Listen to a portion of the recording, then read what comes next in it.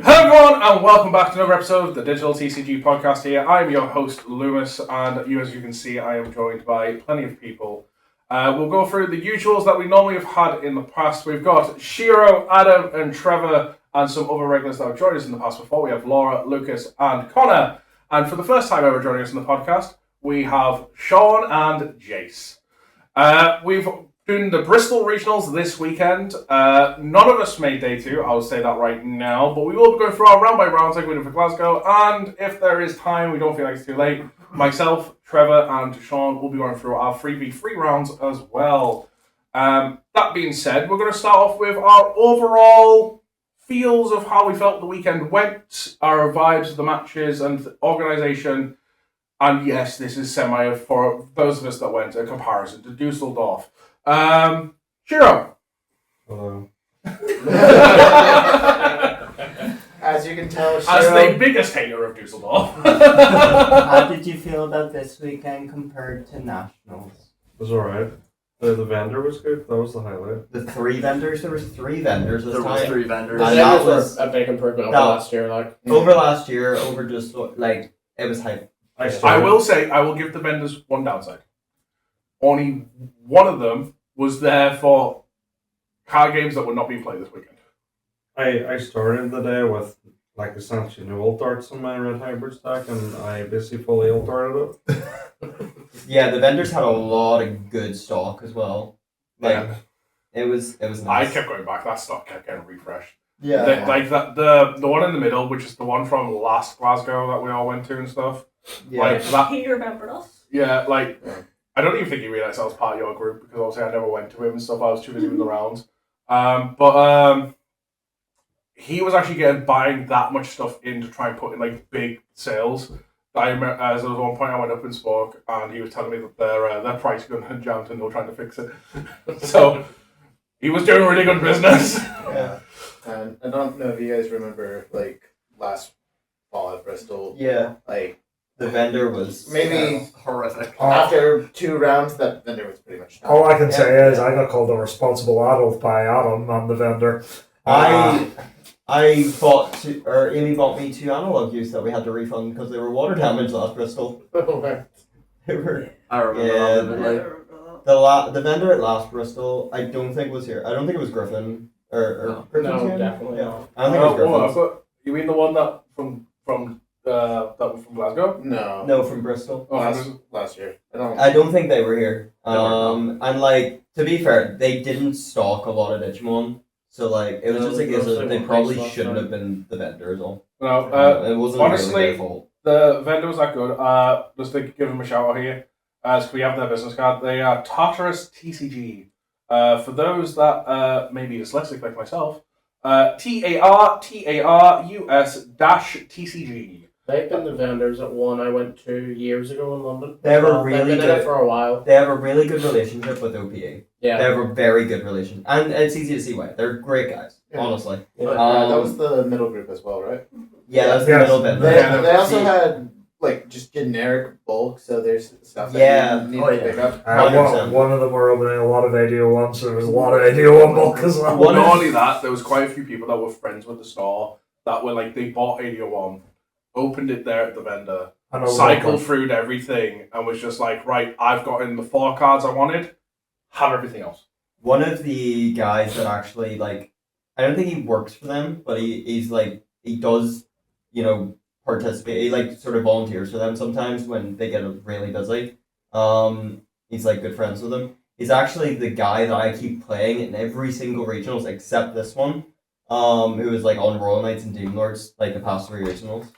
So, guys, before this becomes an advert for Taurus I mean, I TCG. already did. And Tartarus TCG, if They- you want they to were follow live. us our way, we can be paid in cardboard, or at least I can. If not, other card shops are available. But no, the other two, I don't even remember the names of the other two, but like say, so there was one One was vendor. Griffins, Yeah, and so then- like, it might have been Griffin's, but there was one vendor where it's just like, I remember going to them asking, like, hey, are you buying any Digimon singles? And they were like, yeah, but our person that does all the Digimon stuff is playing Playing Digimon. it So it's just like, well, that kind of makes it hard to sell to you. Like, if the guy who does your Digimon's here playing Digimon, how am I meant to sell to you as a vendor? Wait until they lose. And then the other vendor was just like, yeah, we're not taking Digimon, go to the other two vendors. Yeah, they were only Gundam, weren't they? They were Gundam and One Piece. Ah, fair. Lumus wasn't even there. I mean, it's all fan-based. One Piece is currently on a really big price hike right now. Yeah, there's a lot of crossover in the player bases as well. But no, Community was great again. overall, you enjoyed the weekend, Shiro? Yeah, it was fun. I played a deck I picked up like 5 days ago. Did you have fun with the deck? When I seen Alderman, yeah. Spoiler alert. We should probably say as we go by, yeah. Shiro's on Red Hybrids. We'll probably get into that more detail when we're actually doing round by round, but yeah. Picking up the deck only like 2 days before we actually came here. I actually didn't think you would do as well as you did. I was expecting a lot of bricking, a lot of losing. Just there was a lot of bricking and losing. I already run 3 I was expecting more than that. He was expecting X and 8. Sure. I was expecting red be red. Realistically, the first time I played the deck was on Friday in the airport.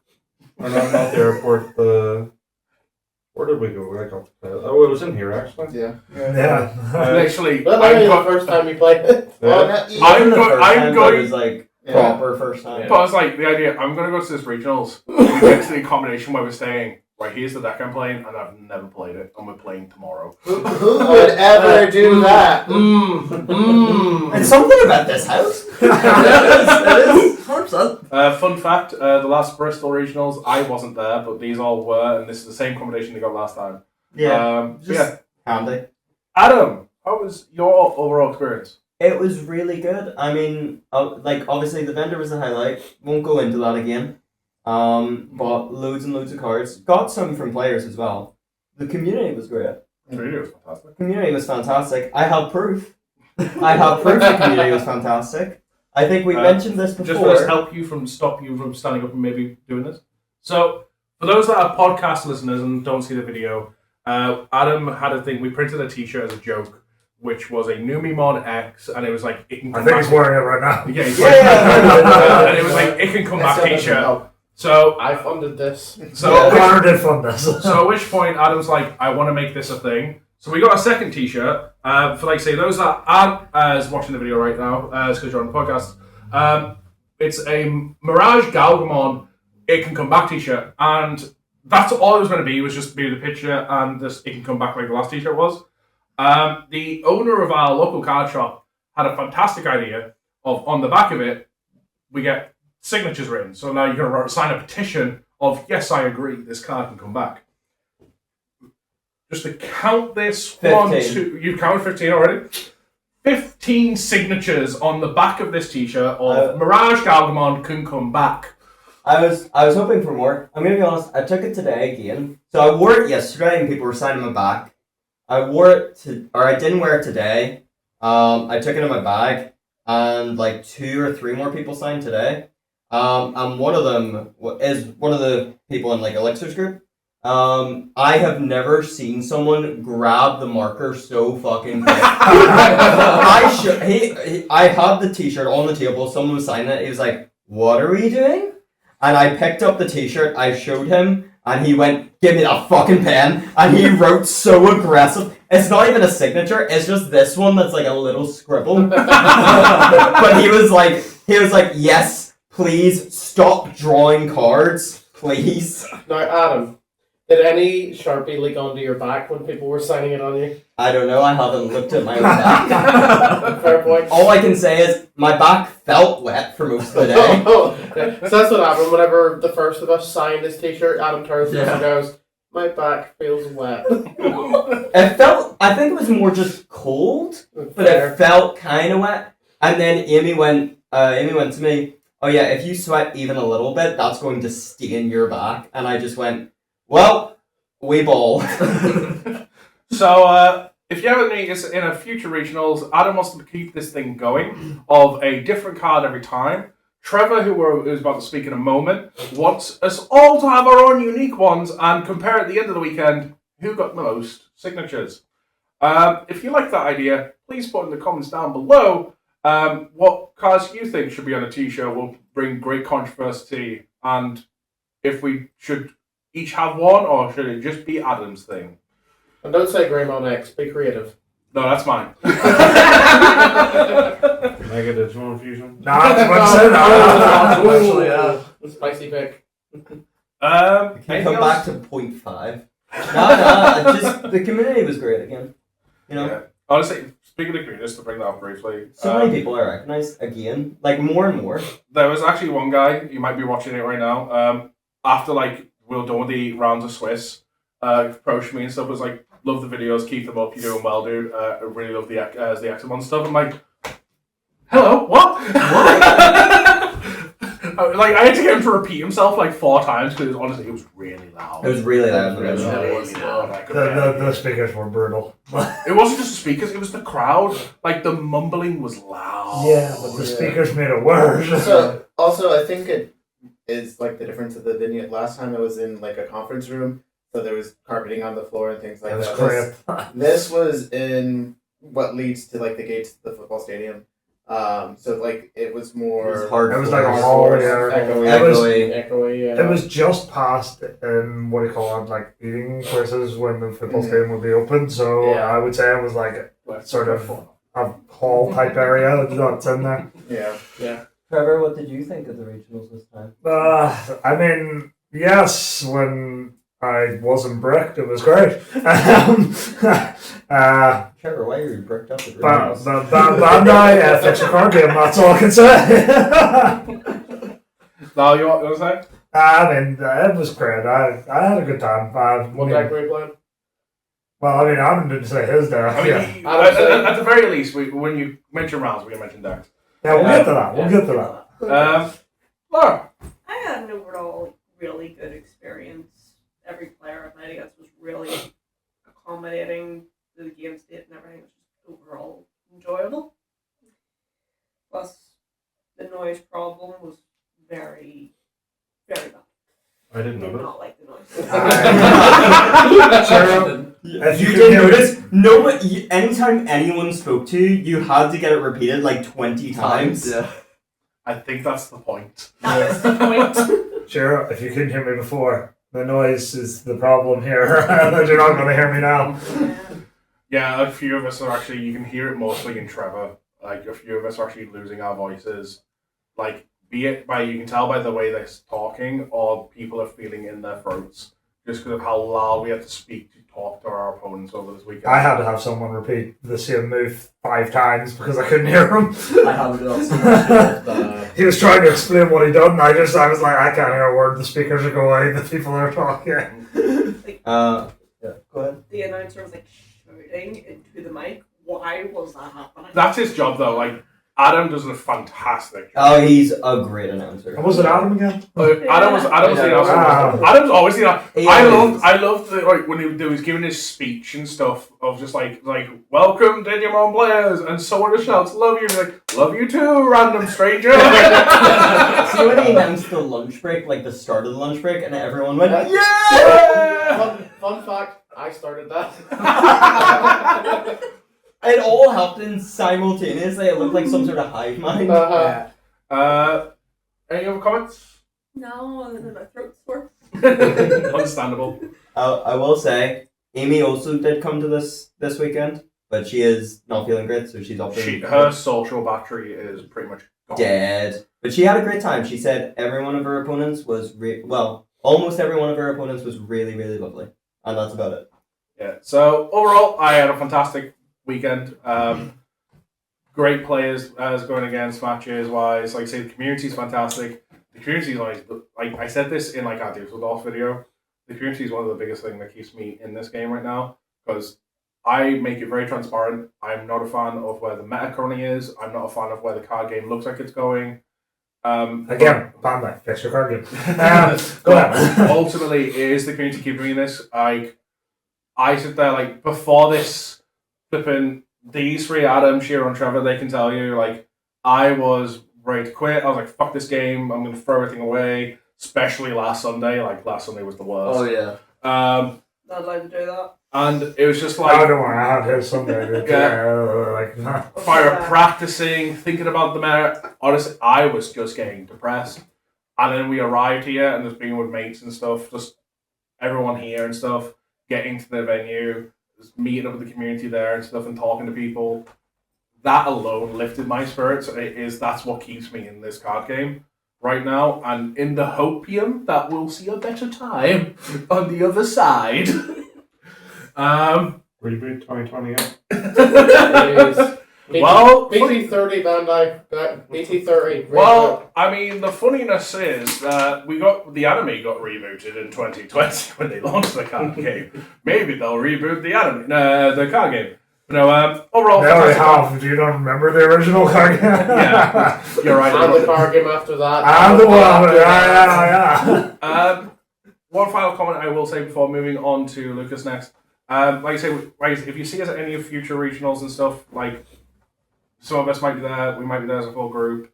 One of the easiest way to identify our group and stuff as well, you'll probably see one of us with either a dragon on our shoulder, which is our local card shop, or you'll see a Digi-Egg with weird squiggly lines to you. It is the team logo stuff of Atlas. That is just the easiest way to identify it if you just can't spot my logo anywhere. Or Trevor here has the podcast on the back. I have the podcast on the back, yeah. That is probably the easiest way to identify our group if you ever want to just come up and say hi and stuff. Or you have the Lumus TCG logo on your back. No, that's what I'm saying. If you don't see the Lumus TCG logo, or listen out for Northern Irish accents. I mean, that's also doable. I mean, as you can tell, I'm not Northern Irish though. I am. I told him in the car. Lucas, how was your overall experience? Overall, the weekend was amazing. Great time, great matches, great players. Few questionable people overall, but overall, amazing weekend. Vendors were lovely again. I've never heard him talk so respectful. It's like yes, sir. Are you okay? Yes, yeah. Do we need to call you a doctor? Okay. What do you mean? I need you to get out of the skin suit and give us Lucas. That's just what happens. Just adjust your tie. Oh yeah, no, that always happens. Well, the English must be rubbing off on it. Any other comments? No. No. Sean. This was my second time at a regional. Overall, I had a really good time. I met a lot of great people. I agree, the community is really good. There's sometimes you run into an interaction and you're just like, okay, my deck's, you're bricking, and I can tell you're frustrated, and I can't tell if you're mad at me for not bricking while you're bricking, but that's very few and far between. I mean, that is the card game, though. That is indeed the I had that pain for like 3-4 rounds. I just caused the mental breakdown. I don't know what's wrong with it. Yeah, I was only called you the mental breakdown. yeah, but no, overall it was great. Like the worst time that happened was actually last regional, but it was right before lunch, so I'm just assuming my opponent was very hangry. But no, I think this was really good. Also, it felt bigger. It did feel bigger. Yeah. The lunch break, though. Oh, should mention. I mean, yeah. We'll get We'll to get it. to it. It Connor. involves Connor. Oh. Any other comments? No, overall, I just had a really good time. I'm glad I came. Okay, right. So before we get to Connor, I will say, in case there's any cross viewership here, yes, he has a video out that says he's quitting the card game. This trip was planned before that video was made. He has not suddenly came back to the card game. Yeah, I even said in my video that I am doing this, and this is going to be my last hurrah for the game, so... Right, so Connor, how was your experience of the weekend? Hello, I'm Connor, aka Hawaiian Shirt Trainer. Just going to plug this channel that I'm not going to post on anymore. Suddenly gains a bunch of Guys, make sure you go and check out his farewell video to the game. Yeah. Suddenly gains a bunch I'm of not, subscribers. I'm not going to go into my reasons for leaving. I have a video for that. Yeah. But as far as regionals go, it's not been the worst I've been to, not been the best I've been to. Sort of somewhere in the middle. I'd say it's probably in the higher tier. Yeah, had a fine time. No bad matchups, no bad people. Just Yeah, I feel like I'm just kind of checked out of the game. Like, if I was excited about the game, I probably would have had the best time ever. That's it. So on to Jace. Now this is going to be important because not only is it how was your experience of the weekend, it's more how was your experience of your first ever regional? Yeah, so first regional ever, I had an absolute blast. Didn't do fantastic, but I played a deck I enjoyed. Everyone I went against was lovely, very accommodating, and the company, fantastic. Can't ask for better. Out of curiosity, how long have you been playing the card game at this point? I played for a short stint around BT13. Yeah, BT13, BT14. Took a bit of a break and then came back A couple months ago. a couple months ago, yeah. Towards the end of last year, would have been, I think. Right? Yeah, and yeah, I've enjoyed it, picked it up a bit. Definitely think I've gotten a bit better. You have. Yeah. Yeah. I mean, obviously we'll get into it when it comes to the rounds and stuff, but obviously we spoke ahead of time. Some of us we had like a mixed bag of matches.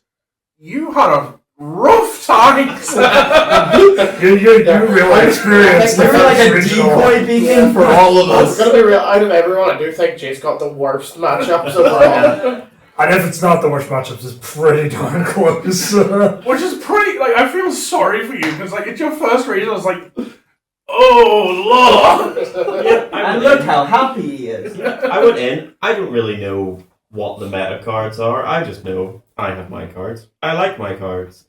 And then I will learn what the enemy do. That's a good mentality, Jace. That's it, that was me early on, to be fair. Overall, have fun, would you do more? Yeah, I'd go again. It was fun. So we will probably have him back on the next Probably will. Okay. So, with the overall, you got any other comments before I wrap on from this bit? Carry on. So, with that all being said, we'll get into our matches. We'll do a quick swing around in the same order because we'll start with you for round one stuff. Just quickly saying what decks you're on, just so then we can get that quickly done, and we'll talk about our rounds. So, Shiro, you were on. What deck were you on?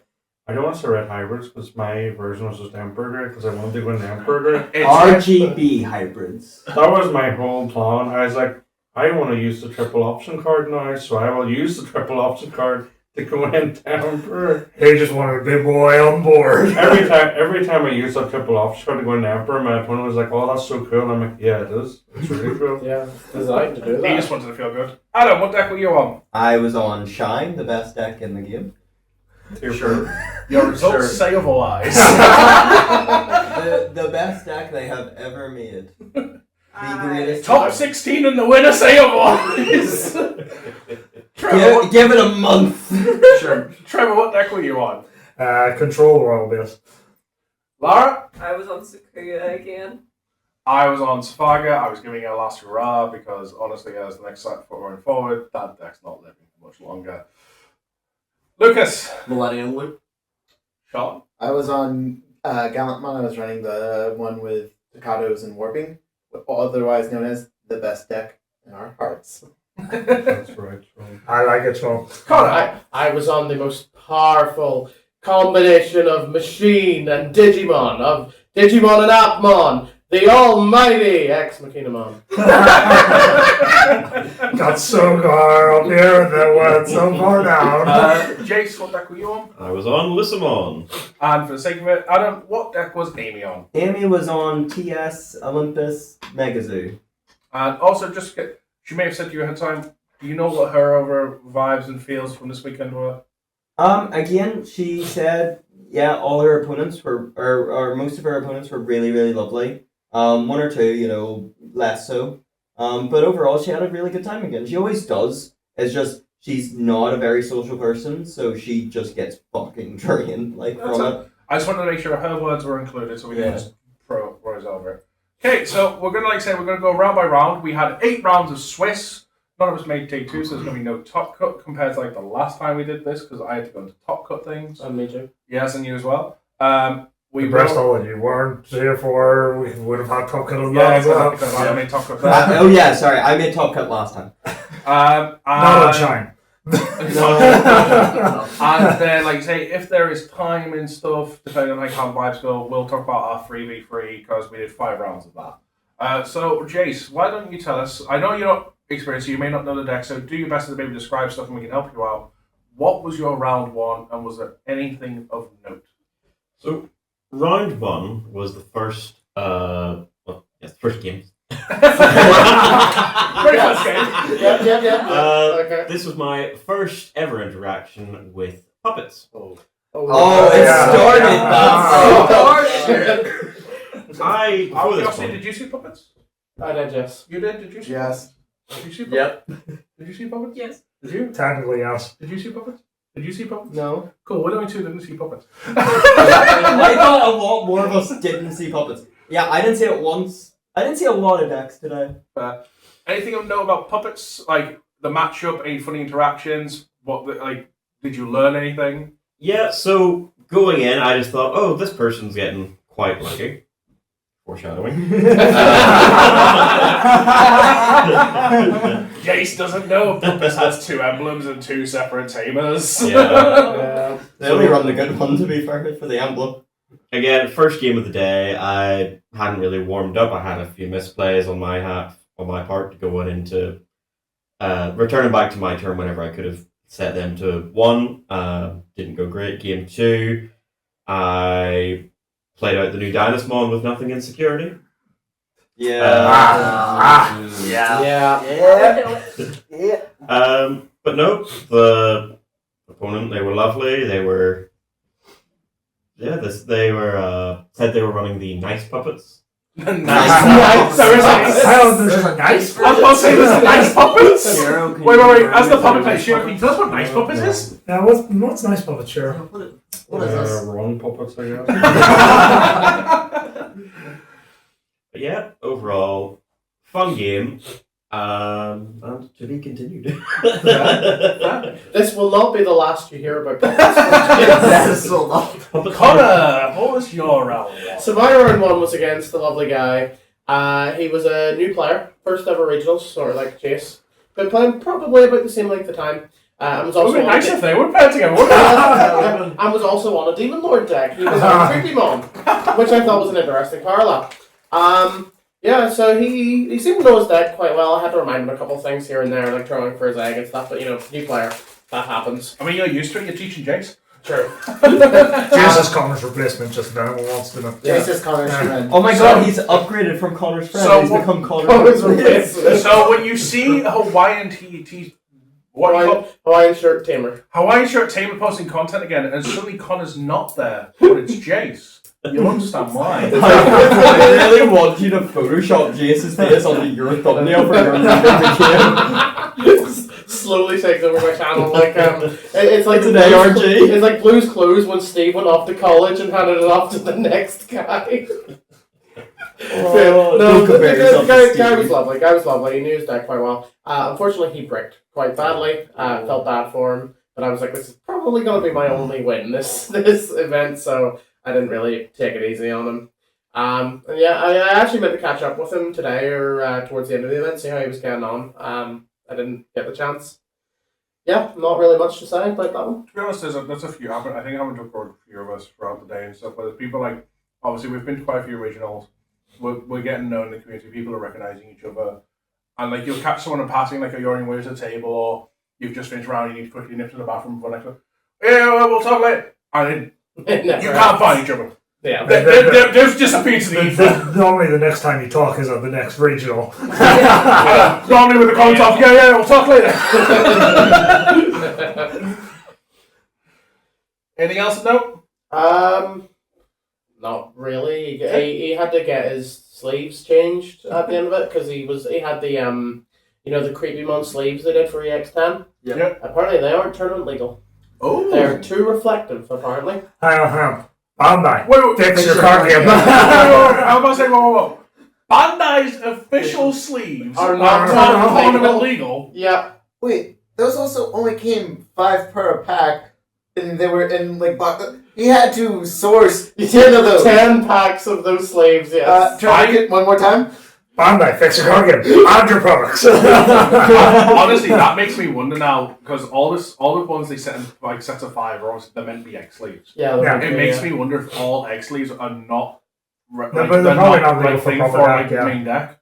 Well, like if you obviously we got like finalist sleeves. Yeah, like the if finalist someone ones. sourced 50 finalist sleeves, Yeah. are not legal. They're for probably not deck. legal for a deck, yeah. Probably, yeah. Wow, Guys, that's mind blowing to think about. don't source X sleeves for your decks. Egg sleeves are for eggs. Also, those I feel like yes, those were shiny, but they're not as shiny as like the blue card sleeves that came Yeah, with like the Zulia. Superior one. Yeah, Yeah, they're most are way double more sleeving expensive. them though, and they're gloss backgrounds on the double sleeve, so it doesn't That's reflect true. quite as heavy. Yeah, that's true. I probably can't get away with it with either Yeah, double that's sleeves. what I or did at Nationals. I double sleeved them and they weren't Yeah. extra, so. Okay. Connor, you're on one.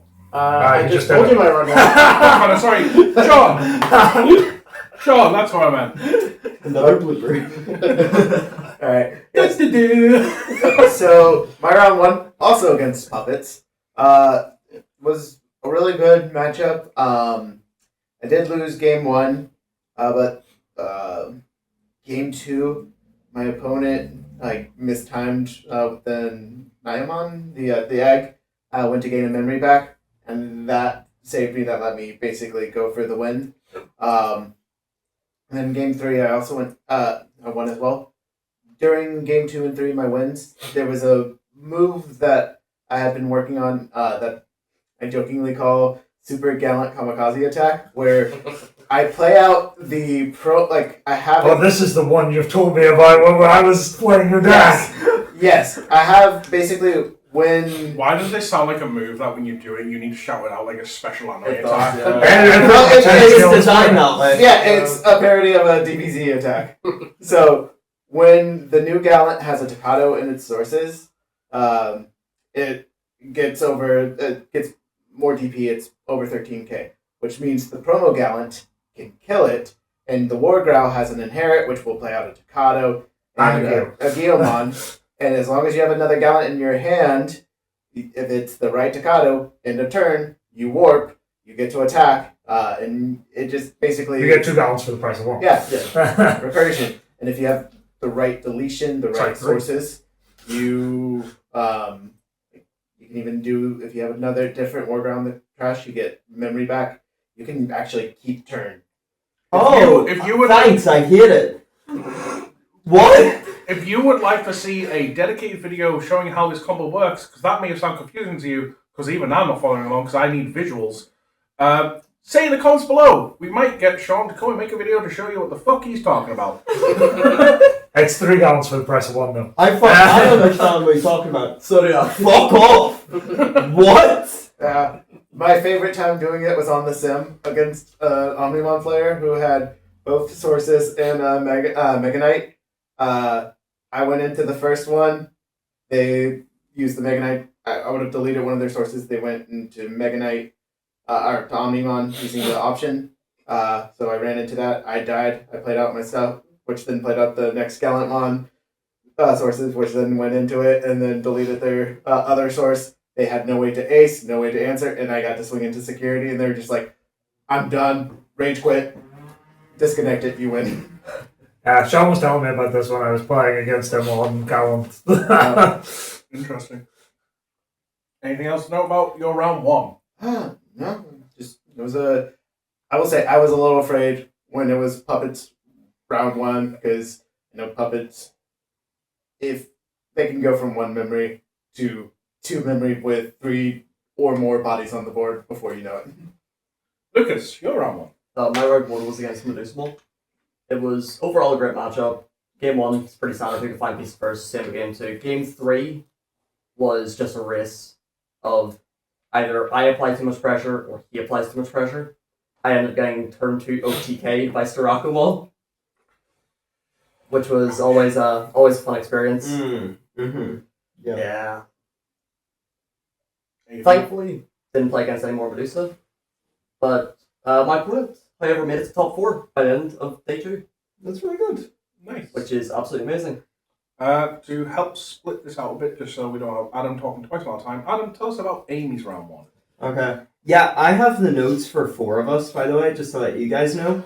I've got the notes for myself, Amy, and Shiro, and then because he didn't have time to write it out on an actual physical notepad, I also have Lumi's notes, so I'll be reminding him of shit. Yeah, just tell me my round and I can tell you the things about it. Yeah. Do you want me to send you my notes? No, just No. keep your own notes. No. I can send you No one I'll send send my me notes more as notes! So Amy's round 1 was against Heavy Metal. I also think it was a relatively newer player from what I remember her telling me. Apparently it was really nice. Like, at the end of it, it was like, yeah, I think you're going to do really, really well. It was a 2-0 victory for her. She won in 15 minutes and got deck checked. But she won that fast. Because she won that quickly, and the judges were looking for something to do.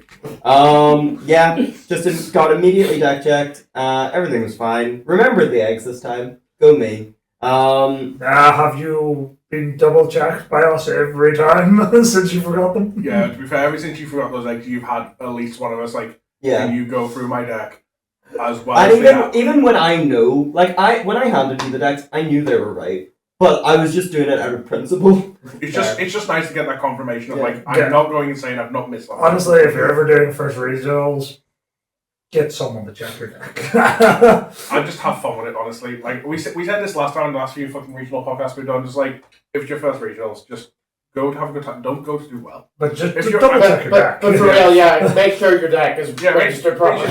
But yeah, Make sure it's legal. But just Yeah. go have a good time, because honestly, like, I understand everyone's different, but I'm going to say honest, like the majority of people, you need to mentally prepare for a big level event, and you cannot mentally prepare for a regional level event without experiencing the regional level event.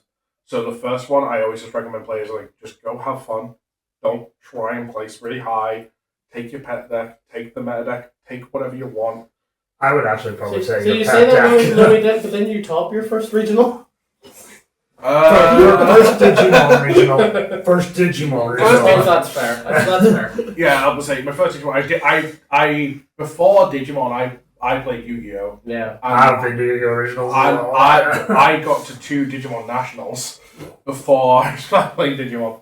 You mean Yu-Gi-Oh! Nationals before you start Yeah, playing so Digimon? Quite impressive to make it a Digimon Nationals without ever playing the game. Yeah. I got to 2 Yu-Gi-Oh! Nationals before I was ever playing Digimon. Impressive, but not impossible. Yeah, any other comments or anything about her round 1? Not really. No. Again, just she won really, really quickly. So I remember my round 1, so I don't need to remind me of this.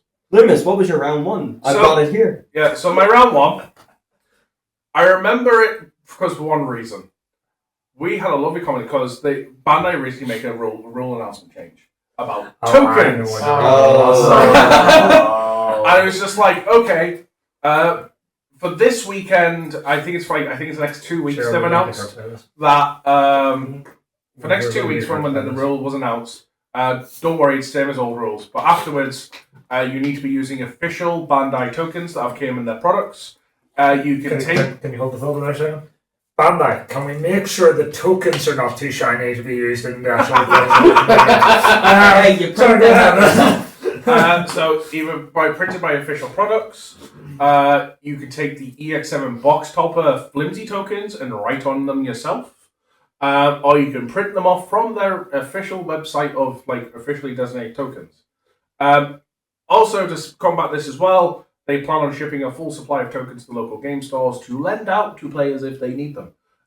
Which, if that actually follows through, cool on you, Bandai. I will believe it when I see it. We have a friend who printed off a Mr. Blobby token for his puppet deck, and I do believe that that's the reason Bandai is bringing in this rule. I believe the reason, and Ashira said this first, and I believe this is the reason. The 2 top decks right now are Medusa and Puppets, and they spawn tokens like anything tomorrow, so I believe it to be a cash grab. Makes sense. I was actually talking to someone at the regionals, and someone actually said they believe there was an issue with people using not safe for work tokens. Yeah, Which has become a problem for it is children's card game after all.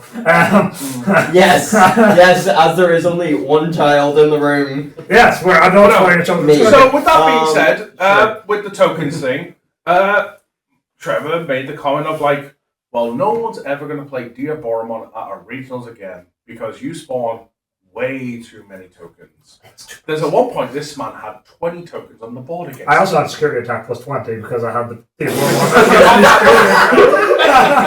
because you had that many tokens. Did And it it's just have like, jamming? no, I just swung through a security for 20. at which point it's just like, you know what? You'd probably do that, Jack, around because you still have security left, so... I know. At which point I'm like, you know what, Trevor? I've seen this. I believe you. No one's ever going to play Diaboromon Regionals. My round one was Diaboromon, and they were prepared. They had 30 official tokens. Yeah, this guy was using, he showed me the picture, this guy was using official tokens. So, majority of them, like 15 to 20 of them, were the Evo Cup token. Okay. Because he told me this, he's the only person in his locals, in his area, that plays Diaboromon. So all of his friends went to the Evo Cups and went, I don't play this, you do. Have. I feel like if I me and remember Cheryl, seeing that as well. I feel like if me and Cheryl ever play Diaboromon, it's whichever one was playing Diaboromon's going to have the tokens. So, Sorry, and Sean. Sean But as the well. thing is, upon like before we even set up, like, because obviously we have to wait and stuff. But like, you kind of like, you can guess what I'm on and show me the tokens, and I see that way. I was like, can you do me a favor real quick? Can you just span them out on your map for me, please, so I can take a picture to show my friends proof that someone is going to be playing Diaboromon with the amount of official tokens at a regionals. Post-production, maybe. Edit that photo in. If you're watching the video, there's probably a picture right now. Louis told me not to get many post-production things. He did that to himself. That's on him. Yeah. So what you're saying is, future Lumi, put fireballs in my hands and sunglasses on me? No. But yeah, so against Diaboromon, and if I remember correctly, game one, he was doing pretty well, and I was getting a bit of setup, and at one point, I think he went like Ray, started doing his entire thing. He was going to Diaboromon setup, and he was starting to swing for alliance checks and overclocks and stuff, and he was on overclock, so he was just doing like alliance checks, and I was like, okay, am I dead? Is this what's going to happen now? And then he's like, and I stopped there. I'm like, oh, okay. I live. I'm alive. And he's like, yeah, it's on to you now. I couldn't find Diaboromon X. Cool, noted. I'm alive. I then proceed to win. Game 2, he bricked. And yeah, like, it got to the point, he started to unbrick towards the end of the game, but I had a Vortex from on stuff on board. It was just the point where it's just like, he had Diaboromon X, he had Diaboromons, but it's like, they were never a threat, because at that point it's just like, right, well, pop that one off now. Pop that one off now. Now, guys, if you want to deal with Vortex from on Diabora, remember, Diabora has option cards that spawn tokens and do Digivolve. Exactly.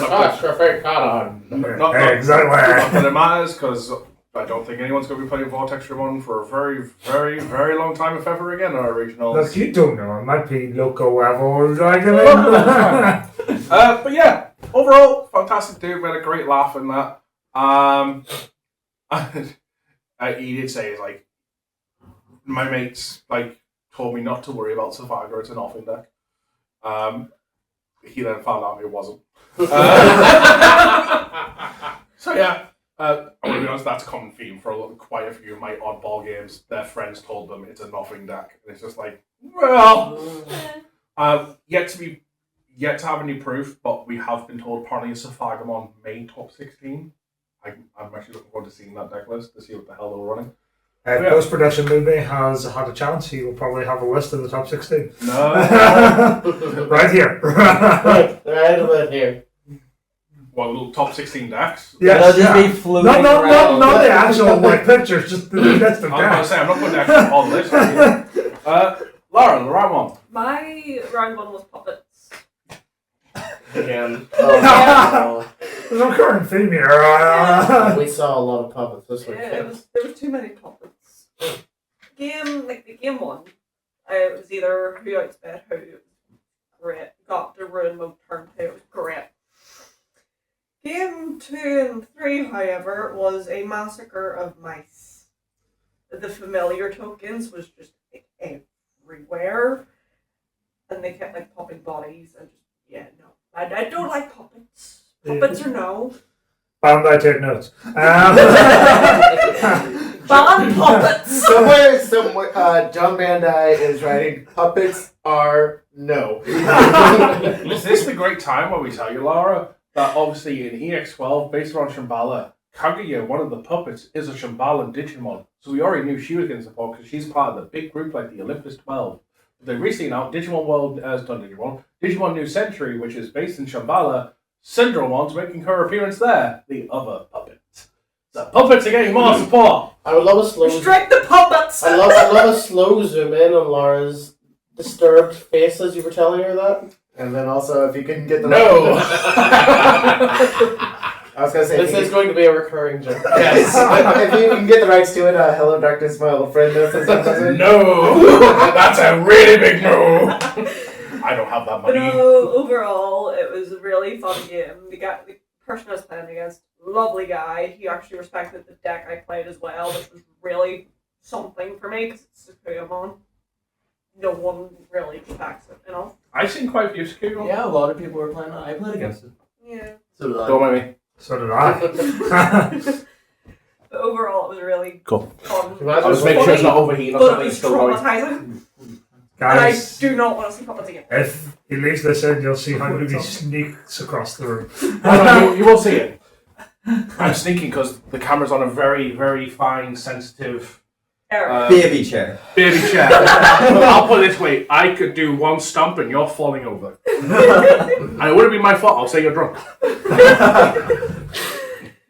But yeah, overall, puppets were traumatizing. I don't want to ever see them again. And Shiro, if you ever play it against me, it's being burnt. I think Shiro agreed with that. Sure. No, at least let him solve the Alpines first, but Yeah, I'll do that at first, but I play nice pup. no, you don't. So you play the wrong puppets. Correct. Alright, Very wait. curious to know what nice puppets What? mean. Why are we having You such don't a problem? run Naramon as your egg, is basically I don't know the where it idea. is. Why are we having such a problem with puppets? Puppets is just a rogue deck. It's not! Spoilers, it won! Spoilers. Spoilers! I didn't know that yet. Rogue. That was a. it was Oh, that- enemies left. You should be paying attention. Yeah, did you see it all the way up here? Oh! Anyways, Trevor. Round one. Yeah, round one. So I went against a deck that Adam probably considers one of the best decks. Pebbles. For those that are not familiar with the joke of this channel, that means rocks. Yeah. It's okay right now. Why didn't you play it? Yeah, when did you play it? Because it's okay right now. You talked about it last By time. the way, in case it's not been clear, by the way, some of the decks we were playing, some of the decks we're talking about, for the sake of just some knowledge out there, this weekend, LM7 and AD01 were legal. They're the most recent legal sets for the tournament, so people are aware of what the card pool is. I'm pretty sure 6 out of 7 times though I should be top. Also, the ban list was in effect. Yeah, so 6 out of 7 or 6 out of 10 times. Sorry, you guys are dicks. Louis, take this side. No! Sure. Yes. But yes, no, 6 out of 10 times I should win against rocks, and Slightly over half is not great. it's not great. It's just more often than not. Yeah, Yeah. like Like, honestly, Oh, like that's true. it's actually probably more than that if I'm being perfectly honest with myself. But Louis is a card. Louis just raises the rock from breeding and just Digimons at the line. I don't know what Was he's running doing. a Louis? He's Yeah. in all 3 games. Hey, That's kind of nice. Hey. I thought about that last time. blame Ben Remember? Ben. Yeah, well, That's when Louis. I watched his video. That's when. Louis Yeah. Also, if it's not clear, we've avoid talking about some of our matches with each other, perhaps you can see genuine reactions to some stuff that happened as well as cards that were played. But I just think I'm fuck about it. to be fair, but the game 1 went his way. It was very close back and forth. Game 2 went my way. I Tiger Vest, but at one point just was like, fuck it, security gone. Game 3, I opened 4 level 6s. Was that after Mulligan? Yes. Wait. I really hope it wasn't before. So you won that one? I would love to say It was yes. 4 Tiger Vespas, right? Well, Even if it was, rocks just don't care. Yeah. He basically just at that point managed. I managed to get a level 5 out. I locked down one of the lovely big egg or big rock boys, and he just decided hatch, Digivolve, play Louis, Reyes, and go full combo with the egg. That should still be banned. Yeah, so I lost 1-2 in that. It was a bit brutal. Honestly, it was kind of sets the tone for a lot of my draws. Hands, like it's been a bit brutal enough for a few of them. Adam, you're round one. I actually played against a player that a lot of us, or some of us, know very well. He's actually a player from Dublin, Griff, or as we know him, Billy. Hey! So we obviously both recognize each other's like usernames and stuff as well. So we both looked down, saw it was each other, and just he told me both of us had the exact same reaction. Fuck's sake. Of course, I travelled all the way Yeah, from across the fucking waters, They- and I get paired with someone from home. They both got the plane to play each other in Bristol. Was that the end of his reaction, or did his reaction also include I have to play the wee ginger lad? Yeah. I have no idea. Like the thing was as well, it was a case of he also mentioned of like this sort of friendly fire like that early on, where it's like, you know, with not close friends, but people you're friendly with within the community and stuff like that. It felt a bit shit. And we've been to Dublin quite a few times. Well, Galway, sorry. He goes down for the story regionals that we go to. Yeah. But yeah, he was on Vortex. He was on Vortextra, and it was an How much early, practice have you had against Vortex? good amount. Good amount. What have we discovered? It's usually 50-50. 50-50, normally it's rude. Wow, Fucks me. winning Yeah, 50% of the time. well, in this instance, the 50 was not with me. Yeah, no, he took it. Game 1, he's on the EX7 Zephica. So game 1, he... A lot of people are actually on that. Game 1, he scrambled into it. He had already done one check early. He scrambled into it, put himself on 0, swung, used the starter deck Grand Gale, the 22 starter deck Grand Gale to unsuspend. Oh, okay, yeah, no. Swing for another 2 checks. I had the tamer on board. I'm looking at it. I'm going, oh, I'm just dead here. Okay, scoop. Go to game 2. Game 2, I don't even think I did the rune mode combo. I think I just won. I think I just like OTK'd myself. And then That's impressive. How do you friendly fire yourself?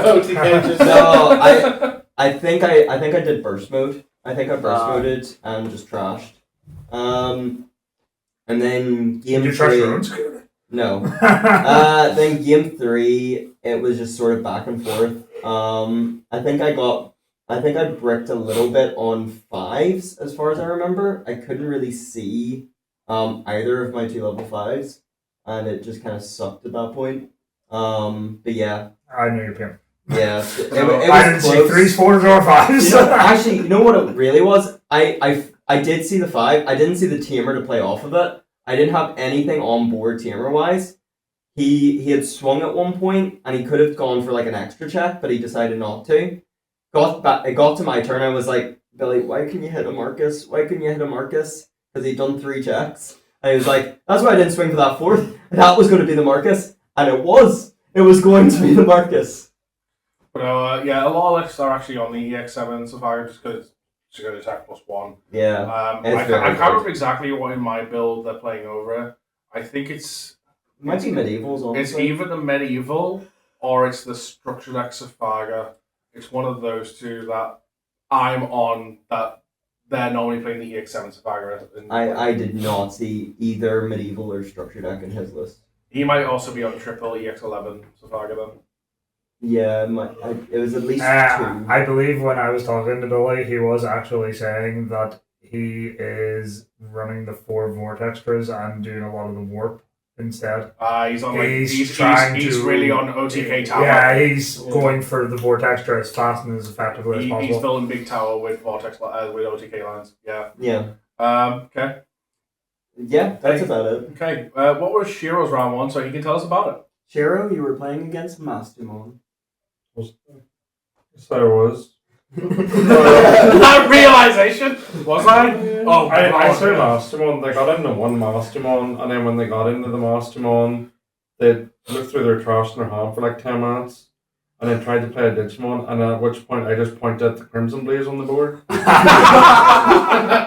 They haven't had the experience of playing against you then. It wasn't very memorable. I mean, I seen Aldemon in both games. You'll find this to be a running theme. Even the hybrid players that I spoke to in the event, we were saying, Aldemon. Aldemon is a crap fucking card. If you don't say Aldemon, you lose. But if you say Aldemon, you win. Well, most of the time, but At the very least, you have a good game. I've seen multiple Aldemons, and basically she bricked both games essentially. And then I basically said after the game, "Oh, like you were kind of unlucky," and then they were kind of like a little bit salty, and they're like, "Yeah, look how lucky you were," and all this here. So pointing at the Aldemons. I think I had 3 on board at one point. I do think at one though something needs to be said about being on Masty in general. I was going to say, is it the same Massimo player that we went against? No, I already checked. Like I was saying, talk about the luck turnaround if it was. She never. I think she's seen maybe one gamer in 2 games. So that's a problem with Masty though. Masty can either be very consistent or very inconsistent, and if you're lucky enough for it to be very consistent, it just high rolls the. I mean, the thing is, because I know what you're feeling from this forever, right? And I want to point this out. Yes, more recently, you've had a lot of bad luck with Masty. However, I was thinking about putting chaos tags in my Masty. However, I have sat there through playtest and playtest with you, leading up to the flipping Galway regionals, and you cannot come at me about all the decks bricky and you don't see shit. You lucky motherfucker! Every fucking game, you've seen everything you needed exactly when you needed it. At Galway, I've pretty much seen everything as well. And, like, if it wasn't for the fact that you had your invite there, when you came to Bristol last time, you were going to play it then. Yeah. And even then, you came away from that Bristol region going to me, I was playing Maximum, I would have been grand, I would have been fine, I would have won out everything, I feel. Like, you're sitting there so confident with the build, and like, a couple of things has changed, the meta's different, and other people, like, yes, admittedly, it's a bit more of an uphill battle for Masty, but the build itself hasn't changed. Just for you, that look that you had leading up to all that stuff last year, gone. it's all flipped on its head. That's just called evening out. So don't even say it's like a shit deck. You had your stroke of luck, sir. I didn't say shit. Don't put me in that. You've called it shit multiple times this weekend. Yeah, you said it a lot. What I said inconsistent. Right. What right. What I'm hearing is Trevor's experience with Messmon. There was a bit of good experience, a bit of bad experience, and they're like fused together. And you know what that makes? Yeah. Chaos. You know what it is? Trevor's just not good enough on the deck. Wow. He is probably the best Mastermind player in this room. It's not hard! Everyone raise your hand if you've played Mastodon. Oh, more than I thought. Put your hand up. I've never played pure Mastic. Yeah, but you played Dark I played Dog Mastic. For the sake of those, again, not watching the video, 4 of us put our hands up. Myself, Trevor, Lucas, and Adam. And then Trevor made me put my owned hand the up. deck. It's way too rich for my blood. It's only at least a couple of. Right. The new tamer in Aldemon has made Red Hybrids good. I mean, I wouldn't know if it was good before I didn't play it, but I've only played it since Friday. But by God, did I love it. It was good for BT12. I was Connor played a lot of Red Hybrid. A lot of Red The new Hybrid tamer back gives you a lot of value. Like, you can just hard play Crimson Blaze down your turn and then end up trying to attack with sack +1 and then play another tamer out for value, and you just have turn Never mind that or you have value. game Like next turn. those new triple tamers for like both Red Hybrid, blue / yellow, whatever you want to call it. The idea of just like they give so much more consistency with just them alone, where it's just like took one or two draw. It's like a snowball effect though. If you see them, you have loads of consistency. If you don't see them, you're just like waffling around in your hand, like, oh, what do I do? Can I ask one question, because I feel like the viewers need to know? What's the cost for getting that security attack +1? Oh, you have to attack. Yeah, By attacking. by attacking. Get I security. like it. Yeah. I kind of like it, but it's just like, really? Weird. It's So, only for the attack. so that reminds me of Atmon Gaimon. It's got an effect that By makes- unsuspended. Oh, no. Unsuspended. Wait, is it by unsuspending or does it unsuspend you by trashing your? I forget which way around it is. No, So it's by by unsuspended, unsuspending, yeah. trash your opponent's Yeah. security. Suspends his cost. About me, trust me, this man was on that deck a lot. Connor's right there. I've Connor played it more than me. You see him more than I do. So, round 2. Shiro, what was your round 2? I don't remember. Shiro, your round 2 was Hoodie. Oh. Oh yeah, Hoodie's still good. I found out. Who could have figured that one? It's almost like it should have been maybe hitting the ban list properly. Yeah. It was just like I'm gonna be aggro, you were gonna be aggro, and then they were just aggro a little bit quicker than me. So that was both games. You initially, I've got some brief notes here. Shiro described Hoodie as his own deck, but better because bounces their teamers. Yeah, like I can't interact with any of their boards, so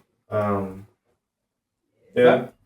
I have no defensive plays or anything. I just like I'm a sitting duck. But I don't run volcanic run on my build. I'm like I'm being vanilla. I'm being the nice. He wants to guy. see Emperor. You're being, Yeah. as I think, as we call it, tribal? Yeah. Essentially? Tribal, yeah. Yeah. Emperors for emperor. You don't put volcanic from on them. Connor would agree. You won't end up doing that, though. Or, To be fair, as I also I learned, putting I always a played off archetype level 6s. But if I had volcanic one, then yeah, the matchups that I have problems with would probably be a lot easier. But Can I just Yeah, agree maybe with that's why people are running full I wasn't playing to win. I was just playing to go in the emperor. Ah, did you? Shiro had Yes. Shiro had his own goal for this regionals. It was just have a good time, and just how many times can I go into Emperor in 8 rounds? And that's just quite a lot. We'll give you a proper count when Jared tells us. Your round 2, Adam. I was against Liberator Fish. It was my first win. There were some really bizarre decks here. So I only saw the same deck once. One deck twice. I mean, I- Liberator Fish is. I only saw one deck twice. I saw some most random decks I felt like today, and it started with Liberator Fish. And honestly, looking back, it was probably my most Yesterday.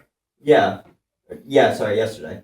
Looking back, it was probably one of my most fun matches of the day, maybe the most fun. Like it was really kind of back and forth a bit, and like the opponent, he was so nice, he was so lovely. He fucked up. He completely fucked up in a game, and it's the only reason I didn't win, or sorry, I didn't lose.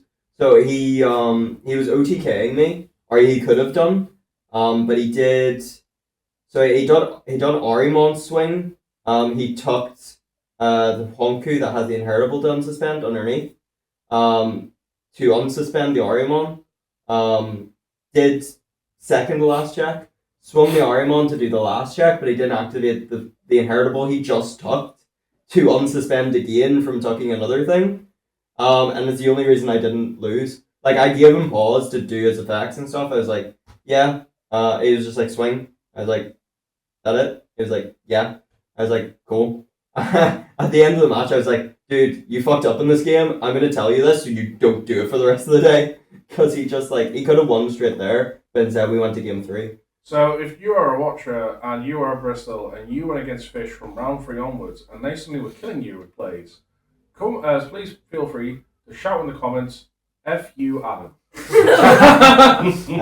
Game 3, I just ruined mode, minus 10k, just bored for a turn, and he couldn't do anything. You told the opponent they can't play. Yeah. It was the only option because I saw what they could do when they could play. And word for word, by the way, what he said, I was sat next to him. You can't play. Yeah. For the cost of 4, I go to room mode. What's its effect? When Digivolve and play? Looney! Cost of What? Cost of what? Things have really Cost of gone zero. on Digimon. Nothing.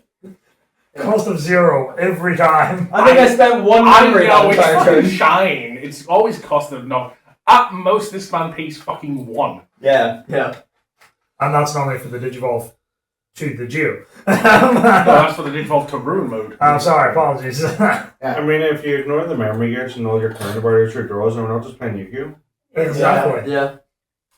Anything over, Mark, before we move on to Trev? No, move on. Trev, your game, well, round 2. My round 2 was a wee bit interesting. Oh. Not in the actual game. My opponent arrived at the table, put down his mat, put down his bag, opened his bag, and went, I have lost my deck. He immediately stood up and walked away. I understand if that happened later in the day. You know, a lot of rounds have gone on, Yeah. mentally taxing, you're feeling drained, it is Round exhausting. Round Round 2, very fresh. Round Round 1, I don't even Look, understand. Before anyone says anything, I have a similar story for my round.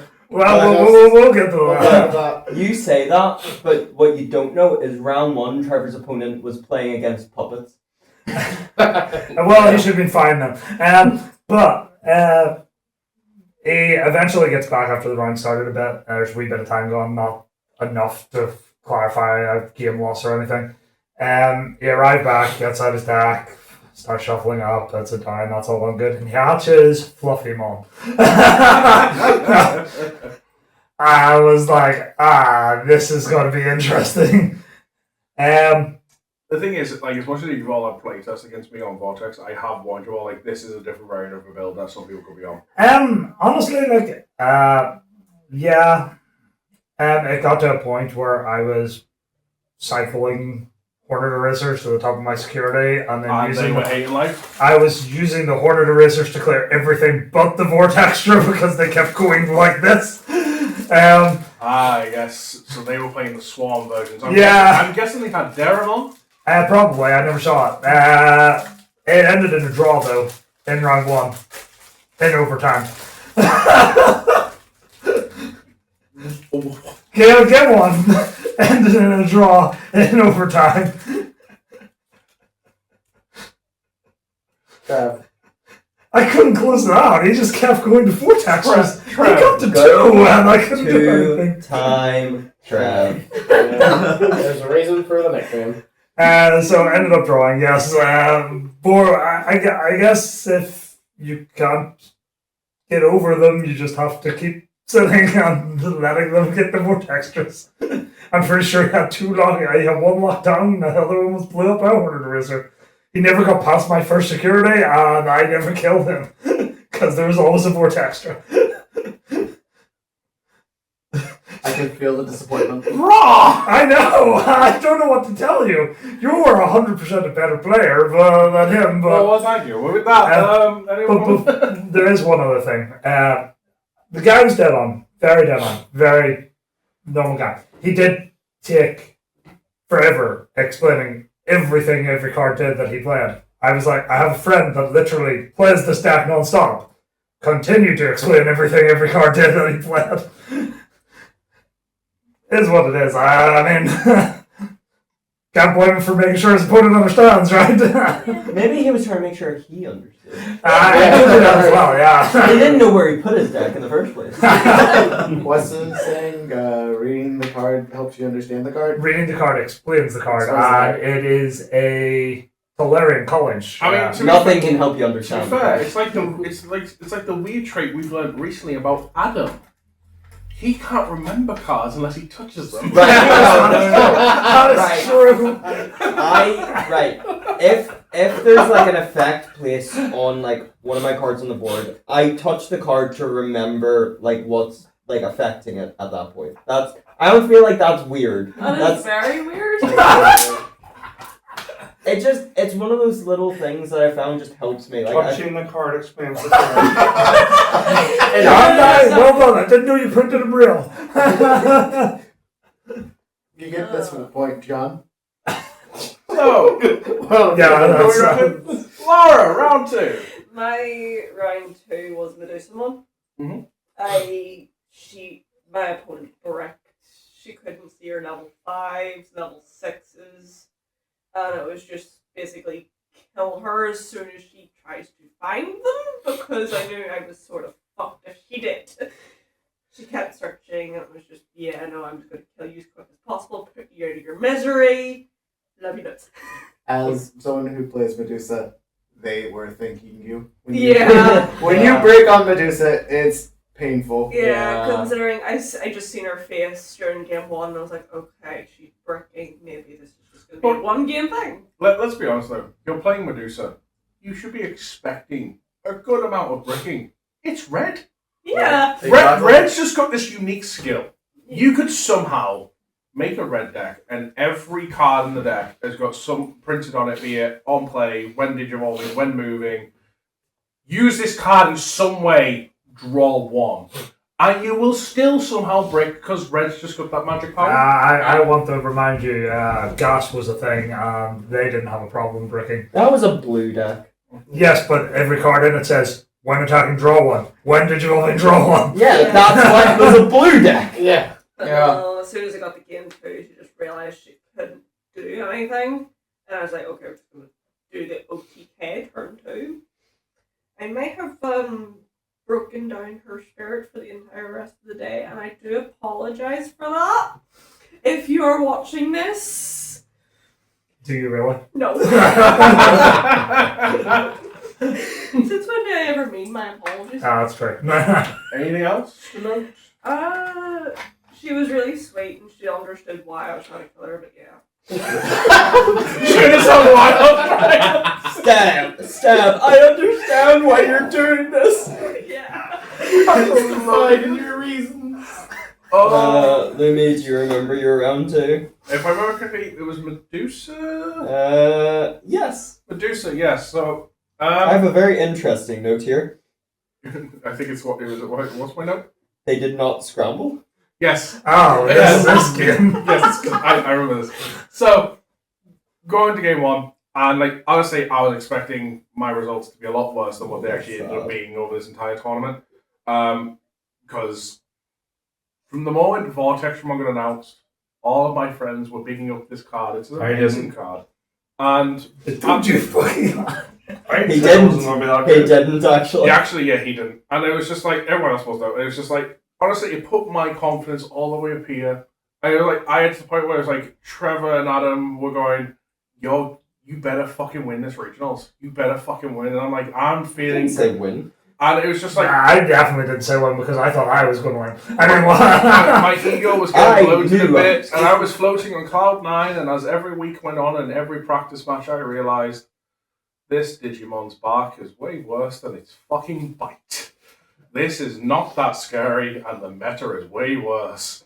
So I was expecting to do a lot worse as in this overall. And so like I said, we got to round 2, and then Medusa shows up. I'm like, well, I've had my fun of Diabora. I've had my win. It's time for the losing streak to begin. So we go through start playing round 1, and it's just like, okay, well, game 1, sorry. And I managed to get to Vortex from on before they see anything. And it's just like, all right, cool. I control your board now. You don't do anything. I can just out you at every step of the way. Especially when the memory set on board, because every time they're like, oh, I'm going to pop the other thing, it's like, oh, I either go raise, swing Vortex first, suspend this, become immune, or it's a cost of free, play rookie, swing Vortex, suspend this, become immune. It was just always a state of like, my Vortex is staying, you are not. They accept that. We go to game 2. And there was a good bit of back and forth, and he managed to clear out my board. I did a bit of a comeback, and I was like, right, I'm not going to be able to kill this turn. Next turn I can kill. I left him on 2 memory. Big mistake. I scramble. I had Digimon on board. I had an Uko in the back. And I'm sitting there thinking to myself, okay, he's about to do a comeback play. I've got a rookie in the back. I've got a full iron hand. Fine, as long as he doesn't somehow kill me this turn. Because honestly, I just expected at this point that he comes out of fucking nowhere. Like, it does. In the past, that type of board's like, I feel safe. You do you. I'll go and read a book. These days, it's just like, no, this is where you just somehow kill me out of nowhere and I don't see it coming. I'm a deer in headlights. So I was like, okay. First thing he's going to do is going to go scramble, top deck, play out Digimon because he's got nothing on board. He's going to raise it, go search his pieces. He's going to fucking find a way to get Tamer on board, warp. He's going to do all this weird bullshit. Right, okay. He's like, is that for you? Effect? Yeah, yes, up to you. Draw for turn, raise it, go. I was meant to pop Scramble. Yeah. Well, it's too late now. Yeah, it is. You're on 2 memory, and I know it's going to cost you at least 3 to play a rookie. Yeah, it is. So -1? Yes, you have.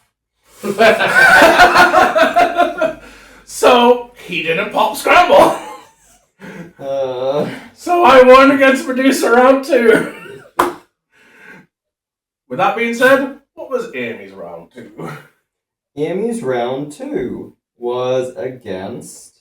If you haven't figured it out yet, Amy is figuratively here. Yeah, Amy's beside me, guys. Yeah, just getting the green screen in between you. Oh, A very skinny Finn Amy. PNG over. we had a series of games throughout the day where we just played people we knew. This was Amy's playing someone she knew, which was Replay. Will. Love well. Love him. He was on rocks, so Replay, yeah. Not the store. The person. Will, the guy that runs NCG's locals, Yeah. his handle is Replay. With 2 E's. So Oh, it's okay. Replay. Confusing, but okay. Yeah, so, well, he didn't know about the store over here, so we'll give it to him. He had a name way before the start. It was a 2-1 victory to Amy. Sorry, I'm thinking reboot. No. Yeah, man. It was a 2-1 victory to Amy. She said it was pretty back and forth until game 3. She made sure, right? So she did a play where she made sure she recovered, or she took a card off her onus security, so she calculated it so that no matter what, Replay would have to trash the card before her Abyss Sanctuary and hit the Abyss Sanctuary, so that she could play out a Guru and suspend down the Magnetic Dramon. So after it already used its unsuspend, like she had this play planned out. She made sure of it. There was nothing he could do about it. And like as soon as the 3rd game ended and she had won, and this all went off exactly according to her plan, Replay was just going like, oh, yeah, I was really lucky that I couldn't trash that. Yeah. Set it up again. I want to see if I can do anything. And she's just like, sure. Like the point where like 5 minutes later he came back to her and was like, could I have done this? Like, could that? No, you couldn't have. It was just mine. Like he was still convinced. Like Amy about set 20 up a trap, minutes. and he fell for it hook, line, and sinker. 20 minutes later, he even came to me and was like, I could have won. I could have done this. I'm like, no, she would have done something else. She told me what her hand was. But yeah, no. So that was kind of fun. But yeah, it was ultimately a good match. She enjoyed it.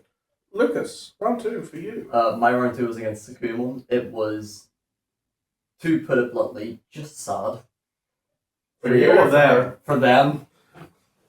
It was a 2-0 win to me. Game 1, they did full line, but made the mistake of popping a promo Millennium on my board, and I full comboed them on their turn. One mistake that I have made. Game 2, the same thing happened. With me showing them how to counteract Millennium throughout the game. What, you told them what to do against you? I told them what to do against me. This was what was really They did it, and I decided, I'm just going to put 2 aces and then go mid mode. They went, ace, mid mode, ace, mid mode. I'm assuming they went the mid mode to remove something, right? Rookies. Rookies? Just remove rookies. Okay. Did they not Okay. play option card? I mean, they have to. It's Akuya. Yeah, they have They- the 2 options No, I to played- remove. the mid was to trash your security. Their option cards were at the bare minimum you could run. They were on like 9 options total in the deck. To the Sakuyamon player, I mean, you see add better. more option cards. The bare minimal we've seen deck list is 6. 6 I'm is No, talking- he's talking options total, not Total plugins. Options What total. Oh! Oh, so they're not even Yeah. on 4 arms of Spandella, 5 plugins. 3 blue plugin, 2 red plugin. Was our entire line. So no trainings, no scrambles. No trainings, no scrums. No. I mean, the no scrambles, that's pretty common in Sakura list, but no training. They I were- prefer to have the scramble for the old Yeah. Talon. Yeah, They- 50-50. I must say, the majority of deck lists these days, they're not on that. Like, the Talon's It's- just a new one. As What we were they discussed, it running wasn't place? majority, but yeah. Of to the option cards? They have maxed out on all the Searcher rookies, and we're playing 2 of the structure deck. And then 1 Like red. dad back. Yeah. Dad back. So they were playing more like recover stuff from trash to reutilize it. It It sounds more like my build, except did not save them. without the option. Yeah, genuinely, it was just sad to play. Like, I comboed them twice, I OTK'd them both following turns. It was just boring. In my opinion. Sean, you're round 2. My round 2 was also against Sakuya. I was also a little sad because game 2, like they just brick. They brick really hard.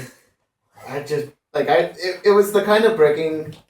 Like I won game 1, game 2, they bricked, and I just felt bad for them.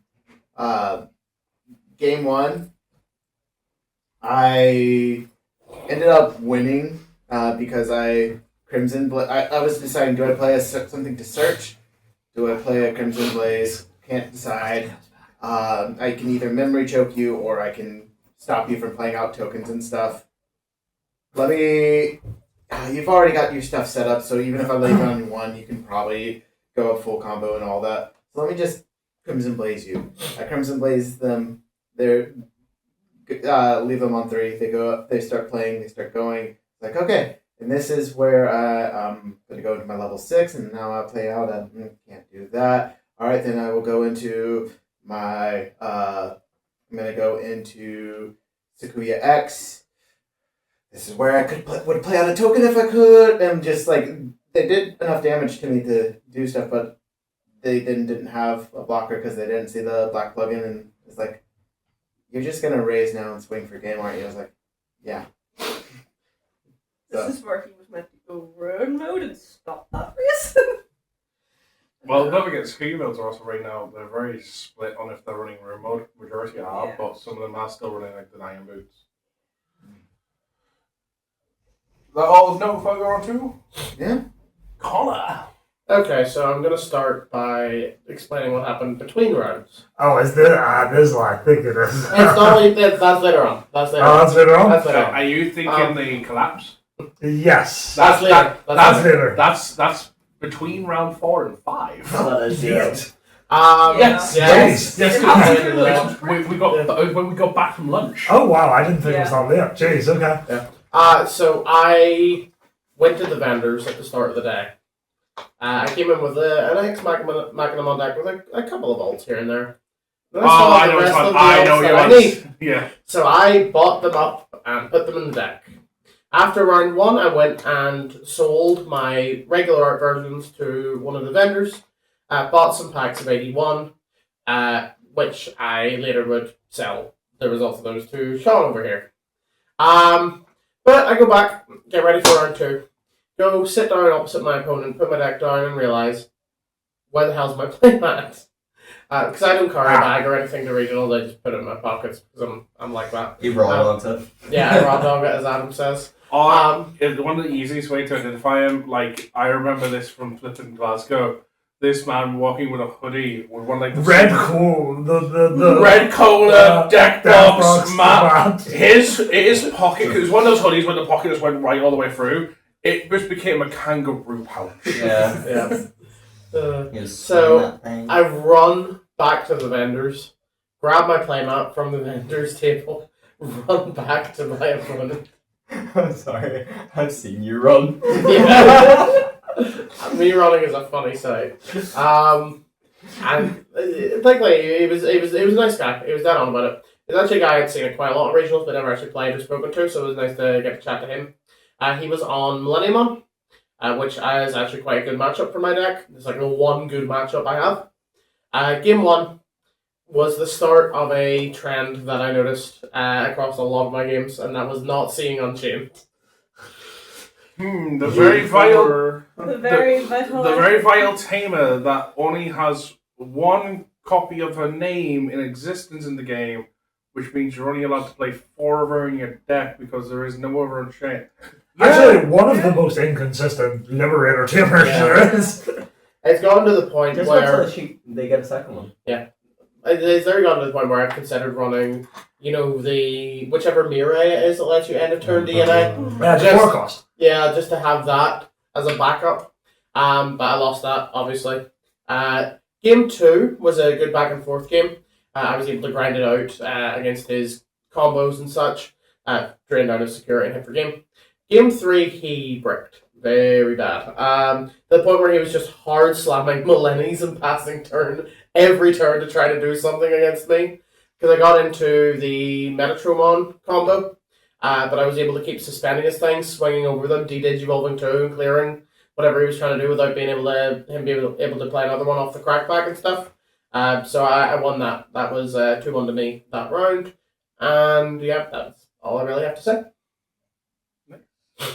Jace, you're round 2 of your gauntlet. So, get to the table, meet the guy, he's nice enough, we shuffle up, let everyone ready. I go first, egg comes out, he's like, oh, Lissamon. Yep. Cost 5, raise, he's on 5 memory. Thing, he's like, that looks like a familiar egg. Familiar. Rookie. His puppets. And he goes, yeah. So, round 2 was puppets, again. So you won that one, right? No.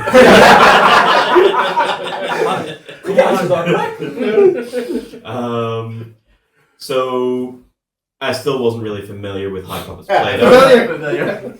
Wasn't really didn't know how it played out too well. So, game 1 was a loss. Game 2, I started sort of getting the gist of what they did. You started getting familiar with them? Started getting familiar with them. Stop. And I think I put up a much better fight. Only one misplay, but it did lose me the game. So we had 3 on board. I was on 2 security. And I had a blocker. I decided not to. No, he had more than 2, but he had 3 things he was going to attack with. He attacked with a big thing with Alliance first, which would have been 2 checks. I decided not to block that for some reason, putting me at 0 security, so then he could just attack, and I could only block one of the 2 things left. So yeah, should have attacked the thing with Alliance and 2 checks, but hindsight 2020. But no, guy was very dead on. He was like, yeah, puppets is how it is. If I wasn't running puppets today, I was probably gonna bring Lissom on for a laugh. But yeah, overall, not a bad time.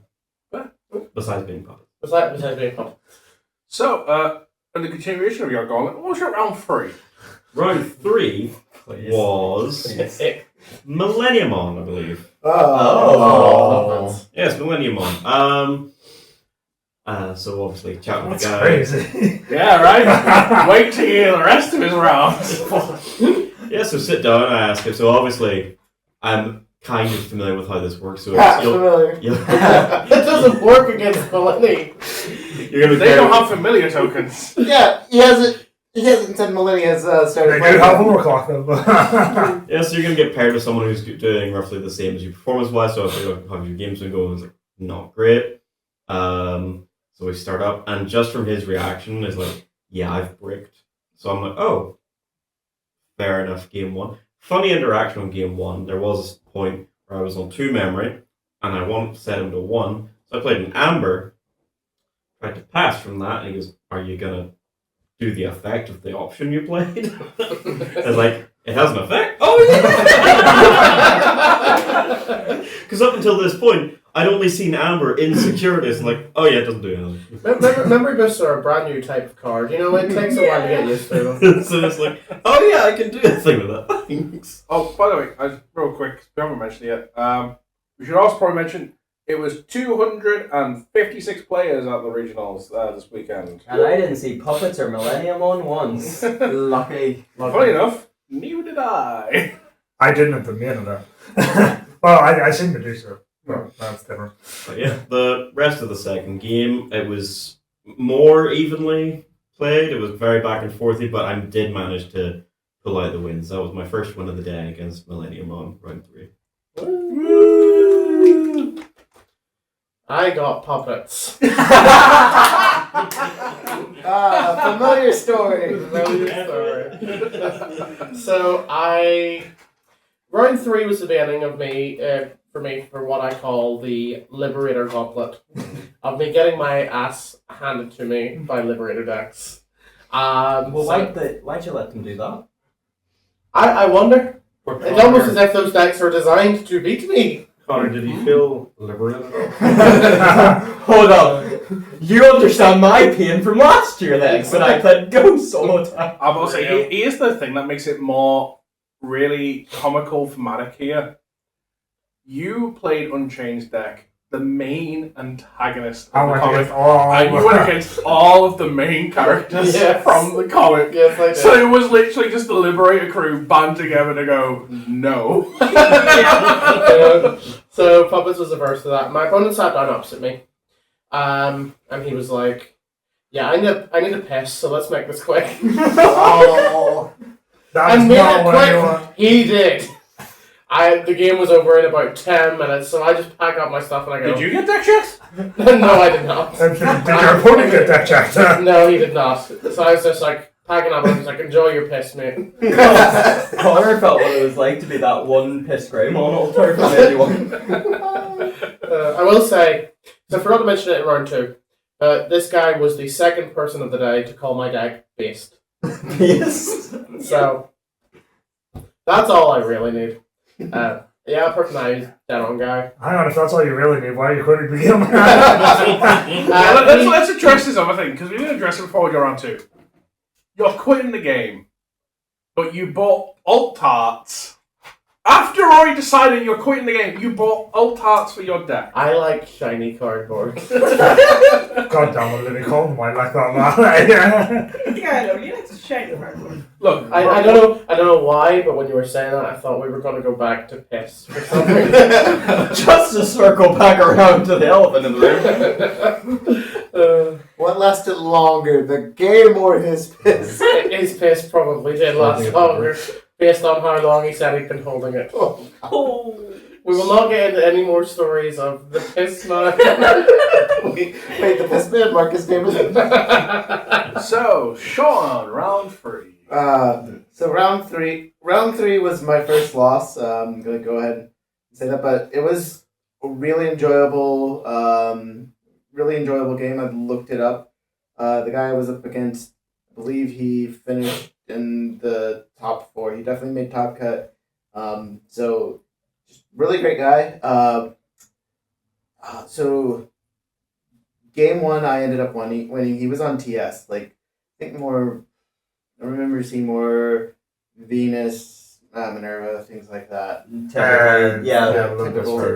Typically, Venus and Minerva are the one. So Minerva at 4, Venus at like 3 or 4, is typical for like top end wise, and then you play like 2 of the other ones. Does that technically qualify as the zoo variant though, or Yeah, it would be Mega Zoo. So, like, some people like to call it like Venus. If you more see so. Minerva, it's Megazoo. So, like, Minerva is It's Mega all Zoo. TS. If you see like Gomas and stuff like that, it's Neptune. Mm-hmm. If you see I can't remember what the key cards are, but the other variant of TS is like Maruki.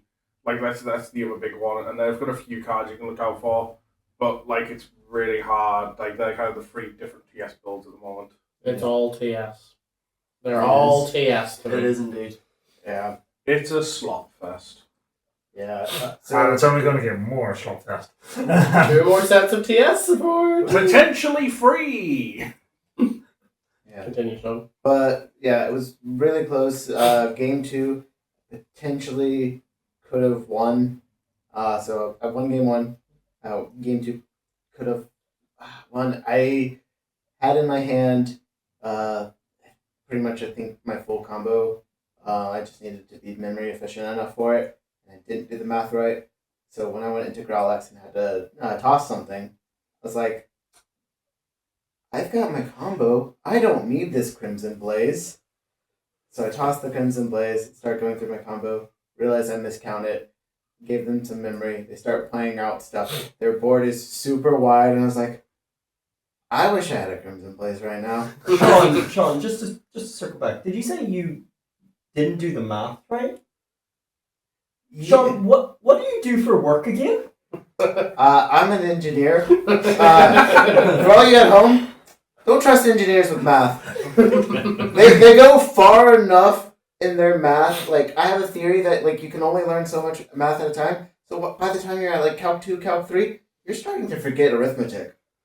I was going to say. You forget how to count on your fingers. They wouldn't let me take my shoes off to count on my toes. That's why I miscounted. I was. I was afraid he was going to call for a judge. The number gauge is 20, so you technically have enough with your toes. Well, yeah, with my toes, because it's 10, and then there's a 0. I don't have something to count to the 0. Yeah, but there's all these weird symbols on the memory gauge that confuse them. I gotcha. They're called Digimon. They're called numbers. No, I was going to say another thing about engineers though is you just need the measurements handed to you and that's it. You don't care about the rest. Just use your hand to cut in binary. Just moving on. Yeah. Anything else? Game to know? 2? Game 2. Probably could have won that. Game 3 was really a good one. We're starting to get up into time. We're finishing and it's almost overtime, and he has slightly more momentum to finish me off before. I think if I had one more turn, I could have finished it. But it's that thing of like when you're on turn 1, like turn 0 of overtime, or turn 1 of overtime, whatever it is, and you're like Turn 0. depending on your first turn of overtime. I guess is what I was saying. You're like, okay, I think I can win this. I think they're gonna beat me to it. It's like I have. Oh, the it's win. like you're shouting up and you're like, I can win on turn 3. Yeah. I think they're going to win on turn 2. Yeah, like when you're looking at it and you've at this point 3 games in, or you're on your 3rd game. You've seen how they're playing. You know how you're playing. It's like I could win this, but I think you're just gonna put me to it, and he did. And he's a really good player, and as you can tell by him making top cut and going far in that, so great guy too. Lucas, you're round 3. My round 3 was puppets. The familiarity continues. So how many familiars did you say? None. No. Couldn't keep it on the board longer than half a second. First game was amazing between us. It was back and forth. I ended up taking it. Game 2, same thing, except I ended up taking it. Game 3, almost went to time. They spanned the board, but they made the mistake of killing Millennium. I proceeded to loop. Everyone knows the story. Why is that one? I know. It's stupid. It's because And the long story short, Millennium said, no. Trash down, pop all tamers, no gameplay for you. Overall though, great matchup. My opponent was lovely. We ended up chatting for a while afterwards. And that is it, really. What was Amy's round 3? Oh yeah, Amy's there. Yeah, she's definitely there. And while you say that, I was make sure the camera's still rolling. You keep talking. Okay. Amy's round 3. I need to bring it up again. Gallant. Oh. Oh, this one, I was yes. supposed to say that didn't sound great with There needs to be a pirate Digimon there. So, It's for both of them. yeah, it's NSO. It is actually, yeah. No, so she played against Gallant. She kind of bricked both games. The main comment I have here is new Gallant broken. Apparently she would just like keep removing them, and every time she did, they would just have another. They would just keep going into Gallants and Gallants and Gallants. If you were listening to Sean earlier, you understand why. If you understood Sean earlier, you understand why. Super gallant kamikaze attack. Kamikaze attack. It's almost like Gallant loop bonus. Yeah. Oh joys, another loop deck. Oh no. Look, it's Gallant this time. Yeah. This deck is fun Gallant though. has blitz built in and rush. Yeah, on one hand, it's a loop deck. On the other hand, it's Gallant one. And we see how long they've let Garlock decks off the list. Yeah. Galax is a survivor. See, if anything, all this has done though is told us Gallant has now lived past their need for Gallant X. Yeah, Gallaudet. I mean, I still feel the best. you need it. Look, Yeah. I think Uranus are 2 just as like a backup plan. Yeah. it feels more like the defensive card now, more than anything, which is fucking horseshit. Yeah. But yeah, I mean, not much more to say about it. She bricked both games. She just kind of didn't see anything, and yeah, Amy was undefeated at that point as well, just the point. that was her first loss in Yeah. round 3. So she Tough was shot. I was also undefeated at this point as well. So was I. What Round was 3 was my rough. round 3? round 3 for you, Lumi, was Olympus. Olympus. Ah! Olympus. I think I've got this marked as a loss. It is, yeah. Yeah, okay. This is your first loss as well. You both lost at the same time. Yeah, okay, I remember why I lost this. So it was against Olympus, and I had a fair good bit of practice against Olympus. And like I knew my strategy that I needed to get into. And it was a matter of when I see Olympus and stuff, I know like a lot of Olympus players are going to go, I need to find the base, I'm just going to lock down your board, you can't suspend your vortex, yada yada yada, screw you. And it's just like, yeah, cool, I know exactly what I need to look for. I need to find my structure deck Sephargamon. Because when anything unsuspends, I'll get immunity for the turn. So I don't care about your Venus. By the time I seen it game 1, they had like 7 bodies on board. So it was going to do nothing. It's like, I need to start controlling this board, and the only way to do that is by digivolving over this Sephaga into a Vortex to start trying clearing some stuff up, which obviously opened up to Venus. And it's like, well, I've lost that one. Let's go to game 2. In the process of game 2, time was called. And we're going through the turns. He was turn 0. I got turn 1. I set up in a way where it's just like, okay, I feel like I might have a chance to do this on turn 3. This is a Sean moment. No, it's not quite that bad. Ah, okay. They get to their turn 2, and they're like, I can't kill you. I'm like, this makes me feel good. They're like, I've got no gas or anything to really do a big play. This makes me feel better. I think I've got this. As they go to say the words, my turn ends. Time on overtime was called. Oh. So that game ended up in a draw, but because they won game 1, they took the match. Ouch. I lost to time on time. I drew my card for turn to see what it was going to be, looked at my hand, looked at their board, and I was like, do you have any weird answers? And they're like, no. I'm like, cool, I would have won. This could have been a draw, but no. Your games went at the time. Yeah, and he said about me like, sorry. I think that's the only one that went to time for me. But yeah, it wasn't a Sean moment. It wasn't a matter of they beat me to Yeah. it. It's a matter of I was gonna win, and The then it timer was beat robbed you to from it. me. The timer beat you to it. But yeah, so that was that round. Laura, round 3. I should have beat this deck. This deck is something I can easily beat at locals. Different level. Different style of deck. I had this guy scared whenever I hatched me. Ah, right, okay, yeah.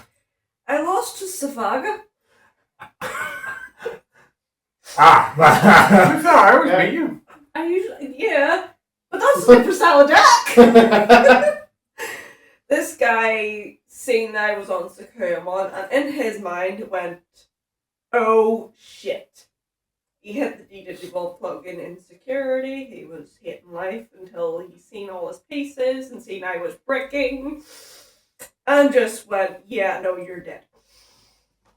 I don't like, see whenever I'm playing, I don't like bricking. I had a mental breakdown, yes, it happens. It happens quite a lot. To be honest, like, Nobody I was... likes bricking. No, I- that's breaking. I think at round 4 I was beating myself up about the way my deck was Yeah. performing. It was like, it's just RNG. But I got to the Trevor, point, you were going to go to B&M after the break and buy a rope and blade. Yes, I was. So, I just want to recap that. BNM was close. That's both Sean and Trevor have been called Connor on this recording. Um, Hey, what can we say? We are actually Connor's not Connor's We are all friend. Connor. We are trying to find your replacement. But yeah, if we are all Connor, then Connor can't quit. Right, so you're saying? After game 2, I just lost. I was just like, yeah, no. The guy asked for my deck list. He actually complimented my deck list when it was actually trying to work. So what you're saying is we did a good job of rebuilding it the night It was before. a good job at rebuilding it. 2 rounds later, you were blaming me for it breaking. and the two things you were blaming me for was you weren't seeing tamers enough when it was his suggestion to go down on them, and you weren't seeing 5s enough where I actually put extra 5s in your deck. I still didn't see them! That's not my fault! You know what, Adam? It's always your fault. And also, I was told by these two to blame you for anything. Yeah. blame Adam, isn't he? Yeah. Always blame Adam. Mhm. Guys, if your deck breaks at regionals and you see Adam about, blame him. Or if you need something to blame him for, just write FU Adam in the comments. You already told them to do that earlier. Yeah. But basically, it was just a thing of like who could get the win first each game. So starting to see cases and it's like, yep, no. He ended up getting the win. I didn't mind it because he was a lovely bloke. He was chatting away to me. He was like, yep, you're nice. You're also from Scotland. Love you. Great. We do That's love on the the track. we do love the Glasgow fan base. We do love the Glasgow people. Yeah, they were really nice people. I also met one of his group later on in the rounds. But on to you, Trevor. I'm sorry. God damn it. I went against Sakuya. I must say, somehow there's been quite a few rounds. I know we're only at round 3 here, but somehow there's been a few rounds where a few of us have seen the same deck in the same round, but then never again. Yeah. Well, we'll get to it later on. There's a particular round. Did you better lose? Oh no, I did overall win, but I will go through it. Game 1 we were both a wee bit on the bricky side. I just got up to a Queen Bee and started looping a Hornet Eraser and a Royal Base. Cannon Bee's great. D-Digivolves. Oh. They kind of just kept going at it. I hit D-Digivolve in security with the Tiger Vespa, passing the turn in game 1. They couldn't answer the board though with the Hornet Eraser and stuff, so I just ended up coming back to win it. Just like, so where did we leave off again? Oh yeah, Tiger Vespers. Yeah, basically. But yeah, after that, game 2, they bricked slightly. They got up a line in the back. I started a line in the back. I was like, right, I feel okay. I'm not seeing the pieces I need to go for a game. I'm not seeing the pieces to get to Queen Bee, but I'm fine. They went to Sakuya on the Rias, the draw 2 one. I forget which BT that is, but BT draw 2 play option. Come back, right? I kind of looked at the board state and I went, from what I know, I looked at the cards in his hand, looked at the board state, and I was like, I don't think he has another rookie. So I just dropped the Tiger Vespa and bounced the Sakuya to Ace to hand, and his response was in the next moment was draw, hatch, pass turn. Trevor read the board state right. Yes, He has finally learned to read the board state. I just raised, went up to Queen Bee, I just started swinging. Everything to know. That is pretty much everything. Yeah, he was a great guy. He was pretty dead on with it and all. If you haven't got the vibe already yet, community's great. Well, we really love Yeah. him. Adam, you're round 3. Oh, it's me? Yeah, well, that's the order we've been going on. Yeah. So yeah, obviously, round 3 was quite interesting. Obviously, as I said, round 1 I went against Billy. Round 3 I went against Billy's friend, Skittles. Oh, yes. So Adam, in other words, flew across the pond, basically. To play people I could have just driven down 3 Oh, hours yeah. down south to play. Oh, let's rephrase that. So I could have We drove got Trevor to down. down. You know what? Actually, in? That's not fair. Sure, I could have drove as well. No. I'm just gonna say, Billy's friend Skittles is gonna be the name of my new band. And Billy's friend Skittles was playing Sakuya. So yeah, a few of us saw Sakuya this round. I'm not signed. Dilly just like curled up in the corner. Yeah.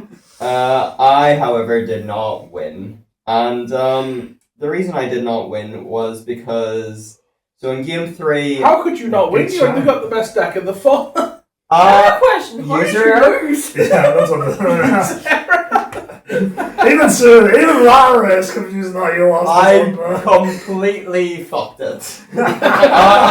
So at one point, I was not seeing rookies in game 3. At one point, my line died, but I had another line, like, I was able to, like, just play out an Evo up. And then I used a scramble to Evo higher for cheaper, did a few checks. Yes. Awesome. He then removed that line. Sorry, I'm just listening to what's going on. Yeah, I don't know what the fuck's going on. We're talking. No, all I about just being heard was the podcast. whispering of, just to clarify, all I heard was the whispering of, after podcast, shop. What? Look, stop jumping on our conversations on the line. Don't say it on the podcast. No, then the whisper point is like, after podcast, shop. That's in 3 hours. 24-hour shop. Also, I love that we're hesitant to let them know that we are near a shop. A 24-hour shop. That I doesn't just really didn't- narrow things down. I didn't think it Bristol was has a relevant lot to of- the podcast. Wait. No, it's just really made me giggle. Anyway, so Still question how you lost. I had a scramble on the board. I had Oh, I had a hatched egg. Did you remember your scramble? I could not find another level 3 to Evo over this egg. There was a level 3 in my trash, so I was thinking to myself, right, I need to scramble that just to the top of my deck. Not even play it out, I just need to top deck it. I had my line out, he couldn't remove it. Cool. So I still had that there. I think it was just like a BT12 shine. And I'm thinking just before he's passing turn, I need to scramble. I need to get this rookie to the top. I need to scramble. I need this rookie. Cool, pass turn. Cool, draw for turn. What have I done? I told you, you didn't remember. Oh. This is why I've been saying to take scrambles out. You don't need scrambles. I needed that scramble. I just fucked it. No, I mean, you basically didn't use the scramble, so it was. Yeah, I used it the next turn, You know but what? it didn't. It was too late. If that scramble was a training, you would have seen the field rookie and just him. No, I don't think so. I'd used like quite a few searchers at that point. So what we learned is scrambles are too hard for this game. I'm not gonna lie, I was half expecting that story to go, I just need to get this rookie to top of deck. So what I did was, I got started turn, I popped scramble, and I put it to top of deck, but then I played a searcher or go and accidentally bomb deck it. No. But yeah, no, just I genuinely think I should have won that if I had just seen that rookie, because it basically meant that I had nothing to promote out once he did remove my line. So it just kept me a turn behind. I mean, a good way to remember scramble is put a dice on top of your deck. I put the scramble beside my deck. Put a dice on top of your deck. And yeah, I could have sworn you said that helps you remember. It made me forget when we were I practicing. remembered about it until I literally passed turn. Oh, okay. You know what he didn't do? So- he didn't He didn't touch the scramble. Yeah, that's it. Also, he just said he remembered it until he forgot it. I remembered it until literally I heard the words pass turn and I was going, right, okay. Draw. I do actually hate what you do with your scramble having it beside the deck, because I'm looking along the back It's when the the teamers original are. way that Shiro taught me to remember. Yeah, I'm looking along the back when the teamers are and just forget about it when it's in beside the To deck. be fair, I just don't forget my effects. see, You You said just you had feel good different. memory. to be fair, there was a player, I can't remember who it was, I don't know if it was the 3v3 or it was in the Swiss, there was a player I was talking to at one point, and he was talking about like tamers and option cards and that. In fact, I think it might have been the Medusa when they forgot their scramble actually. And he was saying about like how normally in locals he has it like further up in the battle area, but for the sake of being proper, he had it in the back because that's where you're meant to put it. I'm like, well, actually no. It's just a battle area. This entire thing's the battle area. It just says put it in the battle area. We as the players have just randomly decided Digimon go in the front, tamers and options in the back.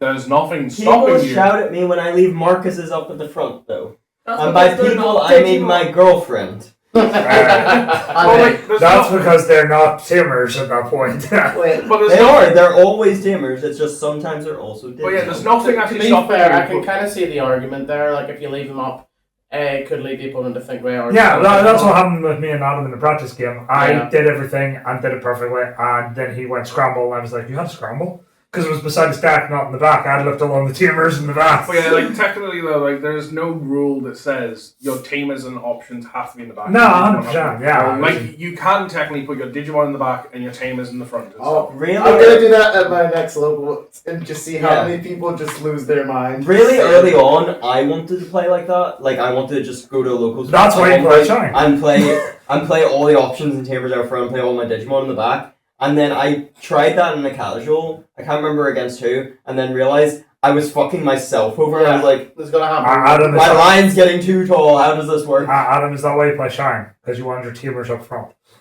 Yes. Shiro.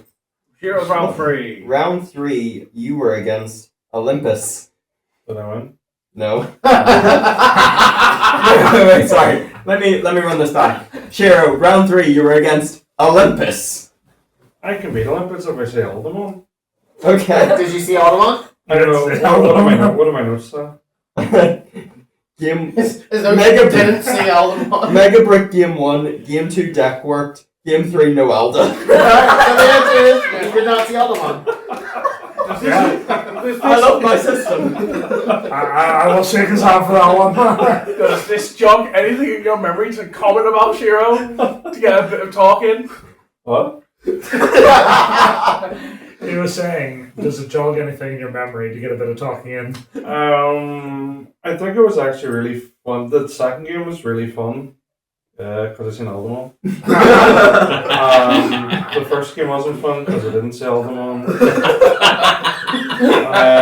The third game It's really not wasn't fun. fun because I didn't see Aldemon. So what we're learning is, Red Highway players have to see Aldemon. Okay, I believe, I don't know if it was exactly after this round or like a couple of rounds later, we were talking and I remember you saying that you actually don't mind playing against the TS Megazoo because it actually does feel like they do play the game. Most of the time you can play the game unless they've got 4 home rows on the board with a Venus one.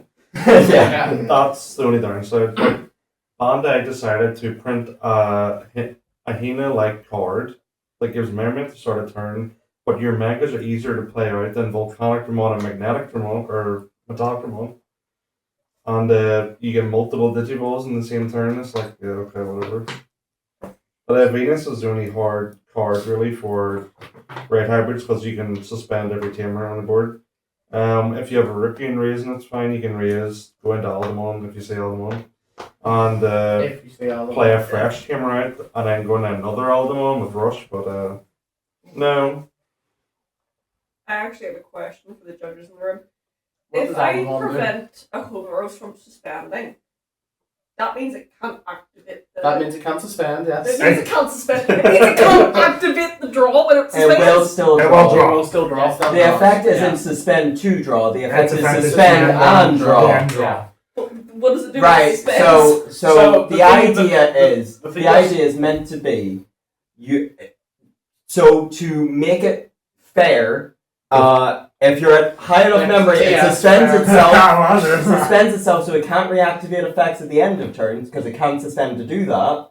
But the caveat being, we're turning off that effect.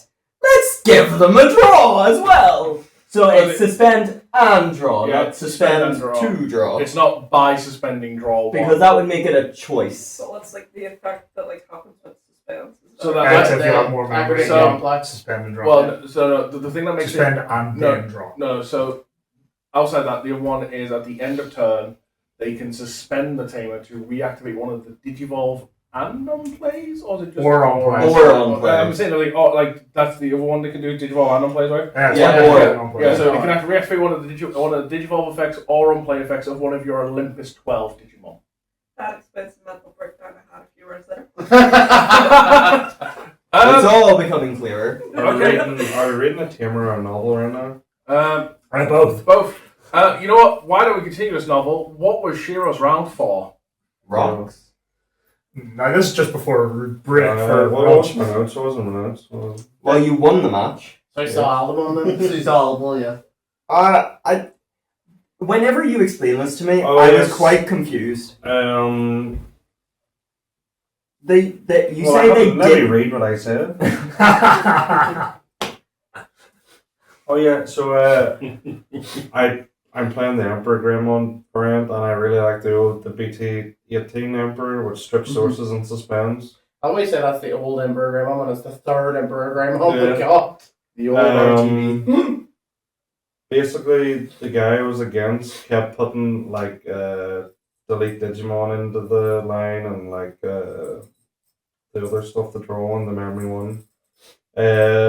He didn't tuck the DDigi underneath when he could have. He never even got into like a level 5 most times, so he never de-digital my line. So I just kept stripping the sources and then piercing through it and doing like 5 checks. I don't remember that much from that match, to be honest. I think it was really easy. Yeah, I think you won really quickly. Yeah, like all my games were like done in the first 30 minutes. Red Hybrid. I go hard and go fast. Whenever I... Gotta go fast. Same. That's why he has a fiance. Whenever I used to play Red Hybrids, the best part of it was finishing early and going to get food. Didn't you tell us about a time where you were playing in a best of one It was a regional best of one regionals. My match lasted 4 minutes. and you got I that? got that shit. Yeah. Of course. It was a Red Hybrid mirror. That's better. Yeah. Yes, let me hatch a rookie digital into my promo, Agunimon or whatever it is. Yeah. Pass. Pretty Let me hatch my digital into my promo Agunimon. Pass. Well, I went first. Yeah, I went first. GG.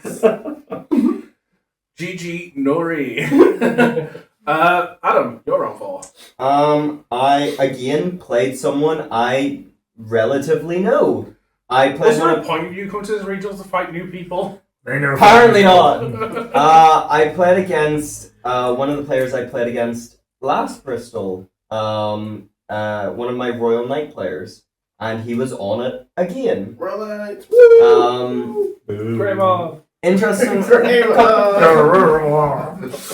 A couple interesting notes. He was thinking about playing Millenni. He was picking up alt arts for Millenni like all day. He actually got the foil Gazimon off of me. He took that for like 15 quid because that for some reason that's like 13.50 on Card Market. There's only 2 listings. But during the match, he was on Royal Knights again, and he said he didn't play Millenni because he didn't want people asking him all day what cards do. He was So like, he played Royal Knights. so he played Royal Knights because it's just like, yeah, do one thing per turn, whatever. I was very, very thankful. He was running a lot of like aces, like Leopard Ace or Yukon Ace. He was running a lot of them. Of course. So I would just remove them and gain memory off them. And then the other thing is Omekas don't work under Ruin mode. No, they did not. So like, yeah, it was really just awesome to just go Ruin mode, cool. The Omeka dies, cool. You can't play out another one. What You can't play. for Adam? What memory? Usually plus because he would have an ace. Yeah. So I'm just It's quite good though with the new Omega Mon. I feel like that is part of it because the on delete lets you go into Omni X with the new one. yeah, you could on play an Omniax if you have it in hand. Yeah, or under Drizzle. Yeah, he never had it in hand or under Drizzle. Was he running the X11 Omega? He was. Oh, He was fair. indeed. The thing was as well, there's another condition obviously to it of being on one or fewer security. Yeah. So we only went to I 2-0'd him. In game 2, I actually kept him on 2 security before I like made any swings again. So like I swung at the 2 security and went to ruin mode on the attack, like standard sort of things. But I just made sure that I did the ruin mode before I did any further security check because I'm like, I could chip further here, but if I do that, there's an Omekamon under the fucking Drizzle right now. I'm not having that ruin. Just can't work. But yeah, saw him a few times over the weekend again. Lovely guy. Actually, really, really great guy. But yeah, no, it was pretty simple enough. Like it was straightforward. Speaking of Royal Knights, I bought some Alert Omecamons too. Quite You're playing the game! I give it 2 weeks. I give it a week. I'll be generous. I'll give you a month. I'll give you no regionals for about a year, and then you'll. I'll give it. We only get 2 regionals a year here. Exactly. This year we get a summer one this year. This year we might get 3. Unconfirmed, but we might. I mean, the Legion's pretty much the reboot of the game, so just play that. Yeah, I actually might get the Legion when it comes out. Yeah, I can't wait for that. Trevor, round 4. Fair. I want to start off, by the way. I have been breaking hard. I have won every dice roll so far. The also funny thing is, me and Trevor are right beside each other for this game. Yes, so I was always close by someone. I went on an Mainly me. adventure. So I did, guys. You're going on this adventure? I went on an adventure. So yeah, game 1, I was bricked a bit. I was like, as soon as he hatched the egg, I was like, okay, there's a chance, because I don't think adventure's very quick. Yeah, he just high rolled through my security like there was no tomorrow, and I was like, what has just happened? I watched this time. Yeah, went to game 2. Game 2 was fine. Like turn 4, Tiger Vespa win. Yeah, then we went to game 3. At one point, I did do a funny rule thing that these two taught me, which was put an egg into security to put it back to bottom of egg deck to hatch. With Queen Bee Mon, you can't Yeah, you can do that, yeah. You are allowed. I was out of eggs at this point, and I knew my deck was not holding up. I knew I needed something in the back because he just kept removing my front row. So I went Queen Bee, I removed his bodies, I put the egg in, and it went to bottom of egg deck for my next turn to hatch. At the end of this game, I was at 26 face-up security. How much? What? 26 Trevor. face-up security. However, Half I your moved deck. earlier about you not getting through all the checks, and plus 20 security check did Bormon. And it's actually true. Yes, it is actually true. I got the 26? I got the 26 security. I could not get That's that. type of over face-up. half your deck. Yeah, So by I can put from trash. by control, you mean we're fucking going to time. Yeah, that Whether was you good. like it or not, we are No, going to by time. control, he means I'm building the Great Wall of the Beehive. Say it with me now. You're locked Go in. to time, Trev. So I knew I had to get that Tiger Vespa one. I had You three. get to get to the Tiger Vespa! I had 3 cards left in deck. I hatched. I digivolved my rookie. I drew. How many cards were in hand? You drew? Bro, Yeah, Drew. that brought me to 1 card in deck. I played a tamer. Went to him. He puts me to 10 memory, stunning 2 winners that can digivolve from security. I look through my hand. I have no level 5s. They're all in your security. They're all in my security at this point. Because I've gone through them all. They all came from trash in the security again. So I raised myself out. You said you stunned 2 of them? He's done both. You stunned 2 of them. 2 of them. You run 3. Where the fuck was the 3rd? In Nine. security. 9. This is the funny bit. So, I have only gone up to 3 fairly recently. Yeah. You forgot you had the thing. I forgot I had the. I looked through my hand. I was like, I have no level 5s. And I proceeded to misplay. I played I 2. now understand why you were furious at yourself. Yes. Oh my god! I threw down 2 fairs. I looked through my hand and I seen the other artwork of Winner. And I was You like, stunned the 2 from the they stunned the 2 alt arts, and I didn't realize the other one was in there because it was the different artwork. And I was like, I don't have the memory to do this now. The alt arts that come from the debugger set. The alt arts that came from the debugger set, I had both of them on the board, and I had 1 release stamp I from told the you other to try one. and get them off you. Uh, And I didn't. I mind blanked. It was coming up the lunch I hadn't eaten. I was like defeated at this point with 26 security. You know what makes it even funnier?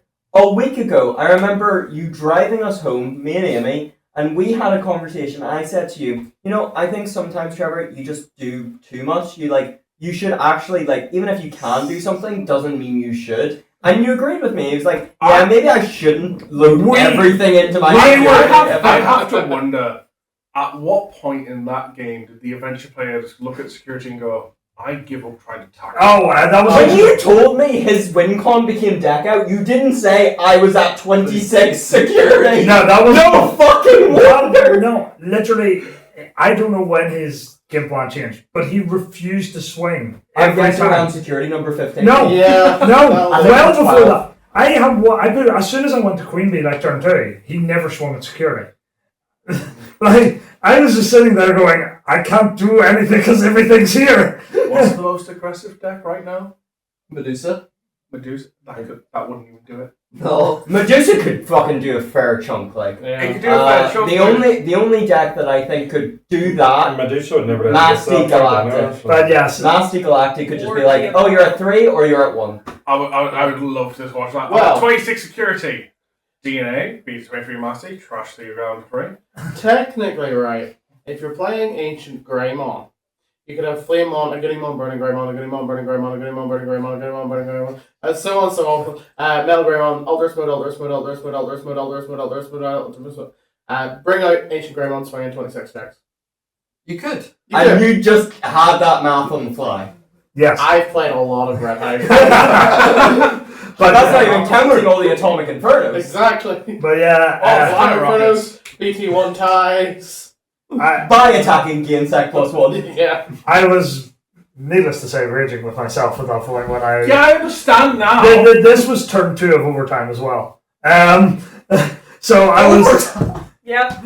I give up. I was literally on the last turn I had to win the game, and I had like what 27 swings with Tiger Vespa.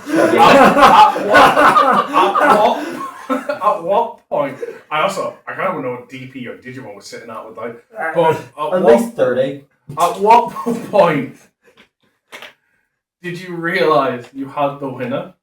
After I played 2 phase ping, 8 memory, which left me not enough memory to go up the line because I couldn't keep loading the royal bases in because I needed to load the egg. Now, the important question, Trevor, is did you take a photo of all this security? I did not. I wish I had. I wish I had. I was so frustrated with myself. I didn't think to do that. So, challenge out there to any B players now. B 28? 26. 26 security. And don't just fake it for a photo, we'll know. That board doesn't look real. Why are they all in order? Yeah, the guy was super chill. I think he flew because I seen him today and he had a suitcase and stuff with him, so I think they flew from somewhere. I don't know where. He was super chill. He was playing Master Duel when I saw him today. Like, I was like, oh, what are you on? He was like, Dark Magicians. I was like, this guy is literally my hero right now. But no, he asked how I got on and stuff. It ended in a draw because he couldn't get through all the security. I won. I wonder why. I didn't, because I had prevented myself from decking out, obviously. It just kind of became that way. There is one thing at this point. That story is to not be repeated to anyone from our local scene. If they want to hear the story of 26 security, They're watching this podcast. Watch Lumus TCG. That's a podcast exclusive. Yes. okay, Lara, yeah. for. Well, I got revenge for Oh, Trevor's even Trevor. Sakura player for last round and went against base. Right beside Trevor. Oh yeah, the big player was beside me. I was looking knife They right had a whole thing going like on a before hive. we even started Did, this we game. were like- Laura, did you see the 26 security? Yeah! Did you take a picture? No. But we have a witness. The what do you call it? The B player before the game started. I pulled out the Gabumon that I was using as my memory counter. He pulled out a Gabumon thing. I was like, oh, cool, I'm a culture. And then he was like, he seen like one card in my hand. He was like, a man of culture. I was like. And I was sitting here thinking, okay, it's either something. Laura's sitting there in the between us going, do you two want a room? So I'm thinking, That's why Trevor went to town. Melga That is or what- like something that Trevor plays. I didn't know what You guys Trevor was want to get a playing. hive? I didn't know what Trevor was playing, so I was thinking it was like Melga or Master or something. He then hatches the Wait, how did you egg. not know what he was on? He didn't tell me, I didn't pay attention. Yeah, I went first, so I didn't hatch the VA because I won every No, dice no, no. roll. The guy in front of me hatched the bee egg, and I was like, I've got this. I ended up stunning both Tiger Vespas on his board to the point where they couldn't suspend. That's what ski option does. I don't know what to tell you guys. I ended up looping that about 4 times in one turn with the Kasuha. Don't question me how, it just worked. And basically just went for his security like it was nothing. Kept trying to delete the Tiger Vespas, by the way, and he kept turning his security face down, so they just basically just got smaller and smaller and smaller. To the point of I just plucked their stingers out and just went for game. You can tell Lara has played my beast before Thundercom. I can at least say he did take security off me, but I just got the combo quicker. I have to ask one thing about your opponent, Lara. Were they there to witness the 26 security? They... No, I think they left They before I got left. to one point. Before, like... Yeah, because Lara knows how to finish a game. I just thought this. I'm sorry, what was it, the one that you drew? Oh no, wait, it's Scramble you forgot about. Yeah. It was one of those funny things where it was just like, I'm just gonna go for this, it's fine. No, the only reason I asked, I would have thought like him and Trevor connected so much just for him to sit there and witness this. Like I didn't know. Yeah, no, he ran off. No, he was gone, probably. I turned around and Lara was gone. I was assuming she was watching from somewhere. Just imagine I went this searching player for look his at that and just be woman. like, this man is a god. Obviously, they must be winning. Yeah. No, we're drawing because we're bees. No, it actually got to the point where I seen the guy's face fall when he realised I was trying to get rid of the Tiger Vespas on board, and he was like, no, you're not getting the memory. I was like, no, I've got it. You don't need the memory if you can just kill the bees. memory. Okay, Adam, remind me what was my round. Of course, give me 2 seconds. Round 4, you were against Cobb. Oh, I was against Lusamon. So His luck ran out. So, sat down. Cobb is an amazing, absolute spot on fellow, amazing dude. We're having lovely chats throughout the game and stuff, good laughs back and forth. I already knew what he was on. Adam told me what he was playing, so I was like, cool, I've got inside info here. I'm playing it. He has been practicing Lusamon for fucking weeks. He's been dying for the All Dark Lord Knights and things like that. It was just, yeah, it was pretty highly telegraphed. To the point where I was like, he might be on something else, and Lusamon might be just a throw off thing, but it's still probably Lusamon. So going into game 1, it's a good bit of back and forth, honestly. There's a good few points he's recovering. There's at one point in game 1, I'm looking at the state of the game, the board, and I'm like, I can kill here. Let's go for it. Digivolve to Grangale, swing at security, suspend down, you lose someone to blocker. Okay. Security check. It was an option card or lose someone. It was one right over it. It pretty much said either played out a body or it self-recovered one. Because these happened a very few times.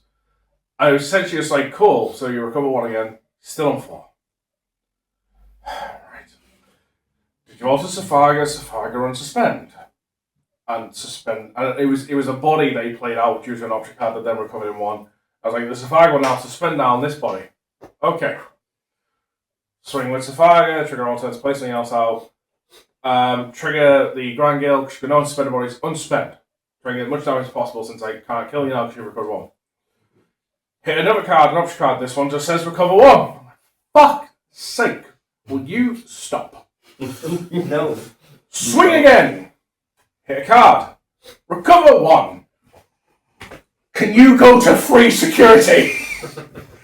I'm like at this point, I've got 2 swings left in me, and I don't really want to overcommit. I'll do 1 more. Swing.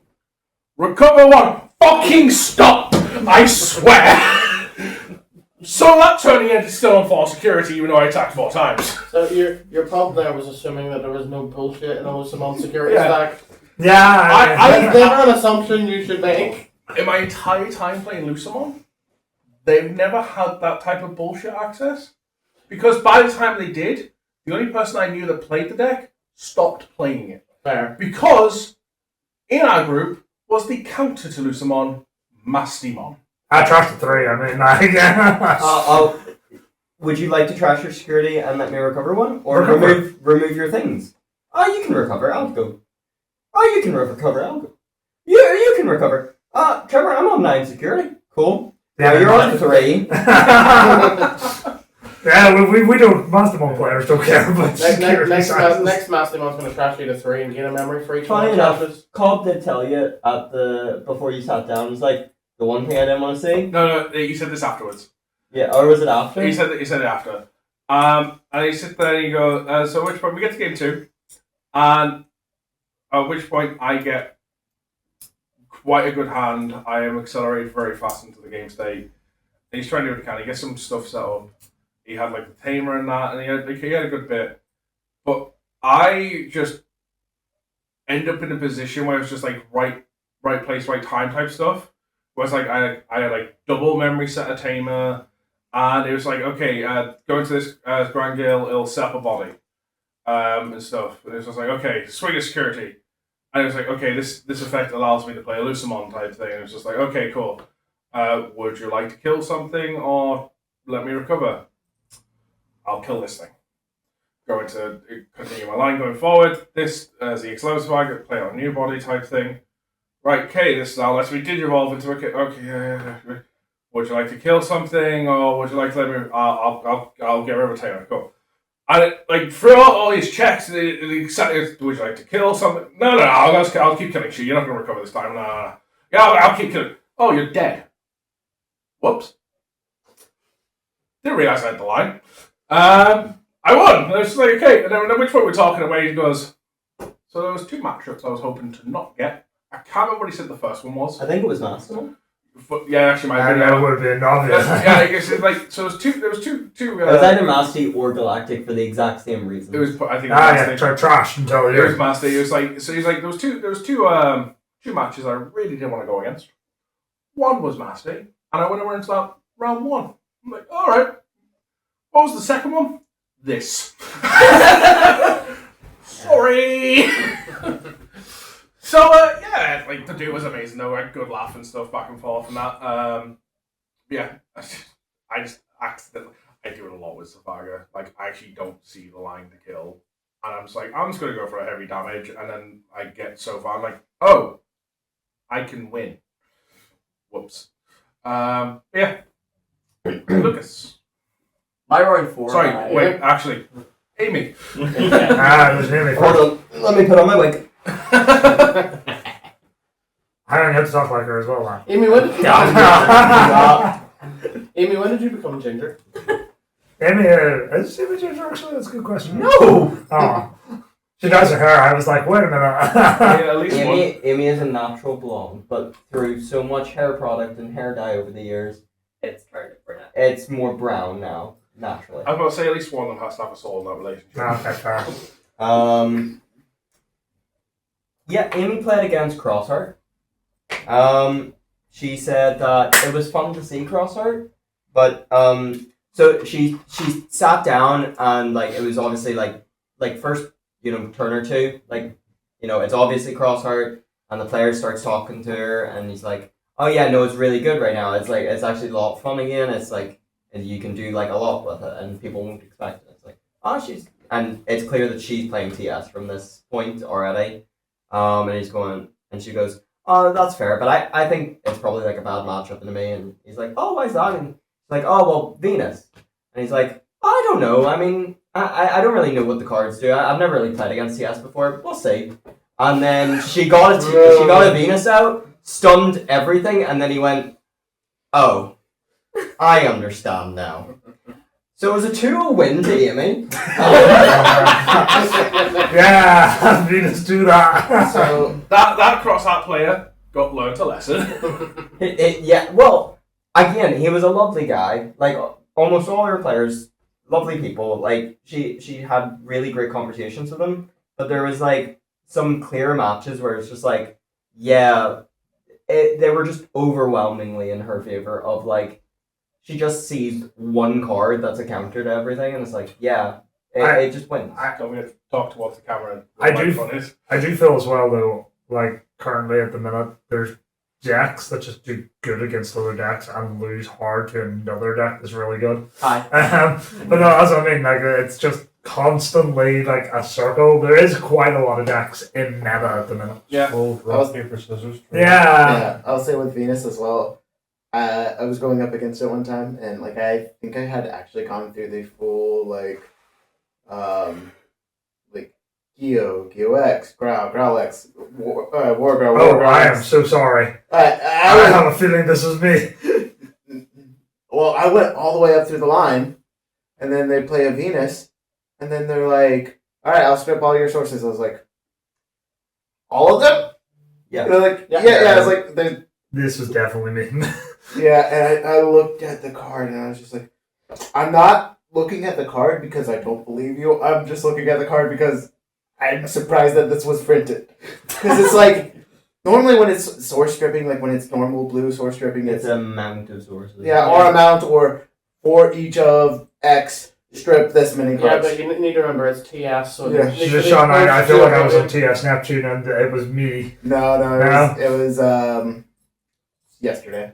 Oh, it was yesterday? I played Venus against you.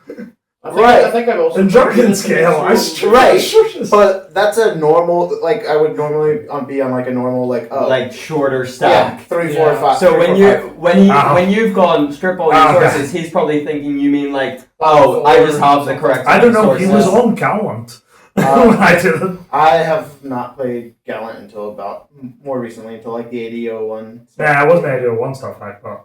I'm pretty sure. I think you're remembering a different. No, one. 100% it was Sean. Okay. I'm just getting too old for this. Need to retire like Connor. You didn't see a winner in your hand. That guy's, I'm too old. I need to retire. I'm going to do this since. Moving on. Ralph or Lucas, say it this time. Lara, I am sorry. I massacred your deck again. You against Sakuya? Yep. I got paired against Sakuya again. Your deck's being burnt. I hope you know that. Game 1, Technically, you know most of it. they didn't even put up a fight. They got to level 6. And once again, Sakuya players don't understand.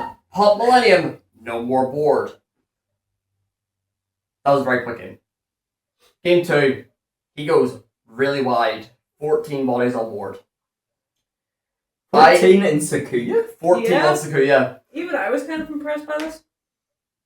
What Look at my memory hand. did you leave them on? That was a good question. I'm questioning how many of these boys have tokens and if they could legally have done it if it wasn't with the token rules in effect. They had all the tokens. To be fair, that is one point about my Sakuya match, actually. I deleted everything but tokens because you can just suspend them down. Go ahead, Lucas. They had 2 full Sakuya lines, but they had made the mistake of the second one had 2 aces in it. Oh. Because Sakuya players love doing that. I don't. So I just go hard drop Millennium, start my loop, and by the end of the loop, there was nothing left on the board, no security, and I turn the Millennium sideways. They then proceed to look me dead in the eyes and go, "You're a fucking amazing player. Good game." That's not what I thought they were going to say to you. I was preparing for something else. I was totally expecting, you're a fucking cunt. See, that's just what Lucas thinks happened. In reality, they punched him so hard, and when he came to, he was just like, I'm a fucking amazing player. I thought You tell me to slap him and I can't do that. I mean, you can't. But no, overall, it was an amazing game. My opponent was lovely. They didn't know what Millennium was doing. They weren't asking questions. They were asking questions, just not the right ones. Sean, what was your round for? So my round 4 was against Medusa. And I know for a lot of people that's like one of the boogeymen in the like meta. And I was actually playing Medusa until the 8001 Gallant stuff, and I really fell back in love with Gallant 1. Oh, I've always loved Gallant 1. Sounds like a romantic comedy. Yeah. It is. Why can't I quit you?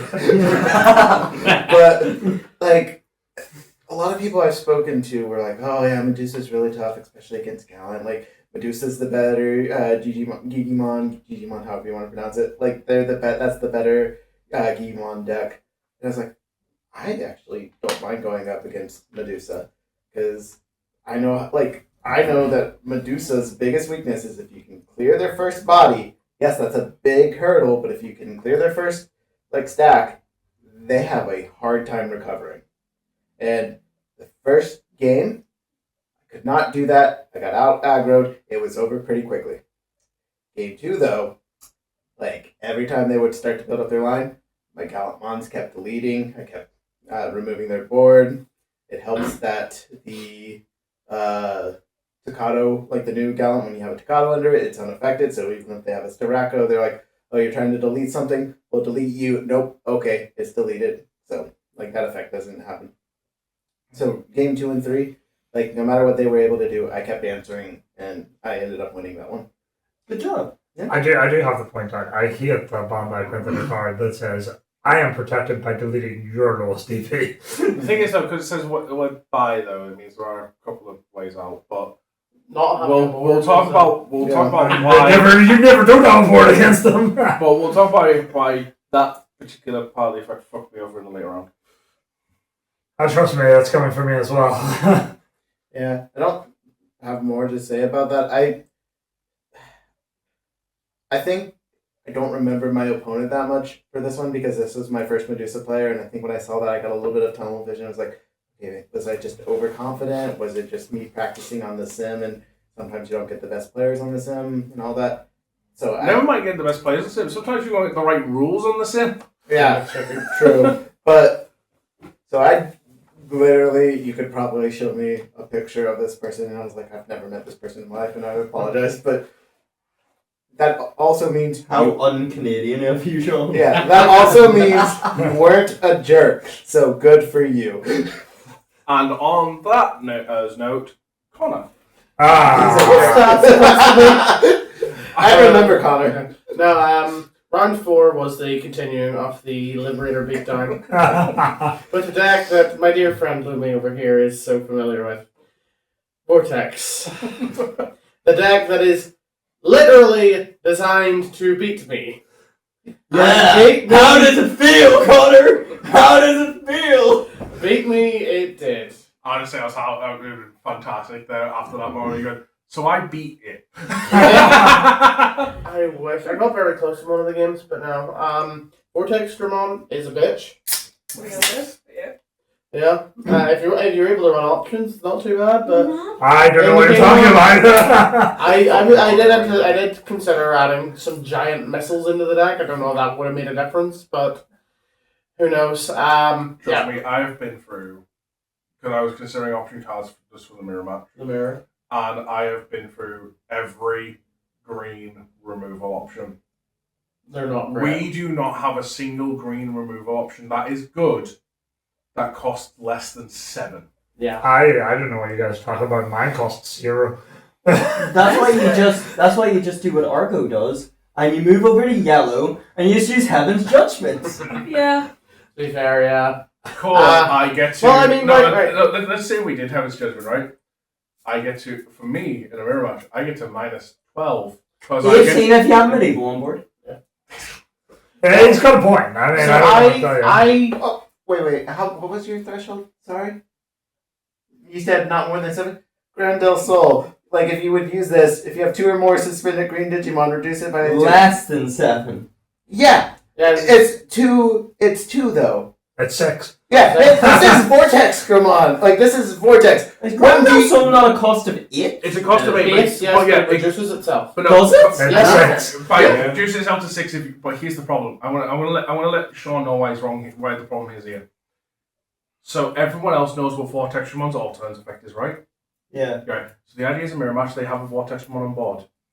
When you would use this card, if you have 2 or more suspended green Digimon in play, reduce the cost by... To suspend means I've triggered Vortex Ramon. Hang on.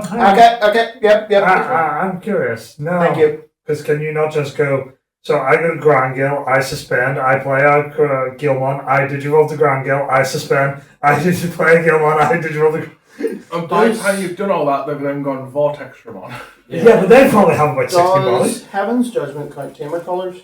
No. No. It counts tamer colours in the sense In of the sense of for for the colour attraction, requirements. yeah, but it doesn't. colour Yeah. requirements, but it does not So, count for. I was about to say, if I had a green and a black one on chain, that would be minus 24. How's Well, if Argo, I have Calamon, I suppose I could minus 24. then how's Argo been playing Heaven's Judgment if he doesn't? Because have it colour requirement? ignores if you have a green teamer. So Yeah, if you green if you also have a has green colour Digimon requirements. tamer, you can use Heaven's Judgment without having yellow. Yeah.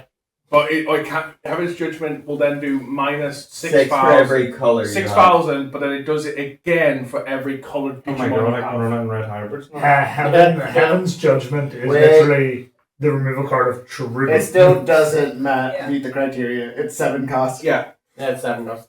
I don't know what you're talking about. I have an 8 cost option on cost 0. In theory, I could run your 8 cost option. I am playing green and black. Yeah, but Face It wouldn't obscurity. do anything you for me. can't do it. He doesn't go load into security, swing Yeah. at me every day. But as you're saying, you're out 4. You've Yeah. won 4 extra. Yeah, there's really not much to say. I hatched my egg, and my opponent was like, "Ooh, let's finish this finale, shall we?" What? Did they like? My opponent very, very much felt like Maximilian Pegasus. Come here, Connor boy. They were lovely. They were lovely, but that's the vibe I That's why I got. lost Connor had the Millennium Eye. Yeah, like Yeah. see your Hey, cards. I will say Must see your working, Connor boy. I've watched so much Yu-Gi-Oh! Bridge, like I can't even remember the original I Pegasus. have voice. no idea what Pegasus is like. It's obviously not that camped far up. Yeah, it's away. No, actually, no. It is his original voice. I'm remembering now because that's why Yugi Boy and everything is like. Yeah, it's It's Kaiba Boy. Yeah, kind of boy. Yeah, like that's his original voice. Is like that kind of like. camp. Yeah, I didn't know how else to say it. Honestly, it's like I got you. yeah, it's just like it is like Camp kind English of Templeman is yeah, the it's best just way to like describe yeah, it's just like yes, come here, yes, Yu-Gi-Oh! It's just like that. It's just that's his normal voice. That's not even abridged. I will say he's one of the most camp 20-something-year-old people I've ever seen on TV. 20-something-year-old? Yeah, if you look at it, he's not really that old. And he's 24. Yeah. Pegasus is 24. Really? Yeah. Industrial Illusions, archaeologist, and Creator of a. that's Industrial Illusions. Yeah. That's the name of the company. He's So 24. he's CEO of a company. He's created a card game that is worldwide. Look, Um, Kaiba was. He's, Kaiba he's was also 15, I think. he is also a widow. Yeah. Yeah, his He has wife a winner. died. On top of that, he has an entire I island that he owns. Which? You know what this tells me? Which hosts his own tournament. Okay, well, You know what this tells me? Ryan is not living up to his potential. but also Release the Pegasus files. exactly. And we now know it's probably not a great idea to be a rich person with islands. And for those But that you you know, bring kids to play games. I mean, for those that aren't familiar with the channel, you can now see why it's called the Digital TCG Podcast, not the Digimon Podcast. We do all things TCGs. Well, we try to. We haven't done one in a Just while. honestly, our main thing's just Digimon we play because on every card game we want to play, we don't really have communities. Because, like for example, like Card Fight Vanguard, it's me and you. Yu-Gi-Oh, it's probably like us, and then that's like. You've got the young one. I play Yu-Gi-Oh! Right, but That again, does we're not, not help when we've just said about we're Pegasus. not taking him to an island to play games. I play Yu-Gi-Oh! Every time I play football. Guys.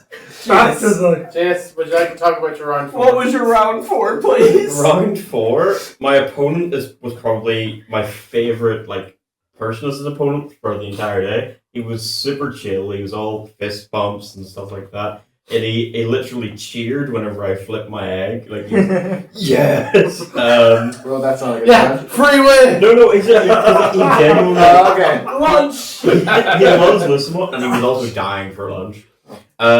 He was Vortex. Oh. hang on. So- So let's recap here a second. Puppets. Millennium. Millennium on. Vortex. Vortex Demon. Yeah, he's going for the gauntlet. Flip. So, You had a hell of a first regional. Trial by fire. So, I have Common played defense. against Vortex before, way in the past. So once he started doing some of the things, like, okay, I've been against you. I was like, okay, I remember roughly how this works. Just I can't attack because suspending bad. He's got it. He's got it. He goes faster than usual. Hey. I mean, I'm going to be honest. If you remember Vortex from a while ago, then what should have been in your mind is Don't put a body on board. Body is bad. Yeah, but honestly, you kind of have to deal with that deck. But he is correct. For old Vortex, for now, it doesn't matter if you're suspended on. Yeah. So quickly lost game 1. And then I was like, okay, I need to actually think. I need to engage the brain. I was like, okay, I have one play set of cards in my deck that could potentially work around this. Paradise Lost. Get attacked without suspending. I get the setup. He's down to 1 memory, and I have a plan set up. I've got 2 Paradise Lost in grave. Trash, sorry. And I have the Lissamon that can tuck and digivolve for free.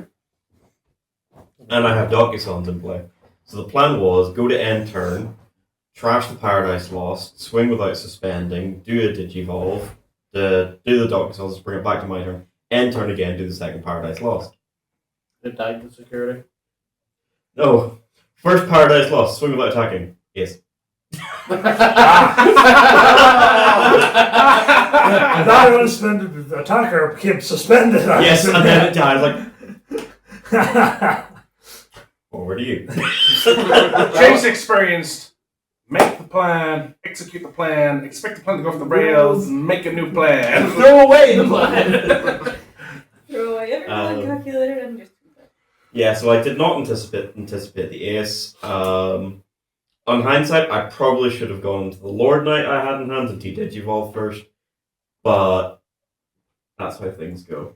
And then the guy, super chill, went off to enjoy his lunch, and yeah, it was great. I will say, this is the round at the start where they announced lunch, and I saw a wave of people go, yeah! Simultaneously. I was one of those people. So before we get into your round 5, we've got a story that has to talk. We spoke about, Of course. that happened between round 4 and 5. Lunch. No. No, technically it was after lunch. We came back from lunch. But we'll talk about lunch break. Before we talk about lunch, the lines for everywhere. That's what I was going to talk about. I'll talk about that real quick. So we all we'll get some people finish the games, they went for lunch and stuff, and it's just right, okay. It got to the point where there's only a few of us left, and I think Adam and Me, 100%. No, I'm saying Adam and Shiro and Amy, they were ready to go for lunch, and so was I. And I was like, guys, let's wait. If you can go ahead and go and buy, so have to wait. Trevor's the last one in the hall. Everyone else is already. Sorry, guys, 26 security. I mean, I'm actually pissed now. No wonder we fucking won. I missed out on lunch because of that. So at which point we go to Gary for lunch. Now, the area where the event was, there's actually quite a lot of food options. There was a KFC, there was a restaurant. There was a I Subway, got Subway like a 10-minute walk however, away. when you put Gundam locals, our regionals, and Digimon regionals, I actually found out one of the reasons for the massive queues, due to when we came back, they braked Gundam for lunch 10 minutes before they braked us for lunch. Oh, that's Yeah. 700 people going for lunch at Yeah. the same Yeah. time. They did not break that. They did that so much better last Bristol. Yeah. Yeah, they did. So that's part of the reason why, Yeah. as the story unfolds, is as crazy as it is. So we're like, right, okay. One of the big things is KFC's currently got a pickle burger thing on. Shiro's really wanting a pickle burger, so I was like, right, we're gonna go to KFC. Shiro can have his pickle burger. we done it today. So it's like, pickling. so we're like, right, we'll go to that, and we see a lot of crowds around KFC, and we're originally thinking to ourselves, they're just hanging out. They're just And then eating. we're getting closer and closer, and then we start to see the queue really out the door, really out the door. We spin on our heels, turn back towards the restaurant. At this point, Lucas and Lara told us, yeah, we're at KFC. We Like, were can you- standing inside the building. Yeah, we're on the way, and we see this queue, and I immediately sent a message back. KFC can't plan cancel. See you later. So we we went did- back we to I'm wanted- standing in the building, waiting on my order while Lucas is waiting outside. So we immediately want to eat, and there was a sports bar, and it was just like, right, let's go in the sports bar for food. It's starting to eat. I'm like, look, at the end of the day, I just really need something to drink at least. I'm feeling very warm. we went to the wee restaurant in the venue as well. That's it. That's what he's Oh, talking that's all about. he's talking about. That's a sports. It's a okay. sports bar. It was a sports bar. Oh, the sports bar, right? I Yeah. thought you said something else. No, so we went in there, and we were like, oh, first of all, Adam's like, oh, we don't go to these kiosks. That's just for drinks. We need to go around. So we went Last around. time, It that's was. how it was. Yeah, I understand last time that's how it was. We went round, and there's just confused, like, what's going on? And they're like, no, you need to go to the counter this time. Like, okay, fine, we'll go to the counter. So we go to the counter, but because of how the system was going on, clearly they've digressed from last year, was they had 2 free tills. And the menus were at the till. And there was nowhere before the till to see the menu to know what you wanted food-wise, at least not from last year they did have menus on the tables. Yeah. But I was saying, because I looked around and I couldn't see anything. So from my perspective, so they could have, and I just didn't see them. But from my perspective, I didn't see anything. The menus were at the tills. So what was ended up happening is, you'd wait in queue, you'd get to the till, to then look at the menu, to hold up everyone, decide what you want, then order it, and then you'd go and wait for your food. And we're sitting here waiting. About 10-15 minutes goes by. We turn around, we see Sean enjoying his. We see Sean just sitting by himself. And at which point, it's just like, we've been told we've got to be back for 2 o'clock. And we're looking at the time, and it's just like, we'll have time to get up there, order food. We may not have time to eat it. Or at least if we do, we're going to be burning our mouths. So let's go. We need to deviate now. That was a smart call. So we're like, yes, let's do it. Well, like, look, at the time, yes. So as we learned later, maybe not. Maybe not. So it's like, right, you know what? We just need something quick and easy. Fuck going like anywhere to like think there's a B&M. Let's get sandwiches. Let's just grab sandwiches and at the very least a drink to stay hydrated. Just something in the system. It's better than nothing. So we start going towards B&M. Adam spots a Costa. It's like, fuck it, I'm going to go Costa. Trevor goes with him. Mine was at the door of Costa. Yeah, we cancelled that plan 5 seconds later. Back to B&M. We realised that because we went to B&M, we found the sandwiches and stuff. There's obviously like basic stuff. We grabbed sandwiches, we grabbed drinks. And as myself, Sheer, and Amy are leaving B&M, Amy says she spotted Adam and Trevor entering B&M. So it's just like, Costa must have been packed. So we get back to the hall for the start of round 5. We didn't really buy anything, dude. No, we got like snack and stuff. Yeah. So we get back to the hall and stuff. Pairings are up. And it's just like, right, okay. Suppose I became homeless in this time as well. I was. We all know, now you know. I was not going to bring that up. That was up to you if you brought that up. Also, not as a... Wait, can you actually explain this? No, not right now. Not right now. Too personal to put on YouTube. Too personal, yeah. Well, explain after. But no, so we get back to the hall. If sure wants to.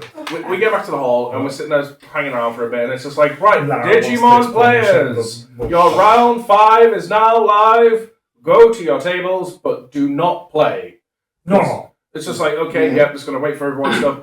So we all go to our tables, we all sit down and stuff. Shuffle up to your mulligans. We all shuffle up, we're sitting there waiting for a bit, and it's just okay. It's like 2:10. And at which point it's like, okay, yeah, right.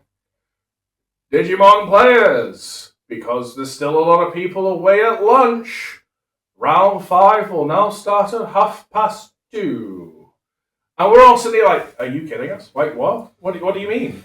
It's just like, I still think I heard an audible, like before when lunch got announced, where I heard an audible and visual, yeah! We heard an audible and visual, the fuck you mean, Adam? And at which point, like, there's quite a lot of us, like, especially around where I was, it was just like, I hope we don't have to repair, I hope we don't, I've got to come up with this in hand, I don't want to risk, like, losing it, like, what's going to happen?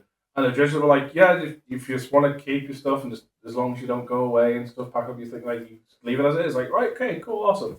So we're all sitting here chatting away and stuff, like, around my table. And all of a sudden, boom! What the fuck was that? I look down the side of me and there's a player, the chairs were awful. I could only see this happen around my table they were foldable chairs, but they were very flimsy metal. I can see it from where I was. I can see it from where I was as well. And this boom was one of the chairs given, and there was a player on the floor, and my opponent goes, "That's my friend."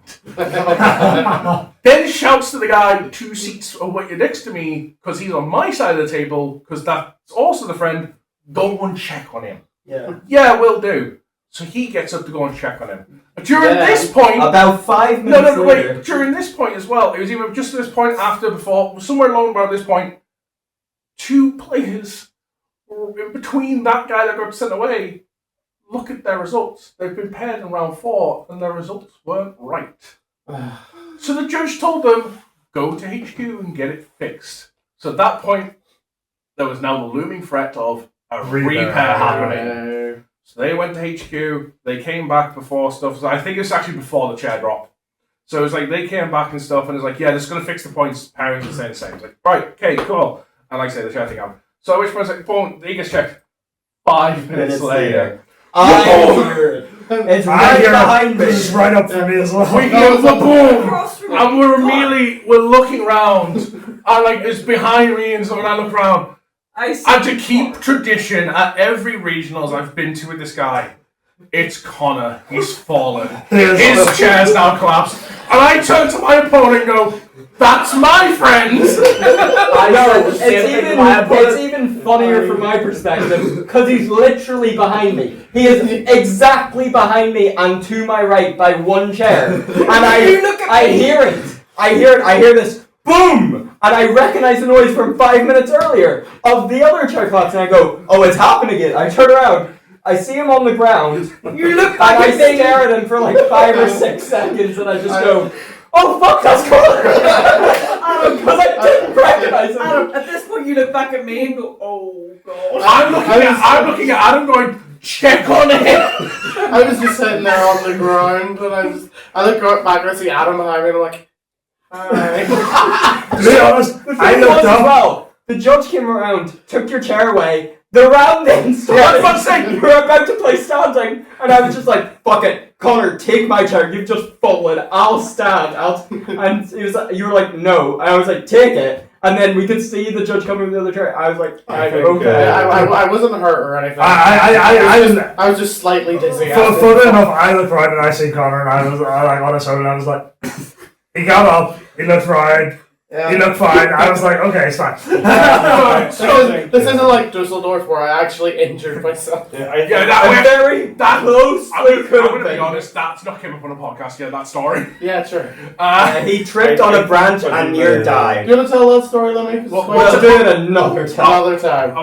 We'll just say it real quick. Unstable floor. I turn around and tell Connor, unstable floor. By this point, too late. Connor trip on floor. I see him falling. I'm like, I can't catch him. Connor, somehow, I still don't know, manages to find a step in the fall to go a little bit forward, and at that point, I become brick wall and catch him. My ankle was sore for the next week. And then I injured it again. And then again. So, yeah. In the past 6 months, I have injured it 3 times. Connor, get new ankles. I think quitting the card game is better for your own health. Sounds like it. So that was the lunch story of how queues were ridiculous and 2 chairs giveaway, and trust me, the weight of everyone on the day before was felt today, because I think 4 of the 5 matches we had in the 3v3, I went to both Trevor and Sean and went, "This chair don't feel stable." Also, real quick, going back to what Shiro said about it being good for your health, I actually think just not going to regionals with Luby is what's better for your health. Well, to be honest, if Luby wasn't there, I'd be dead. Right, but if Luby weren't there, you wouldn't have fallen. I totally would. I witnessed it. There was no stopping. Actually, no. In Sean's defense here, no. Because the only reason we went that way was because my friends came out to see us. Sure. So they were there to see me mostly. So if I wasn't there, they weren't going to be there, which meant you would have went that awkward way, so you wouldn't have fallen. And Fuck you. Right. This is where we find out it was all a scam. So, Jace, round 5. We've now started that. Before round 5, Yeah. it was TS.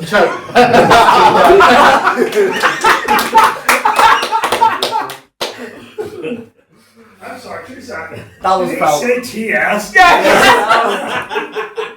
Specifically, Oh, this poor... TS Jupiter. Oh, this man.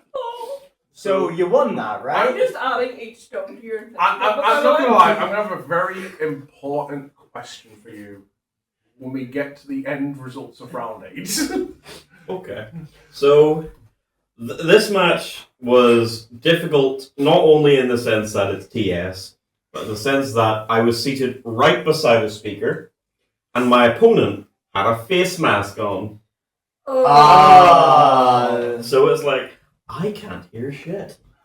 And I can't lip read. Yeah. This was also the one and only game where a judge was called for me, by the opponent, because they didn't understand a certain interaction regarding Lucimon and Venus. Yeah. Just protection effects in Yeah, general. by the protection sounds in of it. general, yeah. Yeah, so Fair enough. I actually did have a judge thing in round 2 myself, but it was me calling for a rule clarification. We'll get to that one afterwards. Can I ask, was the guy Scottish? I don't know, they were wearing a mask. He couldn't hear them either. Apparently, putting a mask on hides your accent. He couldn't hear them. Yeah, it just filters into like text to speech. To be fair, with a mask on, the noise of the hall, and the announcement of the speaker, I can fully believe Jace might have hear a well word been this Shiro's person said. replacement. Yeah. So, yeah, I don't even know what TS does, so I was just trusting that everything they were doing was legal. It probably was. It's TS. They make the rules. Yeah. Did there's something specific. I really want to know how these interactions went. Yeah, it was pretty simple. They were doing a lot of like tucking, obviously, as is norm. But yeah, it was just more or less a slogfest back and forth. Eventually, they realized, oh hey, that Lucimon Chaos Mode doesn't have anything in its sources, because I was trying to use this effect, its on-play effect, to they didn't want me to recover, so they wanted to trash something, but then they didn't want to trash, so they were going to use the Venusmon to tuck the Chaos Mode. It was like, Chaos Mode, okay, so you're gonna have to trash something if you want to tuck it. And I was like, what? And then they did the judge call to figure out, is this right? It's like, yeah. Oh, okay, yeah. So we'll delete the thing I was trying to protect initially to tuck your Lucimon. I was like, okay. So that was pointless. Yeah, it was entirely pointless. And I was like, I explained this to you. That is how he works. The one thing I know about Digimon is Lucimon. What a weird niche. Yeah. Yeah. But yeah, it was really just a war of attrition. Just eventually got burnt down. They took the 2-0. I'm sorry, I'm just seeing all these messages going to the people in the kitchen to be like, bring me this, bring me that. Oh, you're there, so I don't have to leave. Nice. It's not a matter so they don't have to leave. It's more so there's not people coming and going. less risk for the camera collapsing. Yeah. Don't worry. By the way, just to give a bit of context, when we were packing for this, we was like, okay, we're going to do a podcast, right? I need to pack the mic. Adam, pack. You okay? Why did he move his I'm hand? sorry. Adam, pack your laptop and Trevor, stuff. I transferred you some of my power there, but that's why you tripped. Actually, Adam decided to go, I'm going to move the bottle that Trevor's perfectly avoiding and head trip him off. I didn't think you were. But yeah, so it's just like, right, I'll bring a microphone for the thing. Adam, make sure you bring your laptop so we can use OBS and stuff. Yeah, that's everything. That's everything. We get here, and it's just like... I asked you, Lumi, do you need me to bring anything else? No. I think I'll be fine. I'll be fine, we good. We get here, and I'm looking at everything, I'm like, I forgot to pack a tripod for the camera. You know So- what? And you know what? I noticed that when you only handed me a mic in the airport to pack in the suitcase, but at that point, we were about to go through, the whole process of being in an airport and flying, and I was like, this is Lumi's problem for later. For the listeners and for the viewers, currently the tripod is a baby chair. A baby chair with the camera propped with a deck box. My deck box. I'm gonna take My I'm gonna take a Jupiter photo of deck this set. I'm box. gonna take a photo of this setup. You How it can should put it be. in the video. By the There way, is going to be a blue my Why sweet does your summer camera child, have a I'm so timer? sorry for you. I have it set like this, and I never unset it. So yeah, anything else noteworthy about your round 5 Jupiter? Not particularly. The opponent was okay. I didn't really. Did you win or lose? Oh, I lost. So well, really quick, just to say, because I'll just call them before we went to Connor.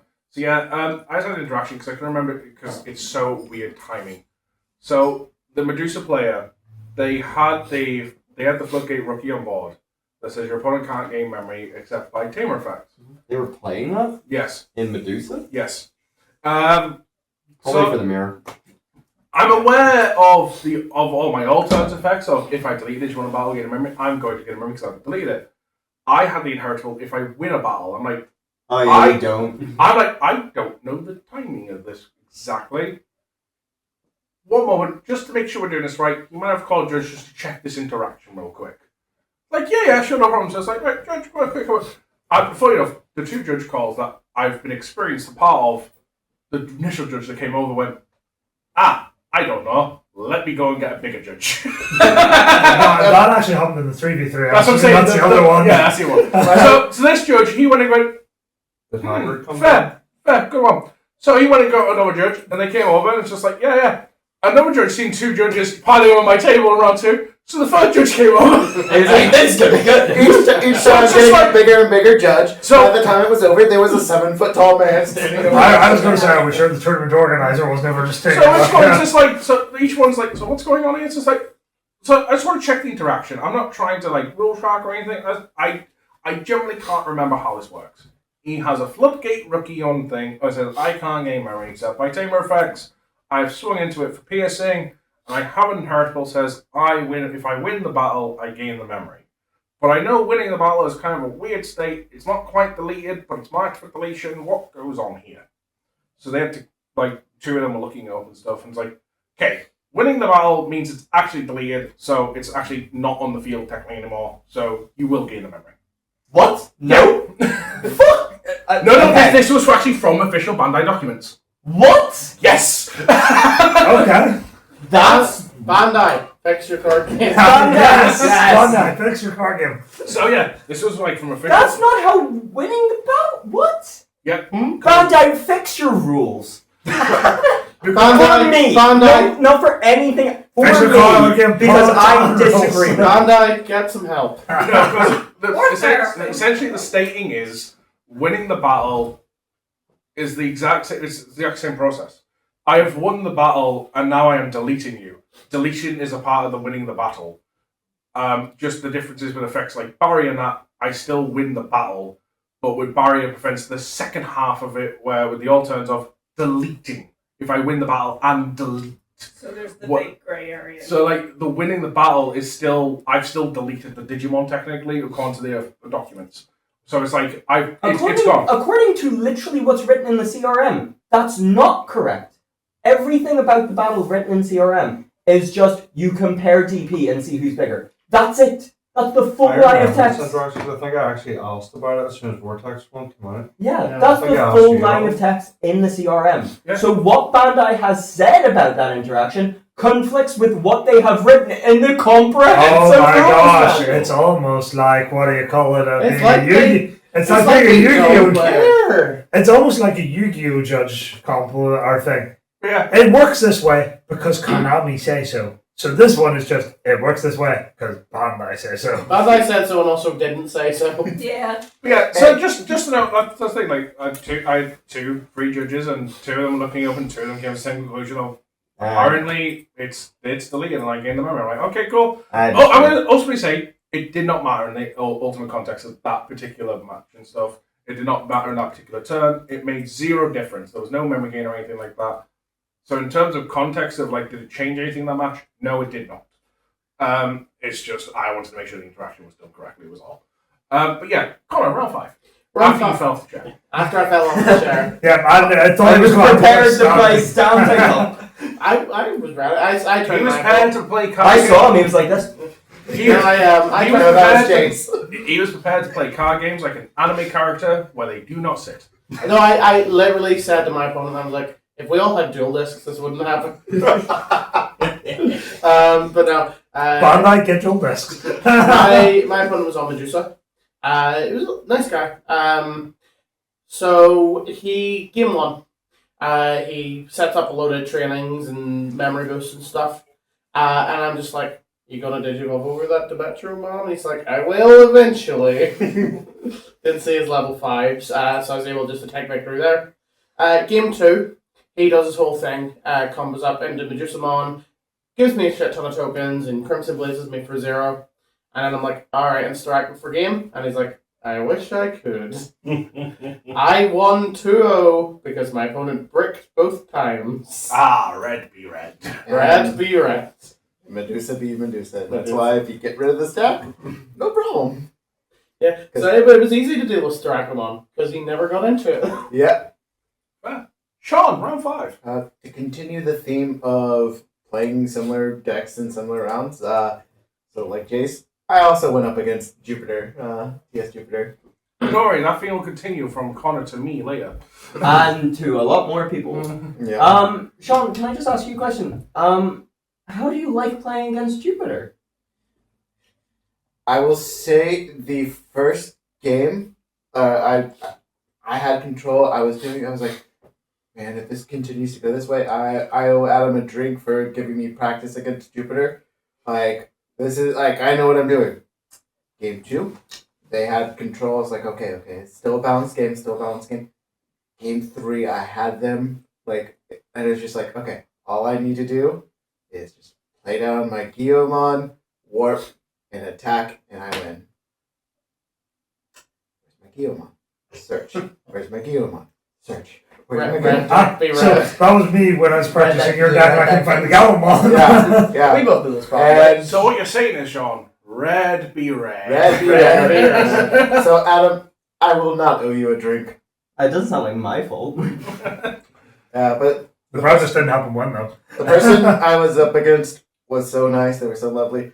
I do feel a little bit bad for them because this whole time, like, I'm searching for the Guillemon. They're like, oh no, I know what's going on. I'm reading the board state. I know all they have to do is drop this Guillemon. All they have to do. And, like, they're like, oh, it's going to happen. It's going to happen. Oh, it's not happening. Oh, they don't have it. Oh no, another training. Oh no. Like, you can just see their faces like, oh. They And were then going- Edge them. They were going for a roller coaster, like yes, no, yes, no, no. And then when, like, I was like, then I guess I Digivolve into a Growlmon and it's your turn, they're like, oh, thank God! So, yeah. I lost that one. Lucas, round 5. Doing it like that's actually pretty interesting. Round 5, I played against Imperial with all the 81 stuff. Blue, green, or virus? Blue green. 81 stuff. You never know. Game 1, I mean, to be fair, if I Zero hesitation. trash down. turn 2 OTK. They Moved. Ooh. That's impressive. Moved to game 2. I turn 3 OTK. Moved to game 3. Back and forth. Fighter mode. Millennium. Digivolve. Nope. Until eventually he goes, I'm going to go fighter mode. And then paladin mode is. GG. Trash call. GG no re. Well, he was giving you the re. You just didn't want to take it. Me no play no more. GG. He was like, I don't want you to put all this trash that I put down here back to my deck. That's not Do how I this know deck what works. I have was- worked very hard to do this. It wasn't even the concept of, oh, my trash is massive. I had just, like, continuously looped like 3 to 4 times. So there was, like, 5 cards in my trash. Yeah, because you're already bottom decking your own draft. I was already bottom decking my own stuff. However, I need specific pieces in this trash. The downside was, all my options were in my trash. Wow. Ah, So, me no play. yeah. Yeah, that's rough. Amy, round 5. Sorry, man. How's it going, man? That was round 5. Let me check. Yeah, so Amy was against Medusa as well. And honestly, I can't remember who they were against at all. Like, it was kind of forgettable. The only thing about them is they really wanted a repair. Like, they were really, really desperate for a repair. Kind of annoying. But yeah, she lost this. She just wrecked both games. They just sat in the back the whole time. Didn't really play the game till she did a security damage herself with AGO. And then from there it was just like, oh, now I have my opportunity to win. So, kind of sucked. My round 5, if I remember correctly, I think it's Medusa I've got down there. It wasn't me, so. It was, so this is what happened. So we're continuing the thing. Yeah, so I went against round 5, and something happened during the lunch break to me. I don't know what. Because, obviously, all the way up first 4 rounds, I was thinking... Maybe hopefully took some of my bad luck off me. I was thinking about everything logically, and we get to round 5, we're having all these laughs, I'm feeling pretty confident and stuff. Like, I'm feeling... Oh, sorry, I won't say confident, I will say good. Feeling really good. Like, yeah, I'm having some good games stuff, I'm doing a lot better than I was expecting. This is a really good time and stuff, yeah. And I'm getting to do something like, okay, I've beaten this once, I can do it again. It's not impossible, we can do it again. So, game 1, they just kind of seen everything and killed me. I'm like, oh, okay, cool. Yep, couldn't really do anything. That's just how the cookie crumbles. Guess that's, things balance out. I've won it beat before, as we're going to go to probably game 3 maybe, we're going to game 2. And I'm looking at my hand, I'm like, I'm not doing good. I'm struggling a little bit. I think it's maybe about time I pile shuffle the deck after these games. Cool. I set up what I'm thinking in my head, a very defensive play. And just being like, right, okay, I can maybe at the very least answer to see a turn. That's all I'm aiming for at this point, just keep trying to see the next turn. And so I go EX7, Grand Gale, gain immunity and stuff, draw a card. And I'm sitting here with an ace in hand. They go all the way to the Starakomon. And I'm like, okay, right, fair enough. I remember. They go swing Starakomon with piercing at your EX7 Grand Gale. And at this point, the blinders go on and my brain turned off. And I went, your protection requires you to delete me. I am immune to Digimon effects. You cannot delete me. You get no protection. Counter timing. Ace. Bot deck. Progress. Shit. Yeah, that's a word. So I die, overflow 4. And I'm looking at my security, and I'm about to go and do the checks, and I just kind of look at the board. I'm not hatched, I've got nothing I'm breeding, I've got no scrambles. I have flipping EX7 show, and I was like, you know what, Scoop, that's yours. I need to go and reset myself. I've just fucked up. Like, I was losing regardless. Like, I wasn't going to be able to come back from it. But even then, to do that type of blunder, I'm just like, I need to go and reset myself somewhere because I can't be doing that for the next 3 rounds. So, yeah, good game. Yours. I was a deer in headlights and fucked up. That was my round 5. My round 5 was Olympus 12. So TS. TS, yeah. But it was a different version to what I played after. The guy didn't want a conversation with me. He didn't even want to acknowledge me. He just wanted the game over quick and possible, which I could understand. Yeah. And then he was just like talking to his mates side and wasn't actually acknowledging the game. And then I tried spamming down his board with the option cards. And then I think he just blatantly ignored some Digimon had it on, but he didn't swing with them anyway. It was just the basic fact of he wasn't, like, I'm not trying to be dick, but he was acting like he wasn't in a regional scene. He was acting like it was a locals, being the casual idiot in a kind of way. Like, not knowing what that does what. Wait, I'm not trying to be Sheriff's young. play 2 players. I'm about to say, you suddenly swapped to TS mid-tournament? Did you not see him running between like 2 tables? He was trying to talk to the Imperial player beside us, like in the middle of the game, was just like, yeah, you're dead from here. And I'm like, I don't even know what the deck does. So I'm sitting here confused to why my stuff isn't working against his, and he's not even explaining it properly. And me being me, I'm a social awkward person when it comes to new people, so I didn't even ask, which is one thing I was supposed to do. My fault. Yeah. The other thing is, if your opponent isn't explaining, tell them not even just ask, tell them tell them, explain your cards, Mm-hmm. and if they still don't, tell a judge, Yeah. tell them to explain their cards. Literally, Yeah. warn the player. Tell me what your cards do. You should know. You can read them. Tell me what your cards do. I'm going to call the judge. Yeah. Well, to be The fair, other thing is, And- I did say beforehand, I think it was just, or the day It before, was I was like, describe the card, ask for the card. Yeah. In my experience, if you don't know, read it themselves. If you don't But believe he was them, read it already yourself. coming off Yeah, I was to me as gonna- a person that didn't want me to ask questions. yeah, no, I get that, but a big part of my experience, like the biggest thing for me, learning to say, "Can I read that?" I Yeah. didn't learn to ask that in that certain matchup, and it was just my loss. How is it when it comes to being in the card game, you let the social awkward side of yourself come out, but outside the card game, you let the you just can't angry, stop. Scottish, Yeah, partly Karen out? You should let that out when you're playing.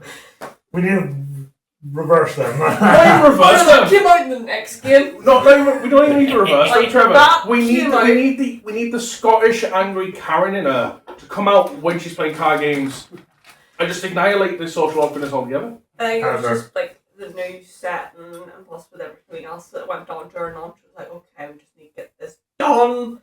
And it was like, yeah, I lost overall.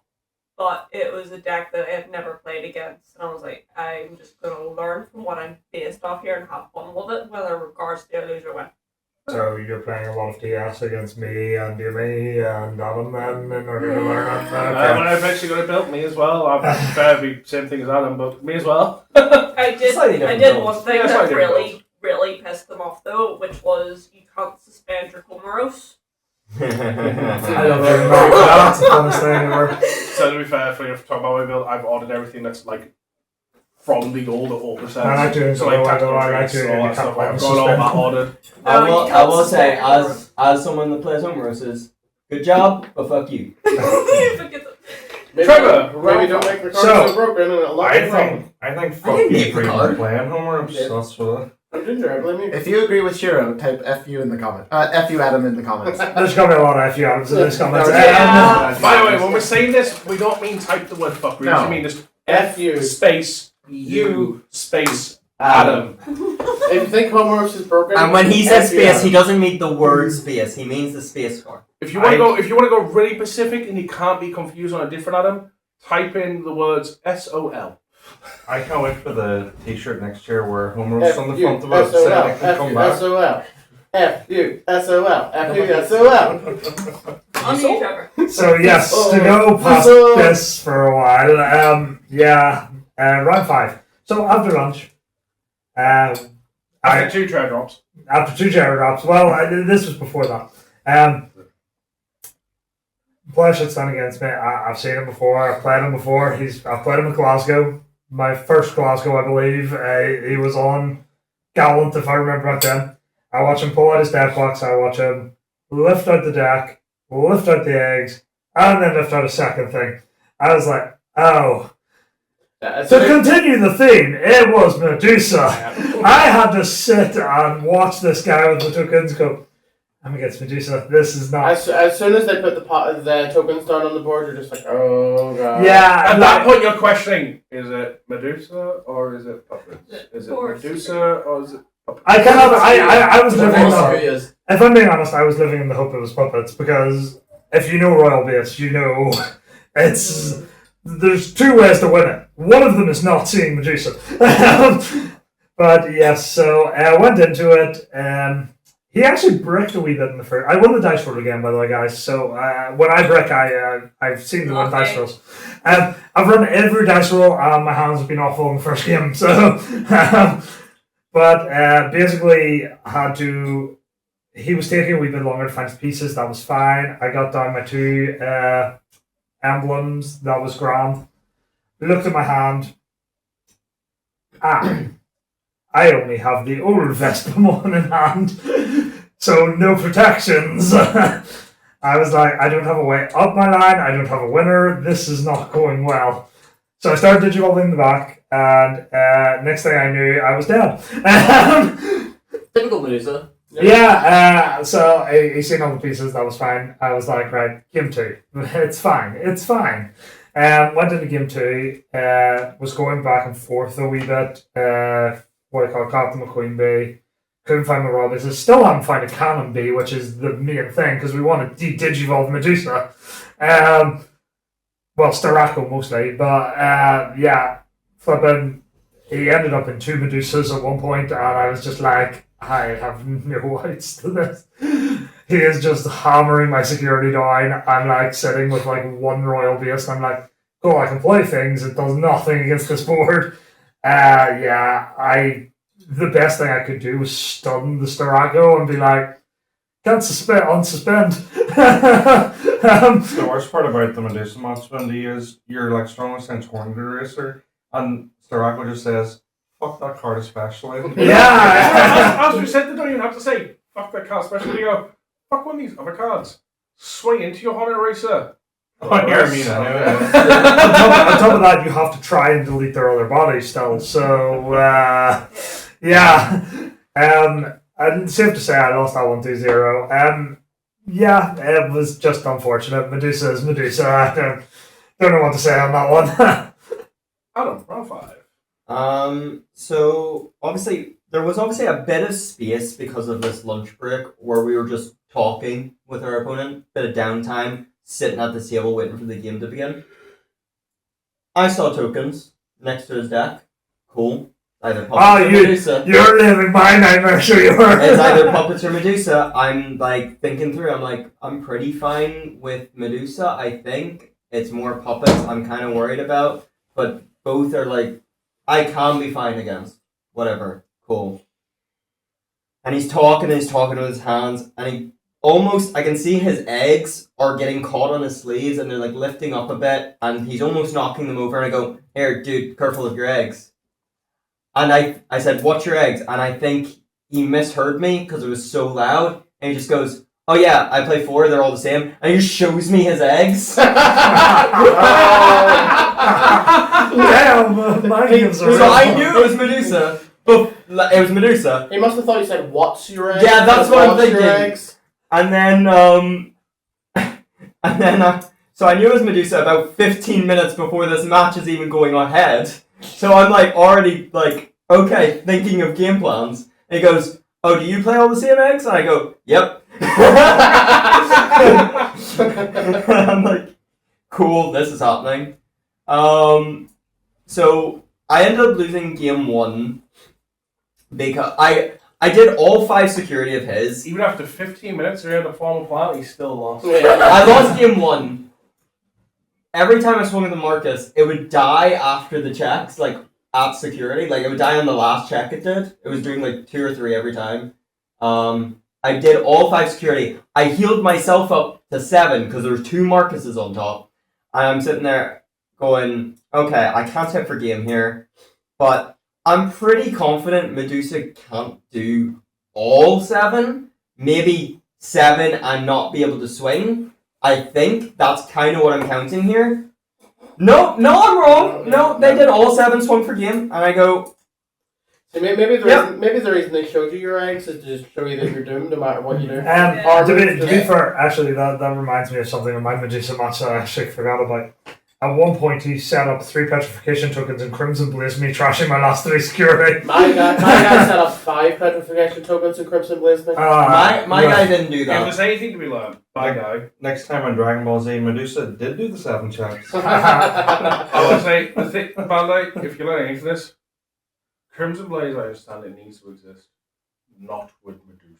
Pair band them. At the very least. Pair restrict Crimson I don't Blaze think and I- X11 Medusa. On the off chance, I'm going to say this to simply vent it out my system. If anyone from Bandai does watch this and you're this far through, start looking at the meta outside of fucking Japan, you assholes! Also, Damn, that's a lot of anger. But I completely agree. Yeah, stop letting your Scottish out of me. I think more the issue is when My they print Scumbrian. SRs that say May effects on them, they're automatically broken because they're automatically abused. Yeah. They're Like, automatic. Medieval, you Stop have giving Medusa. players choices. Yeah, Start making them do shit. it's the fact you can make 2 tokens and decide not to delete them to set up a Crimson Blaze play is just ridiculous. Or Yeah. 3. 4-3, yeah. So I anything else to know? I mean, from there I won game 2 and 3. Like he started bricking a bit, and I just ruin moded like minus 10k to board like both games. So like he couldn't raise out into it, he couldn't play under it. It was just kind of fine. I tried. Sorry. Yeah. Maybe organising other things. It was fine. You know, I won.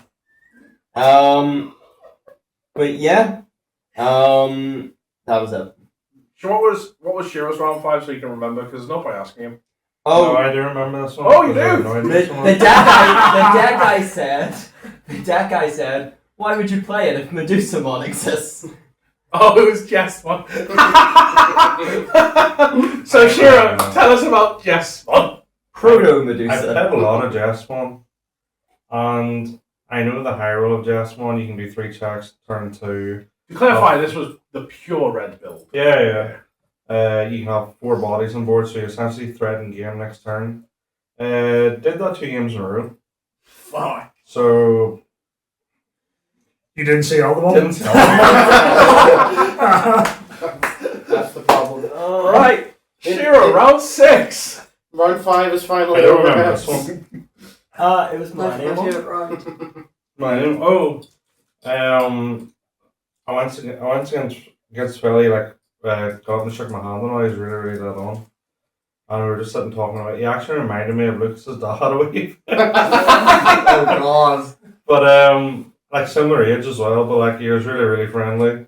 And he's like, oh, do you want him to roll a dice or do you want to flip a coin to see who goes first? You know what, I just want to fucking flip a coin. I've never done that before, let's flip a coin. Shiro's most best part takeaway from this regionals. I get to flip a coin, see who goes first. Listen, I was on a journey the whole day. I was just going with the flow with everything. I was just like, yeah. I love that. You were homeless? Wait. I will say, admittedly, Connor, could that for be various what you reasons, win the game? we've been our best fun regionals. I was in like a zen state. I was just doing whatever I wanted. I seen Aldemon both games and I won.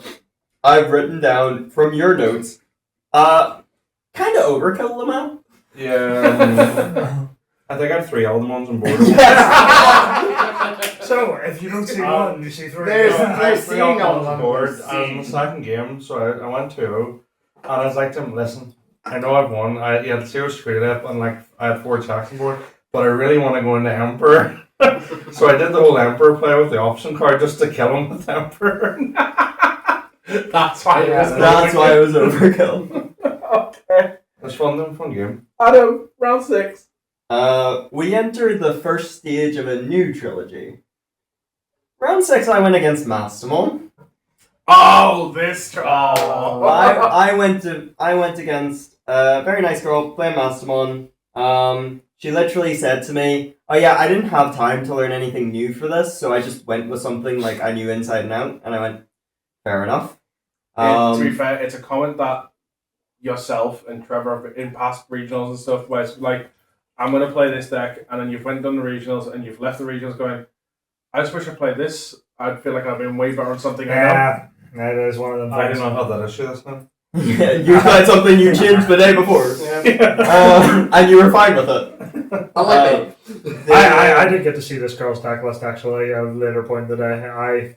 I did like it. It is pretty good. It's not too far out of this. Later point in the day, you mean the next round? Yes, the next Yeah. round. Yeah. So in the first game, I was doing kind of well. I did some early checks, got rid of the only level 4 insecurity. She raised Patamon, didn't see another. It's like happy days, cool. That's the normal strategy against me. Yeah, Like, she then went. I had like a level 3 in the back and something on board. She just removed. She went into a mastery. She was still on like 1 or 0 memory, something like that. I'm going, and she swung. I saw a few security cards. I'm like, cool, level 3, raise, do this, do this. I have everything in hand. I'm going to completely destroy this next turn, and we're just going to move on. And then she goes, and Ruin Mode says no. And Ruin Mode did in fact say no. I didn't even have a level 5 in hand to slam or anything like that. For like not even anyone. not even the rise crowd. Oh, that's your tamer. But I Oh, don't have the that tamer hand. becomes a Digimon, it's 3k. and dies. Yeah. Guys? And Yeah. then the rise fits into the top of security. Yeah, but that What's didn't that, matter. cheating? That More didn't- security means you die less fast. no. it's nasty. It doesn't. That's true.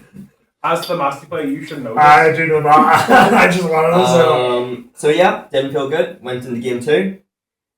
Game 2 felt a bit better. They were bricking a little bit until they weren't.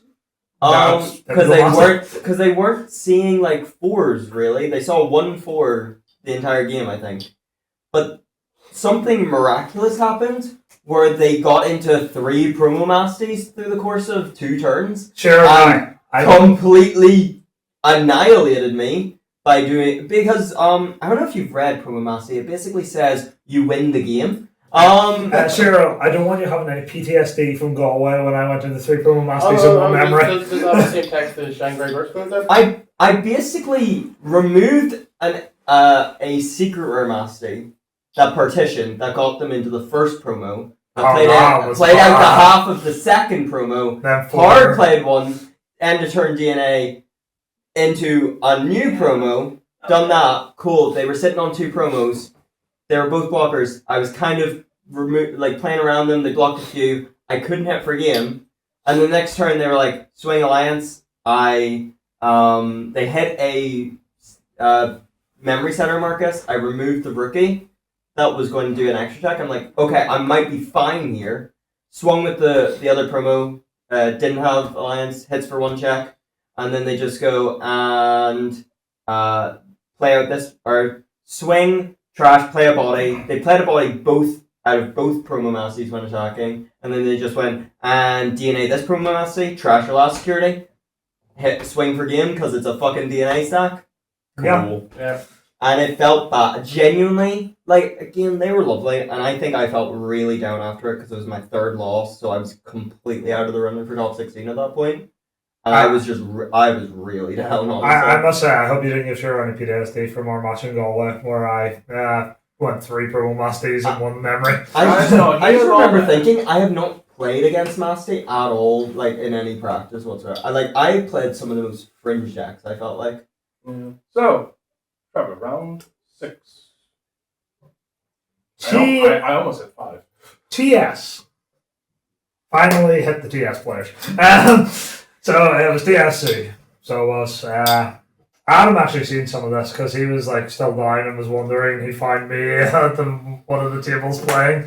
Did he have 26 security? I did not. No. I'm gonna be honest, I don't remember finding you. I was that. I saw you walk up to me from behind, watch what was going on, and then walk away.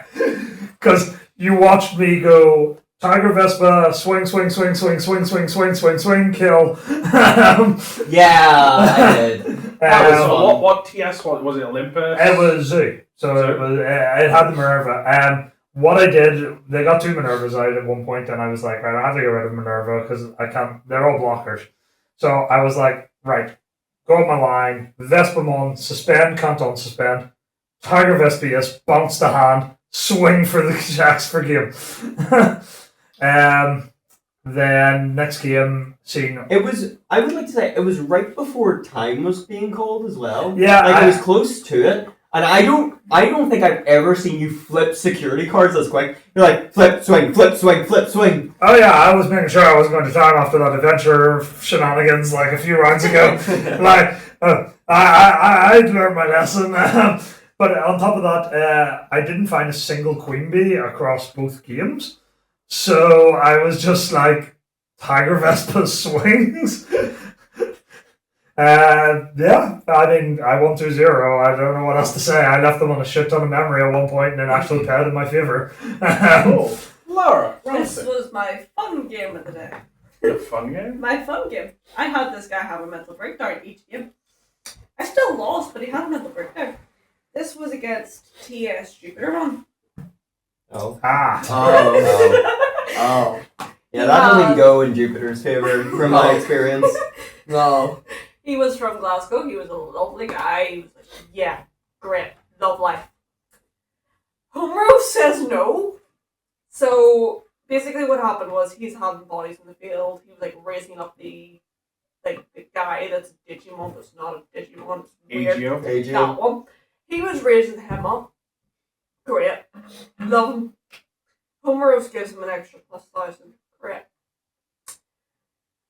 Homeros can't suspend. Homeros can't suspend. Both of his Homeroses couldn't suspend. I then go Ruin mode over the Sakuamon Ace with the red plug-in underneath, so end of turn attack. Oh. Oh. Yeah. She did this to me in practice. It broke his mind because I gave him the ace over the 4. He couldn't raise the Patamon that was in his grave, and I deleted the Jupitermon that was on field, and he couldn't trigger the Homeroses. Broke his mind. He still ended up getting the game, but because this is after a turn after I couldn't do anything. It's like, okay, can't do it. I'll say, look, I made him work for it. I can imagine there was a mixture of the mind breaking there, of the fact of you've just went to room mode, you end the turn attack by your option, Yes, triggered your own overflow, and not had a play ready for the next turn. But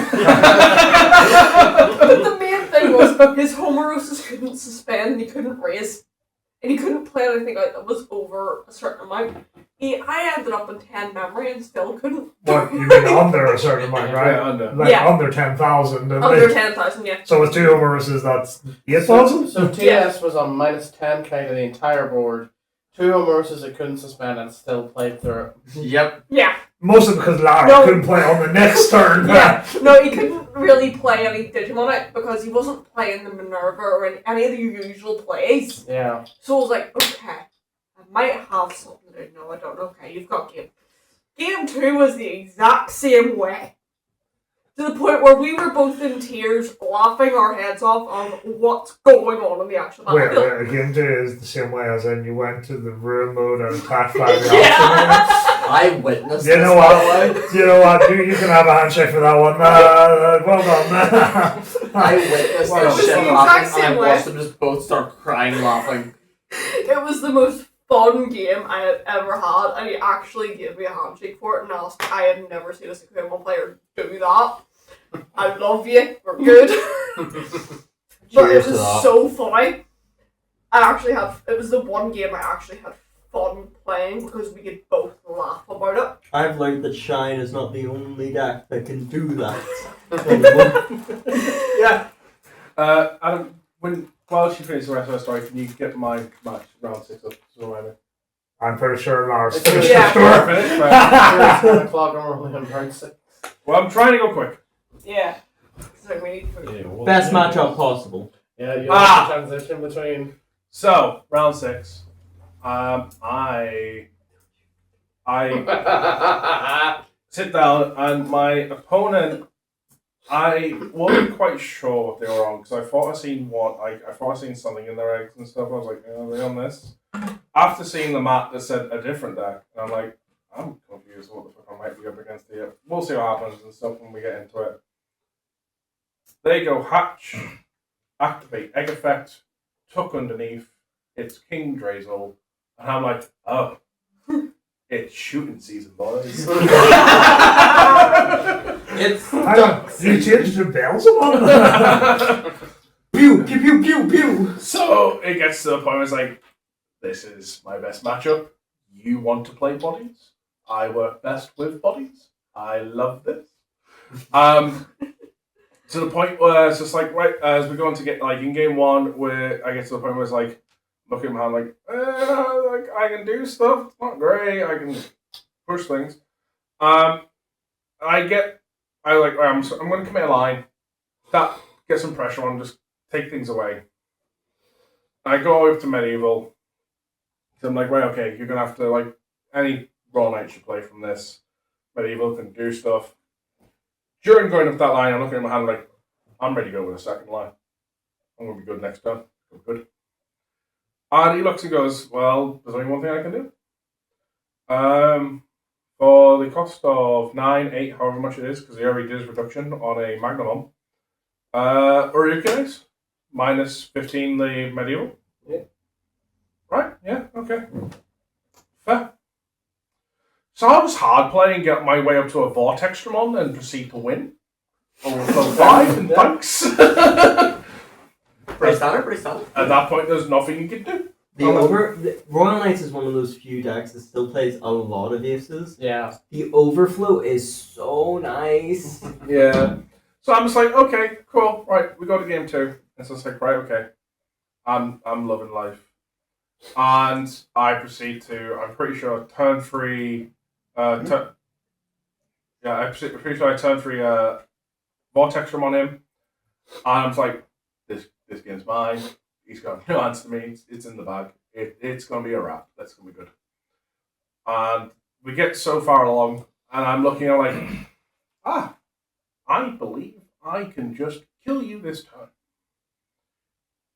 So I start to do all my swings and stuff, and in fact,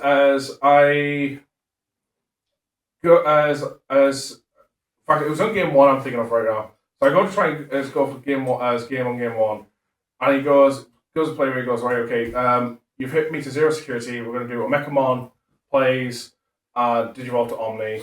Omni effect's going to delete this other Mechamon I've got and stuff. That Mechamon deletion, play out another Omni. If you only played 1, I had the game, I want to wait till next turn, proceed to win. Going to game 2 and stuff, I'm like, right, okay, I'm aware of this, he's got a way of getting double Omni X in the field. It's like, I wasn't aware Royal Knights could fucking do this. Yeah. Well, you know. Yeah. Sounds like you should play Connor more. Yeah. That's not the main goal play. So I'm like, okay, cool, right, whatever. And I managed to proceed into a board state where it's just like, I'm going to go for game this turn. He's like, okay. I have my Vortex Room on. I get my Reliant raised all the way to a Medieval. I start swinging through, spend down his entire board. And he gets to 1 security and goes, okay, because you've already used the Medieval effect, I'm going to suspend my King Drazel to play an Omecamon. And then I'm going to what do you mean, whoa, you've already triggered Medieval? Yeah, when it Digivolved. All turns. Pop that. What? Yeah, that's separate effects. Yeah. To reactivate its Digivolve effect, that's not a once per turn. You caught them, I don't know. So it's just like, oh, yeah. Swing for last check. Swing for game.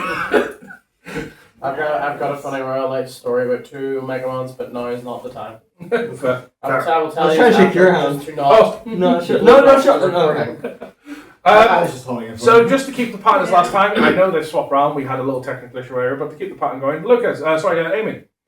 Yeah, they didn't swap around. He's right here. Amy's here. Amy's right here, Lumen. How can you not see her? Anyway,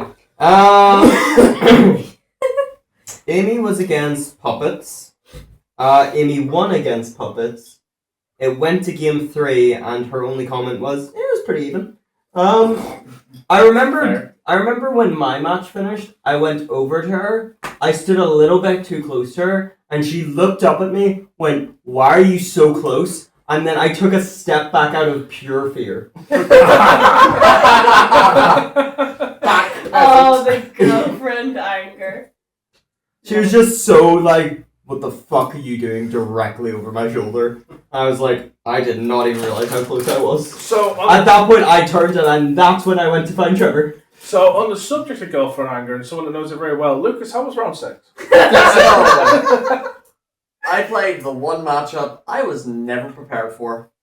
I played the Millennium Mirror. Against Wait, This is I have a funny story of just before this. So your Millennium Error, who was it? Ethan. Ethan is one of our players from back home. So Now- Lucas flew across the water for her. At the start of round 6, now Ethan had played the Millennium Mirror in this tournament before this. Me and Ethan ran into each other.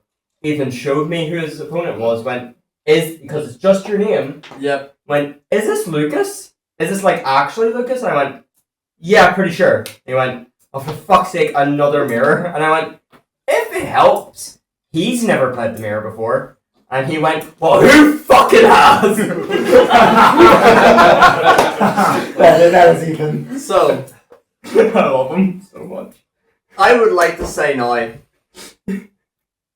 I won 2-0. Before you tell the story, would you like on camera to apologise to Ethan for what you did? Don't. Funnier. I'm not sorry for what I did. You mooned me twice, and I still played through it. That's on you. So if that's going to be your entire comment about round 6, we do have a story that continues this. So I'm not done. Oh, okay. So game 1, fairly even. First 3 turns were us setting up. He looped first, didn't loop hard enough. I proceeded to outloop him and kill him on the following turn. Game 2. I get double mooned. Double moon? Double mooned. That's But you're a minor. I was about to say, but you said you got mooned twice, so you got bare ass to you twice. Right. He did the loop, end of turn goes Moon Millennium, and pulse my analogs. I'm like, I'm fine. I'm still minted. I proceed to loop. I remove the moon off the board. I clear his board entirely. The next turn he goes Millennium. Hard drop. Okay, so proceeds to loop. I do the exact same thing next turn. Through a second moon. Somehow managed to pull the game back and just go, GG. He just goes, yeah, picks up his card, says, good game, man, I fucking hated that. Walks away and he circles the building. So this is So how. that's why he stormed out. So this is how much Ethan hated that match and how much the mirror match brain rotted Lucas. Time was called in round 6. Time on time was called. We're all just hanging out chatting. Lucas is nowhere to be seen yet. We're actually wondering where the fuck he is. I was like, And all of a sudden, Digimon players, can Lucas and Ethan please report your results? It's like, of all the people they announced, it's the two. It was as you were approaching us as well, and we all just went, Lucas, report your results! Well, to be fair, I had a technical issue. Yeah. Yeah. Well, also, right before that, just to show how, like, supportive of friends we are, they said, please report your results or it will be a double game loss. And at least one of us, maybe more, were shouting, do it! Do it! Was this one or more just you, Sean? I might have gotten someone else to In my head, I remember Ethan saying it, but it might have been someone else who's just like, that works for me. I had the funniest thing happen though. Because as I was walking out to go for my smoke, I ran into Matt, and I ran into King. King, and I was sitting there chatting to them because they'd seen we were having the mirror match. Mm-hmm.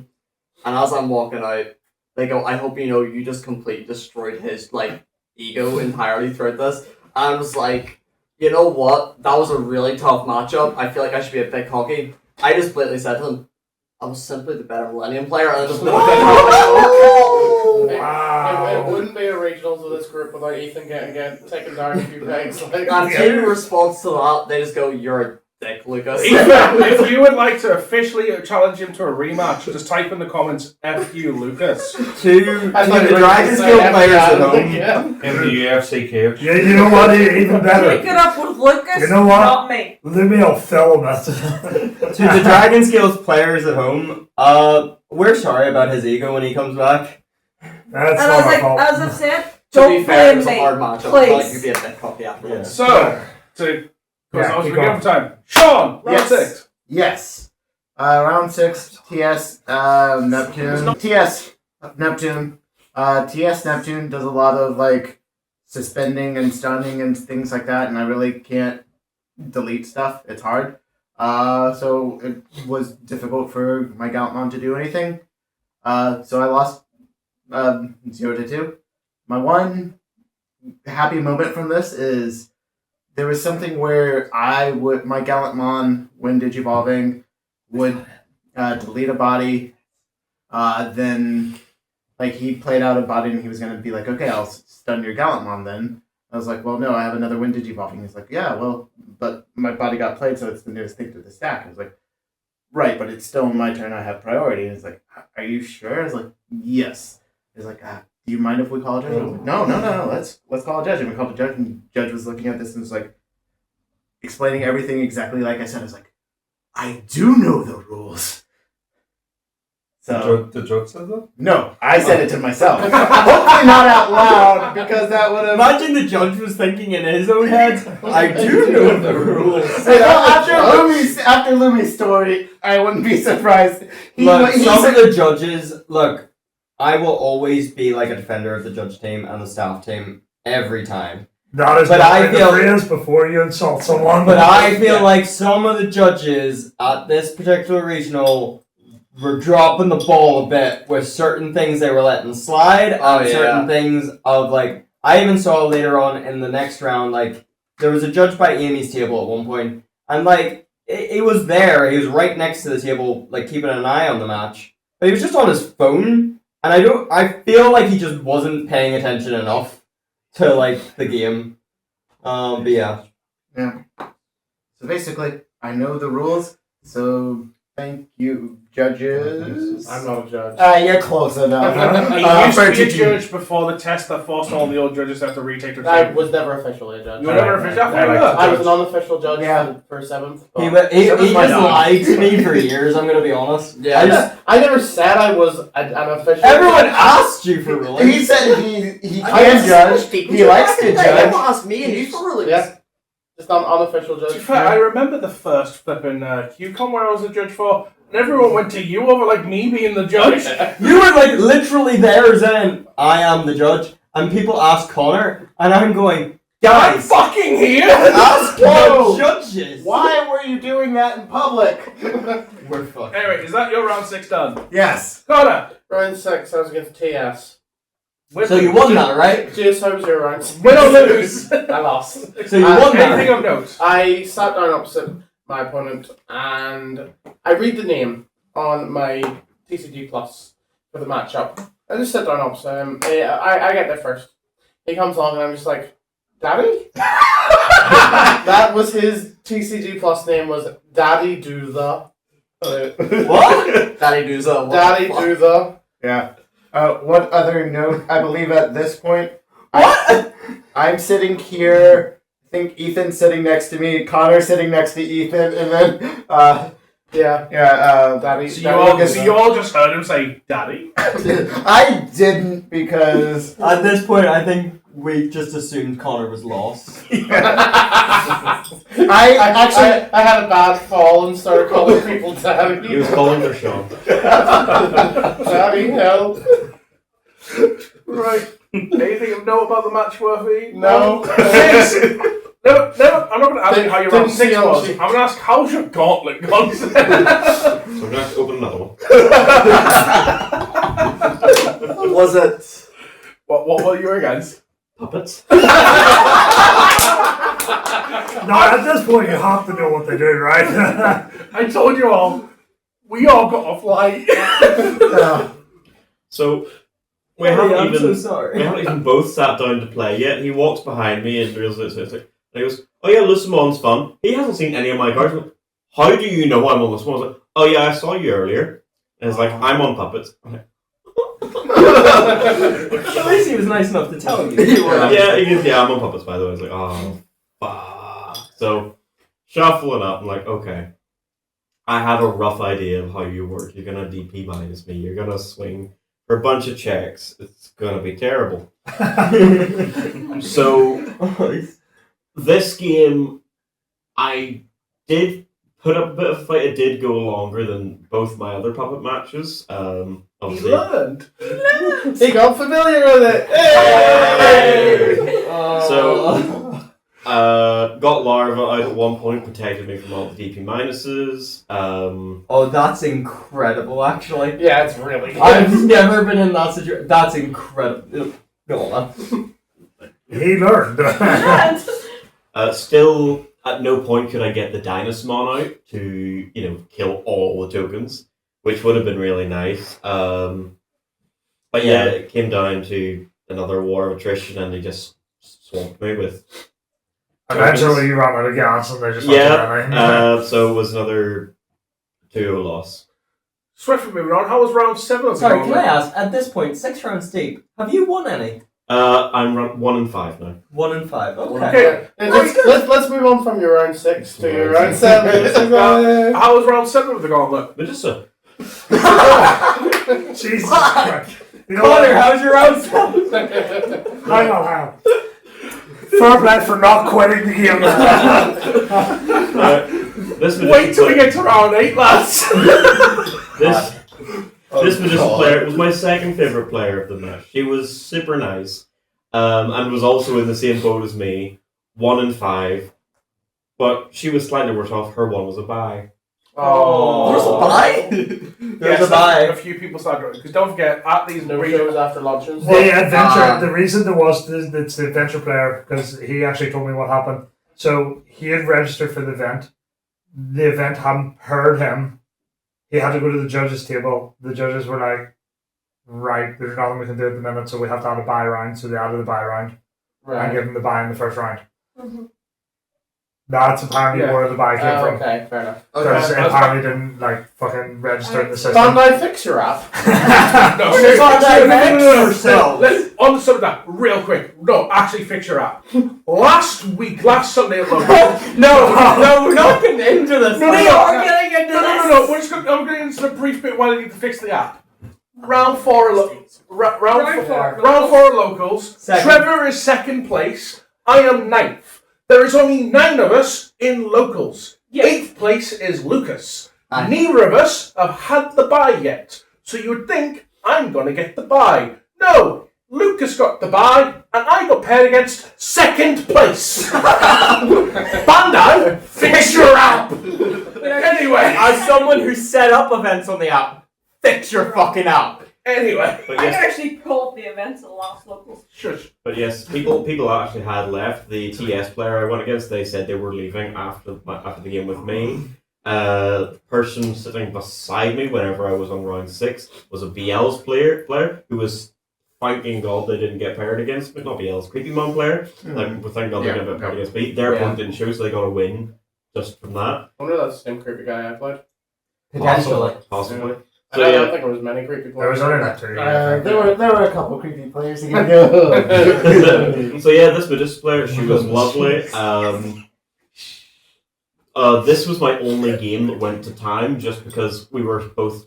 I was trying to help her a bit with the Medusa, and be like, okay, you've never played against Lumus before. These are the cards you want. I don't want you to tuck these, but these are the ones you kind of have to tuck. Jis, you're a new player. You're not expected to. Oh, it was her first regional too. To be fair, this just goes to show how great of a teacher I am, because I taught Jace Medusa the night before. Yeah, so it was like, okay, you're gonna want to tuck my Leviamons, my Satan Modes, and my Paradise Losts, because they're all things I'm going to be looking You're for. too most nice weeks. for this game. Well, we were all like that in our first fucking regionals. I did go I to thought them. this was great I got players. the win on this one. Nice. thankfully. Good job. But they had some good cards, and it was actually a really fun back and forth. Okay, at this point, we're going to go. If you would like to go to the shop or get ready for the shop, you can, because it's going to get a while to get back to you. Connor! I was against Millennia again, which, in theory, should be my best matchup. Unfortunately, I'm a fucking idiot. We all have that one round. It's the one I thing had it this round thing- 5. I had round 4. I had it round 3. That was the It's one like I know practiced. I know entirely how that deck functions. I know what everything does. I know how it all pieces together. And I decided, oh, I've got a huge trash, and I need to assemble to do my combo. So I'm like, oh, I've got 2 Metatromons in my trash.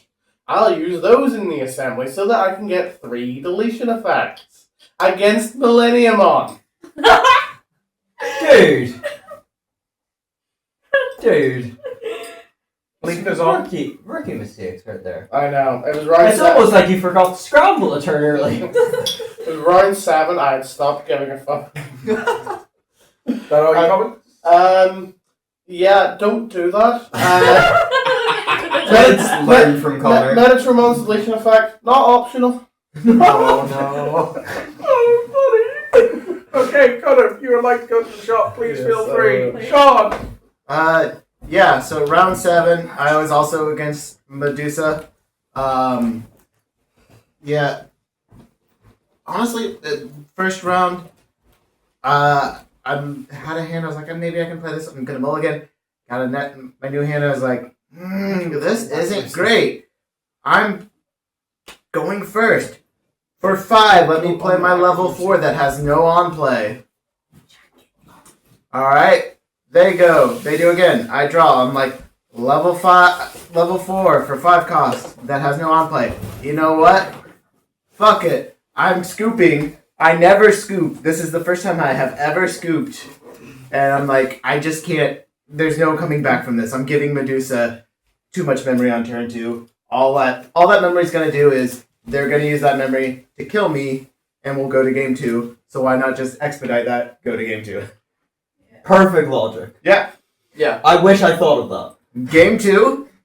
I just was able to do gallant things against them. Like I said, Gallantmon, when you can answer their board, you force them to have more pieces, and Medusa is a red deck, if not the red deck, and red deck's brick. Currently, yeah, it is the Yeah. red deck. Yeah. It used to be Gallantmon was the red deck. You were looking at your Options. replacement. Right. Wow. And yet I won. From Gallant to Jasmine, now to Medusa. Yeah. And Jasmine briefly in the intro. And yet I won. Is that everything? Yeah. The person I went against was nice. It was great. Lucas. My round 7 was the worst round I had Jesus Christ. Stress test. this day. I played against Blue Green Imperial again. It was a very good game. Game 1, I ended up taking it. Game 2, he ended up taking it. We go to game 3. You played against Imperial twice? Yeah. Listen. I played the worst misplay I had made all day, and probably the only misplay I made, which was I swung into security with the Gazimon that had Pagumon underneath it. I tried to trigger Pagumon on deletion, not realizing it was outside of battle. Someone who was not in our game went, "You can't fucking do that." And my opponent goes, "Okay, are you alright if I call a judge?" I go, "That's perfectly fine with me." Judge comes over, we explain the game state. The judge looks at it and goes, "Let me grab the head judge." Why? That seems so simple. This is Oh no! unbelievable. Oh, it's this guy, isn't it? Yeah. Yeah, Oh, that's why. No, so the judge gave a ruling. Like, no, this thing. The other guy appealed. Yeah. They went to get the head judge because the other guy, what Lucas said, wasn't happy with the ruling of a warning. a warning and discard 2 cards from hand. Discard 2? Why? That's what they chose. Why? I don't know. I triggered Pokemon earlier that turn because I didn't say Synthetic Monster. Apparently, because I'd done Pokemon twice, I misplayed it twice. I did not, I misplayed it once. I was not going to fight on it. I was in a winning situation. This is what I mean by the judges letting things slide, or The judge was just trying to rebalance Yeah. the game. The head judge came down. We explained the situation again. The head judge looked at the judge and went, "You've already made the call. Why am I here?" No, he was about, I agree with you. Yeah. There's nothing to be appealed here. Yes. The other guy then argued more. with the head judge? Arguing, I don't want him to have a warning. I want him to have a game loss. He wanted me to have a game loss. He was trying to win on a rule shark. So, what happened from that point was, Please tell me he got a warning. no, he did No. not. Both judges just blatantly agreed, being like, game state's fixed. That is it. No more. Lucas got a warning on his tournament record for that day. I mean, I that's ended up- valid enough. I mean, fucking I fuck didn't- that guy. I wasn't hostile. I didn't argue. I was just like, whatever the judge say goes. Yeah. I'm not trying to argue. I'm not trying to argue with my opponent. I ended up the exact same turn, killing him. It made 0 difference to the game state. The cards were discarded. It was a Moon Millennium and a Rookie. Good. But still, 0 difference. fuck that guy. I then hear my opponent at the top of his lungs say to his friend who called out the ruling, "Of course he didn't get that fucking game loss. Fucking kids these days," and walks off. What? I found out the exact second that happened from my friend beside me. He's been doing this all day. In the sense of, it was his friend that's Pointing out. pointing yeah. out the misplace Which, for him by to call the the way- judge. Is not allowed in the gameplay. No, it's fucking not. That is not. So, technically, in a judge standpoint, they should have both been warning game loss. There's many levels of you could By have. the degree that they were at, they should have both been DQ'd. Yeah, by the amount they did all day. And specifically, Should have sacked up. specifically, it was the people that, to identify them, it was like, I don't know by name or anything, but the environment thing, it was the one person that was screaming judge at the top of their lungs Every every round. time. Not just like not the little ones we hear around like judge. There was the proper judge, like the proper like I want this fucking done. I want my way type. Entitled. But Yeah. to add the icing on the cake, I said to my opponent, good game. I apologise if that happened. My opponent looks at me, doesn't say good game, packs up his shit, doesn't shake my hand, can't even make eye contact with me, just walks away. So salty. My friend beside me just looks at me just being like, you handled that perfectly. You did nothing wrong there, you made a minor misplay. About 3 or 4 other middle players did the exact same thing today. You're all good. It's a very common misconception. Moved on. And that is the entirety of that round. There was no key gameplay points aside from I removed a Paladin Modius and still won. That's impressive from Millennium. Yeah. That was it. So the guy that initially pointed out he wasn't even playing, he was just No, spectating. He was he had spectating. finished his game and was standing right over our table. I think we're just gonna win. Yeah, exactly, Jason. Fuck that. That's Yeah. what I said. Yeah, just fucking go for it. Anyways, Amy, how was Amy's game? Oh, yes, I'm in. Hello, I'm Amy. I made myself a very stiff drink. Amy does exist. How much did you pour? More than I expected. Amy, this is round 7, right? Yeah. Amy was against.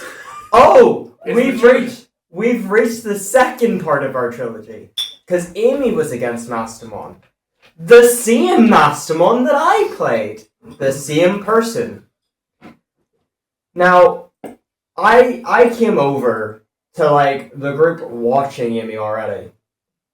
And I saw, like, I knew that Amy was playing my Mastamon player because she showed me the name at the start of the round. She was like, this is who I'm playing. And so I was watching this, and all Lumi was able to tell me was they're in game. I don't know what game it is. No, I said I know they're in game 2. Amy told me they're on game 2. I don't know. I who know won. Amy gave her 10 memory. That's the board she ended up with to get rid of 2 Olympus 12 members. And that was the state I Yeah. remember. You going- didn't know who won game 1, No. and they were literally like a minute or 2 from hitting time. Like the Mastamon player was near deck out. It was close. Like they had like 3 cards left in deck. Kat was her name. Fantastic player, by the way. Oh, great! I played against her. Great player, genuinely. I played against her last Bristol actually, and she was very good on last day. Now, from that, we're watching this game. There's a judge beside Amy. Again, like I said, he was on her phone. It was on his phone. Maybe he was like making sure like the time was accurate and stuff, or like corresponding with other judges. But he was like hard staring his phone, like not really even looking. over yeah, at we the were game. wondering what was happening. I was thinking to myself, I'm like, he's not even really paying attention here. I see Amy looks up. There's someone with like their bag in Amy's face, basically, not even aware of their surroundings. I'm like, and she just looks up and is like she was like really surrounded by people at this point as well. It was one of the last Not- matches. Not the best conditions. I remember seeing it and I was debating, like, do I just fucking step in here? I was about to. Because the thing is, like, one of the things, like, I know it's really hard to do at a regional level, but it's one of the things I aim to do when we're acting as judge at, like, the local level, of, like, Back the fuck up. knowing players have anxiety when being watched, being surrounded and stuff, and just stepping in and going, look, I understand you all want to watch. Can you watch it a bit further a distance? This guy please? wasn't even watching. The guy like was like talking to his friend, and he was just too close to Amy. Yeah. Also, I do remember Adam coming across to me and being like, look at that board still But at yeah, one point down. yeah, and but I went also over real to look. briefly talking about players and space and stuff though. The amount of times, 'cause it happened to me in like round 8 and stuff, it happened to me. But like the other rounds for other players where judges were telling people, hey guys, I know you're not in the aisles, can you please spread out or move somewhere else? The players can't see the timers. Yeah. Now, when we were told as our group, we respectfully moved somewhere very far out of the way. But the amount of times I've seen players that would move and in space of 5 minutes go right back to that space. Yeah, so it finished in a draw in game 2, but we found out the Massey player won in game 1. So it was overall the Massey player's win. She was very disappointed. She thinks she could have won, or at least got it to a draw. But yeah, at this point she was like pretty self-defeated. Like, she still said the match was really good. She enjoyed it a lot. The Massey player was very good. But yeah, no, she was sad. Bring up my round 7, 'cause I can't remember. I remember my round 8, I can't remember my round 7. I remember without looking. Red Hybrid. Yes, Red Hybrids. So I went against Red Hybrids. Did they say Aldemon? No. Ah, that means Lumus won, right? So, game 1, the things to note, game 1, I'm like, okay, Red Hybrids, I haven't seen this all tournament. Cool, someone else is playing this, cool. I know Shira plays it, I kind of get a general gist of Red Hybrids, I don't know what the new stuff really does, but I've got the general gist from the small bits I've seen. Enough to at least, like, play and kind of guesstimate what's going to happen. At which point, it gets to a point where they start to, like, do things, and they're slowly going through my security, and I was like, oh, well, I know Red Hybrids enough. I think I'm dead. And they get me down to 1 security, and it's just like, yeah, that's all I can do. I say, oh, really? Oh, right. I've got nothing else. Like, literally, it's like the most I was doing. I was hoping to draw into more things, see more things. Like, all right, okay. Cross the 5, play another tamer, tough draw. Okay. Draw, raise. Asked everyone. Start popping trainings, did you all up? Vortex run, get win. It was just like, you can't OTK me, so I'll OTK you. Sweet, cool, let's go. And then it's like, go into game 2, I'm like, okay, no, kind of watch out for the board state, make sure to kind of get to where they perform, because that was scary. And I get to Vortex Ramon very early. And I'm like, okay, feel safe, Vortex Ramon's the way to go here. And they start getting a lot of tamers. Like, they had like 3 tamers of the new one on the board at one point. I was like, that's scary. 1 or 2 of the double tamers, and then they had 2 of the single one that lets you digivolve and reduce costs and stuff. There are 2 of those on board. I'm like, they're getting a lot of fucking bodies going. And they're sitting there, they're digivolving, doing small little things, and they're just going, I just don't have enough DP. It's like, they're like, how big is the vortex? I'm like 23. I'm like, you're just big enough. I can't get bigger. You're just big enough. Okay, right, yeah. And at which point they say ultimately they're clearly searching by doing small like cheap digivolve here game memory, cheap digivolve here game memory and stuff like yeah. And at which point it's quite clear they're looking for something. They're also quite clearly keeping something in hand that they don't want to top because they need it as along with this. So, and at this point I go, out of curiosity, are you looking for Aldemons?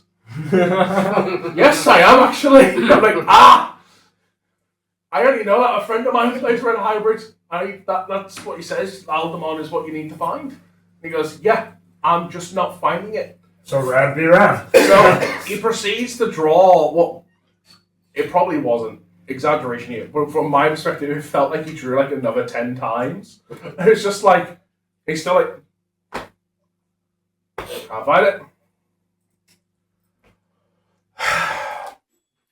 Play Tamer, on to you. I'm sorry, dude. Look at his board. All of his Digimon that he has are currently suspended because I've been letting them hit security. Because I only had 1 block left. And I wanted to save it in case he could kill me, like maybe he was baiting out. And I'm just like, raise, swing, because you've got no one suspended, did you? On suspend and all this, like, swing. Hit some tamers, and he could digivolve because he had the option card, and he's like, got nothing. Huh? Kept going. And he's like, right, well, you've run out of swings now. I'm like, yeah, true, but you're on 0 security. And he goes, yeah, but I think I've got you next turn. Yeah, well, you don't have a next turn. What do you mean? Cost 7 Grand Guild, Vortex in for game. You don't have an victory. Yeah. So that was my round 7. Laura. My round 7 was a loss to Medusa, but she was a lovely opponent. I just bricked horribly, and she was just like, she noticed I bricked. Yes. And she was just, she understood that I bricked, and just basically just got the game over and done with quickly. How much did you have to drink? But yeah, I bricked horribly. She had game. See how that went, Trevor? Yeah, for those of you that have been paying attention, I'm on the Trevor special at the minute. And then back home we have the name for I'm on 2 wins, 2 losses, 2 draws. You haven't had any buys yet. I haven't had any buys yet. I played Crossheart.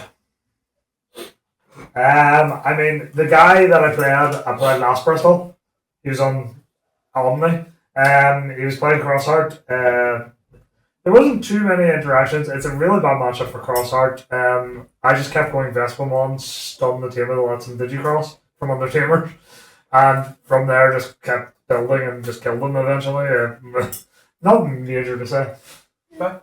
Adam, round 7. My round 7. What was after Mastamon? Omnimon. What? So I went against Omnimon. Again, just seeing all the sort of fringe decks. Sort of just decks I didn't really expect to see. They went into an Ultra in game 1. Did like 3 or 4 checks. I wasn't seeing anything. I couldn't play anything, so I just went scoop. I didn't brick the next 2 games, so I just won from there. The one notable thing during the match was they played out the Melga, or they played or evoed the Melga at one point, stunned one of my Marcuses, went stun. I went, okay. And then they went, can suspend. I went, can suspend? They went, can suspend. I went, can suspend. And they went, can't suspend. I went, yeah, that's what stun is! What the fuck? And that was the only thing I remember. The rest was just like, yeah, I just kind of won. Like, I don't know. It was a very, like, not notable matchup. I was still kind of salty from the Mastamon player because I was just like, why the fuck did I lose the Mastamon? 3 promos. When Digimon, one of your opponents, Digimon, can suspend. I know. I was so confused. I was like, what are you trying to fucking tell me? Are you trying to pick a different target right now? What are you doing? It's like, yeah, no, he was, I don't know. I was slightly like, yeah, that is what stun is. I went, yes, okay. And then it was like, I don't know. Yeah, no, it was that. So, Shiro, round 7, you're against Puppets, and it says Mega Bricked, and another word that we're not saying on the recording. It's the Or R. Alex. Yeah. Yeah. Why didn't I just say it? No. No. Content. By law. By No. law. By content creation. No. By law, this is my channel, and I dictate the rules. Okay, dictator. We're mega bricked. As a free spirit, no. First game, they did the puppet thing. Turn 2, they did a lot of checks. I couldn't answer them quick enough. I didn't say all of them all. And it's a wrong thing, you know. Yes, I told you. Be red. Game 2 was a bit closer. Why did you hit that to him while he's talking? I don't know. Let me leave the silence in as he eats. It's for the suspense. Game 2 was a bit closer. They set up the new Kaguya and the Sender on the board with like 5 puppets. Jeez. Did you see all of them though? It wasn't 5, it was like 3 of them. Like the words I was going to but it was a promo Shushu and then like 2 familiar tokens. Did we see Alden? Yeah, I didn't see Alda, but I seen the best card in the entire deck, Emperor. which is the 3-color option card. Oh. I just went to So I went into Emperor. So you were able to ritual summon Emperor Greypoint? Yeah. I went into Emperor and I was like, okay, this is easy peasy. I'm going to strip your protection sources and your barrier, so you're going to die. I have Pearson. And then I was like, can I just read the Kaguya first of all? Just because I know what the old Kaguya does. I don't know the new one, so I read it. I was like, okay, well, it turns on another Digimon's deleted or whatever, you play another Digimon. Which is fine. So I swung into it. And then the guy said, does scapegoat work on battle? Oh god. This is so much better than your take of Rise Round 7. In the back of my head, I was like, I know it does. But the guy's like, do you want to call a judge? And I'm like, yeah. my hope was the judge to get it wrong. So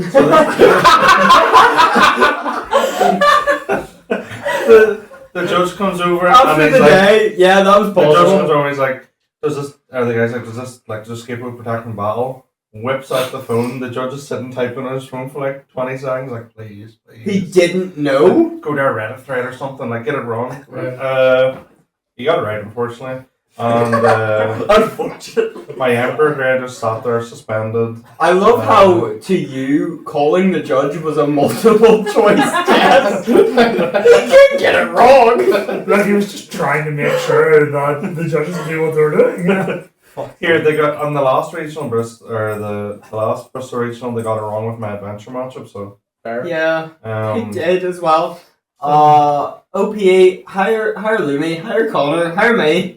Come to an official judge. Hire me. He won't be soon. No, you're not even allowed to be a judge yet. If you preliminarily hire me, I will do the judge test.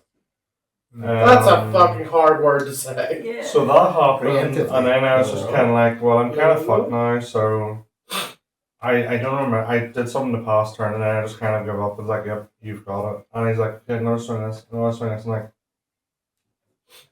I kept directing, like, just hit it. Let's jump the term again. So yeah, I lost that there. One. I'm really hoping this So, isn't in that fun. case, your round 8, your final round of Swiss. What I play? Medusa. It was an 0-2 loss. It was actually like a newer player playing it. You want to read your note? Oh, yeah. It was a newer player playing it, but it's still Medusa, so it was just quicker than me on both games. I didn't sell them all. That was not his note. No. It's just the fact that the new Medusa has Rush.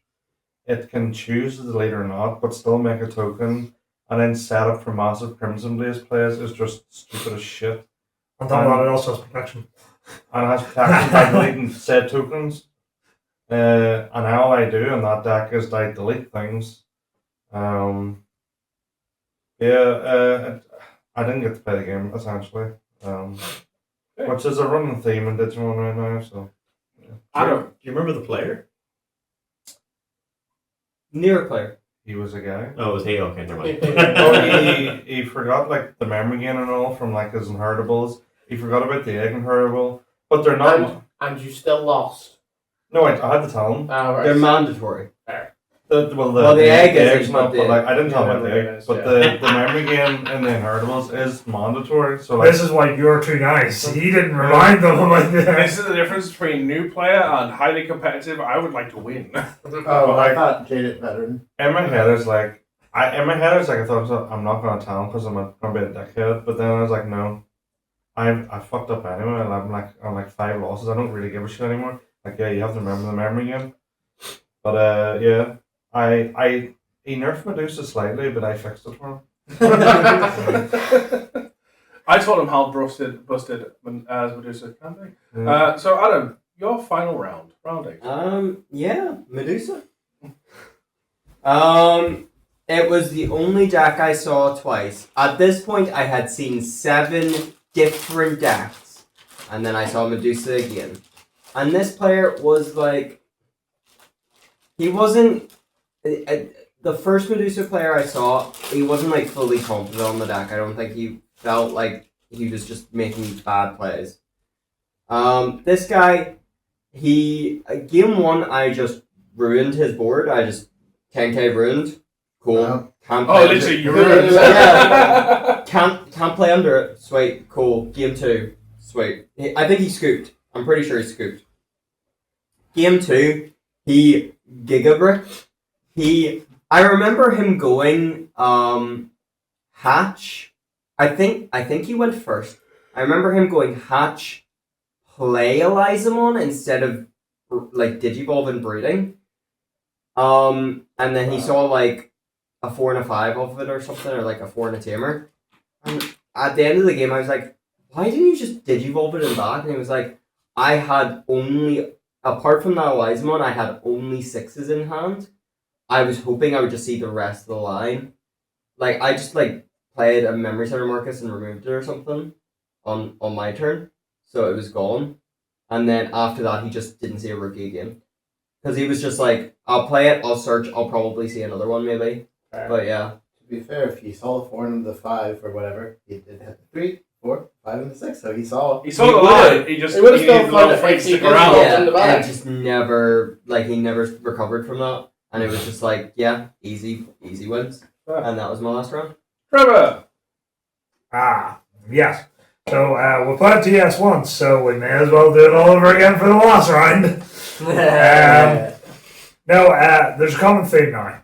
Every time I've won the dice roll, I've lost because I've bricked. Every time I've lost the dice roll, I have won the game. Trevor, stop winning dice rolls. Yeah, I have stopped winning dice rolls, apparently, is the thing. So, let me tell Wonders. you that Jace and Connor have come up with an interesting dice game that can help you get better at dice I rolling. like it. I think it worse, though. Well, you should try flipping a coin as I did. Yeah, I think it worse at dice rolls. Apparently, that's what it is.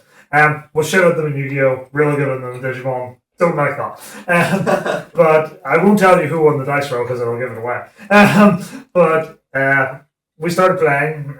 He was on. I'm pretty sure because he had Minerva's again, so I'm pretty sure it was the Omni version. I'm not 100%, but he started setting up usual TS players. I was just like, class. Came to me. What do you call that? I basically set up all my emblems. He hit an emblem in security. I was on 3. I was like, this is class. I'm in pretty good position right now. Raised, went, go up my line to Vespa. Vespa, when digivolving, suspend Neptune, because he had Neptune out. Can't unsuspend. He was like, no, all turns unsuspend before you, I can't unsuspend. I was like, no, that is definitely not how that works. I need to resolve my effect first. Had to get the judge over. Judge was like, 2 seconds. Call for the head judge to come over. That should not have gone ahead. Wait, what was the judge called? I went to Vespa. I went, when digivolving, suspend Neptunemon. Cannot unsuspend. He was like, no, all turns is interrupted. I can unsuspend. I was like, no, I have to resolve my effect. I was like, my mind there for a second. Wait, what did I hear? What? Yes, so the head judge had to be called for that. The head judge just turned around and went, because the original judge never made a ruling. The head judge. So it wasn't even an appeal. It wasn't even an appeal. He called the head judge to get the ruling. I would like to say, like, the head judge for this event, it's normally James. It's normally Ginger James. It wasn't this time. It was the guy that is normally very good at judge James, It was the- James is purposely Let's keep taking a something break away from the Flodger. Yeah, after Dusseldorf, thankfully. Like, for his own sake.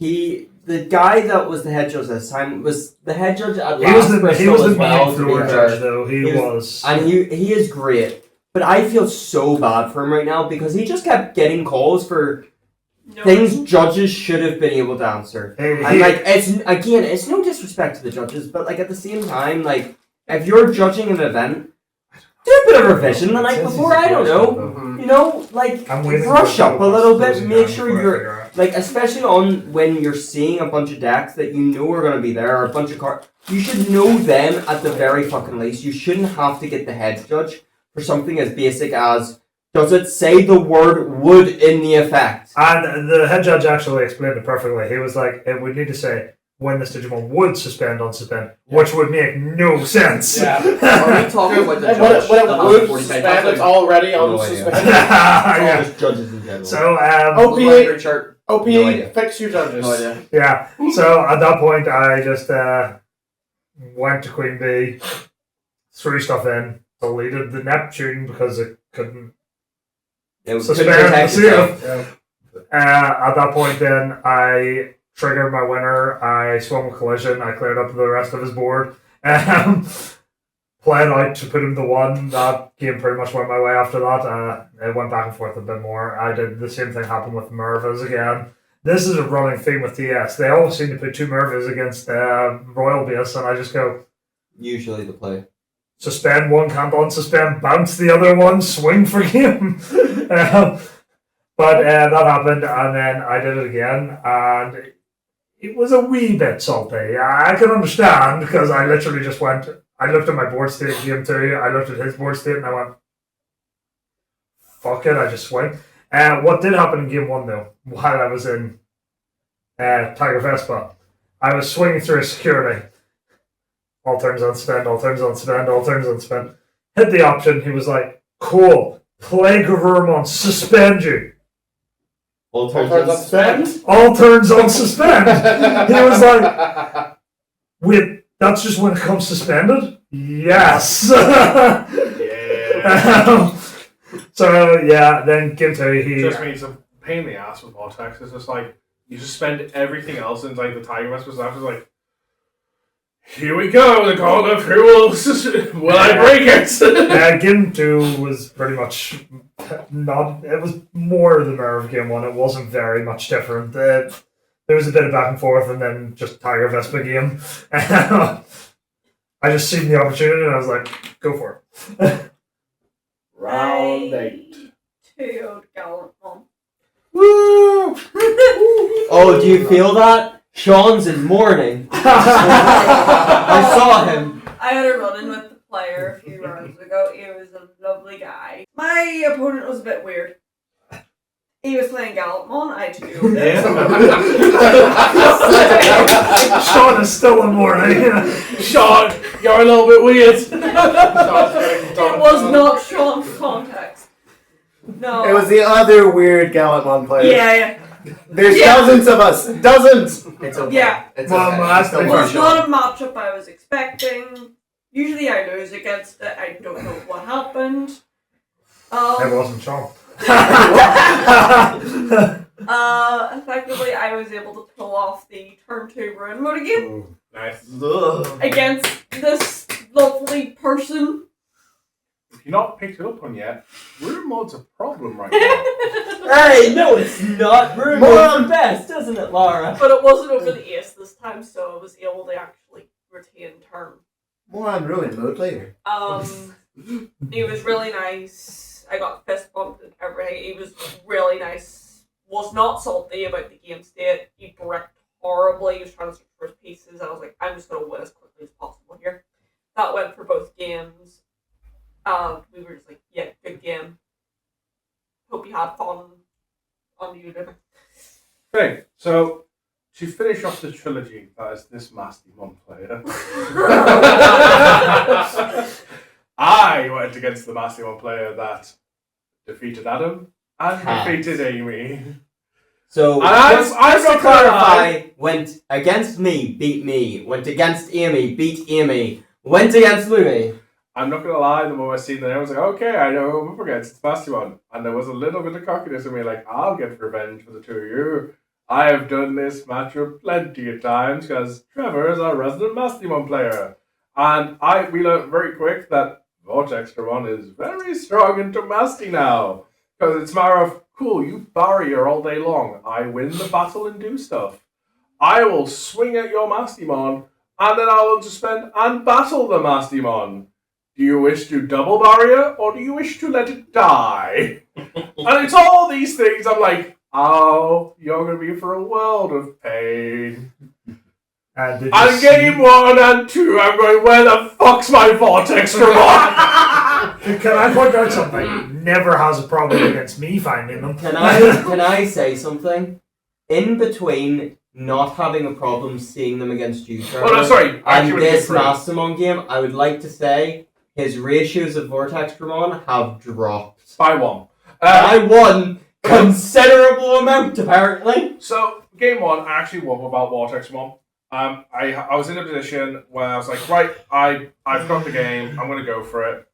So I swung Grand Gale, Digivolta Sparga, unsuspend, swing. On the swing of Sparga, I'm going to play a Galemon, Oh, he's left. Yay. suspend down another body. Yeah. At this point, I go unsuspend, and they're like, okay, yeah. They let the check go through, and I'm like, right, swing again. And at this point, I don't know why they held off for this long, but at this point they go, okay, we're going to fire one thing or no, it was actually the second check at this point, where they went, I hit something and it was just like, it was a big body, I think it was a room mode. I was like, so I looked down my fire like, oh yeah, room mode. I've got inheritables. I'm 15. My inheritables are all game memory. I've only got the 3,000 from Showtime. This line's dead. I look at the board for a second, I'm like, oh, I've still got this. Because of the Gilmon. Cost of 3, put you on, did evolve to another as Grand Gil. Vortex into a body. Tap Shoto, unsuspend, give piercing blocker. Kill the body, gain a memory, keep turn. Do a last check. Memory setter. Vortex for game. I'm like, really confident. Game 2, I get annihilated. Game 3, go back and forth. And I'm just like, fucking search. I had no breathing room. I remember you telling me that. And it's something that was the same. It was like nothing. Like, I probably had things I could play in hand for my match, but it was like, I don't have the time to play this. Yeah, there was like no time. Like, the thing is, like, I remember so I lost game 3. I remember just looking at my hand at one point during game 3, and I had a level 6 and a level 4. I had trainings, emblems, tamers covered my hand, very little Digimon. And like in any other games, it's like I had time to like play these out, help progress, do a bit of pushing. I didn't. It's like if I spent a single turn playing any of these to the board, they were in a position to kill me. And it's just like, I can't, I need to fire the pressure back, which meant I just couldn't breathe. I couldn't spend extra time finding pieces. And like, I knew the way the game was going. It's like, this game, I need to find Vortex. There's no around it. I need to find Vortex from on. I ended up lost. I picked up my deck to kind of say, how far away was I? The look on this Mastermon player, not only did they high roll in various other games, the cut into game 3, the bottom 2 cards of my deck from where the cut was from my searches, the bottom were the Vortex. So when they picked up the deck, the bottom 2 cards that they put to the bottom were Vortex from on, so it was all the way at the bottom. Jesus. And it's just like, I was never seeing those. I've learned it. I need to cut the deck better. With that being said, the thing is as well, they were a very good Mastermon player. They ended up coming 20th at the end of it. Oh, yeah. So just outside of the top 16, which is like slightly devastating to like even think about. Of like, you could have still beat them and still not come top 16. Yeah, but I mean, the other thing that's kind of like, the thing that's kind of sucky about it is obviously you don't make top 16 this time. But like, in like the season 2 regionals, like sure, what in Bristol last year you came 20th or 20 odd? Yeah. Like 21 or 21. So you came 21st, so like if this was like a regional at the back end of the year, it's like, oh, there's still a chance, you know? Because I will say, now. there was people from this regional that played last week in a regional in Germany. None of them came top 16 though, so there was no fucking pass downs. Yeah. No, there was one pass down. There was one pass down. Funny enough, it was. I'll talk about. We'll do a speed round of the 3v3, like very speed round, like previewed it. But I think it was the hybrid player. He got top 16 here, and he got top 8 in Bristol. Oh, okay. It was either him or someone else I spoke to. No, Well, it wasn't- did he not say he was just outside it? Because he said like he doesn't have to play any more regionals this year. Yeah, he said about your top 8 and then top 16 you didn't have to play more. Oh, well, maybe it Yeah, won't it was him. So there was at the very least one invite passed down to 17th at the very least. But yeah, Amy's Friday. Oh, it's Amy's turn? Can you see she's right there? She's Amy, what did you play in round 8? Oh, well, you know. He actually did a voice. You did the voice. Amy's gonna kill me for that. I don't know Oh, how to watch this. God. Yeah, this was the round where it really broke Amy. So she went against Maruki OTK. Oh, And she got OTK twice on like round 3 or 4. She gigabricked. She basically had to hard slam Aegyo on turn 1 both games. She was just not seeing rookies, not seeing anything but 6s. By this stage, the deck was like done. Like like she was tired. It was tired. Yeah, she wasn't too happy. Playing that, get the big laugh. What? What? He's been doing that the entire time. It's Amy! I don't like what that insinuates.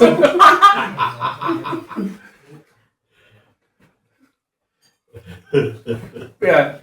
Yeah, no. What more is there to say? Lucas. Round 8 was by far my second worst round that I had the entire event. I went against TS Megazoo after avoiding it for 7 rounds.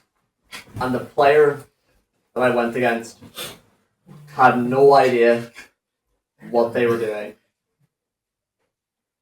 They were resolving their effects wrong.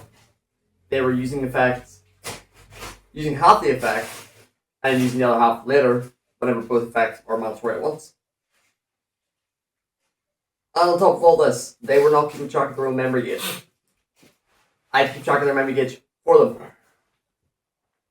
Is that allowed, actually? No. Did you ask if something was allowed, Shiro?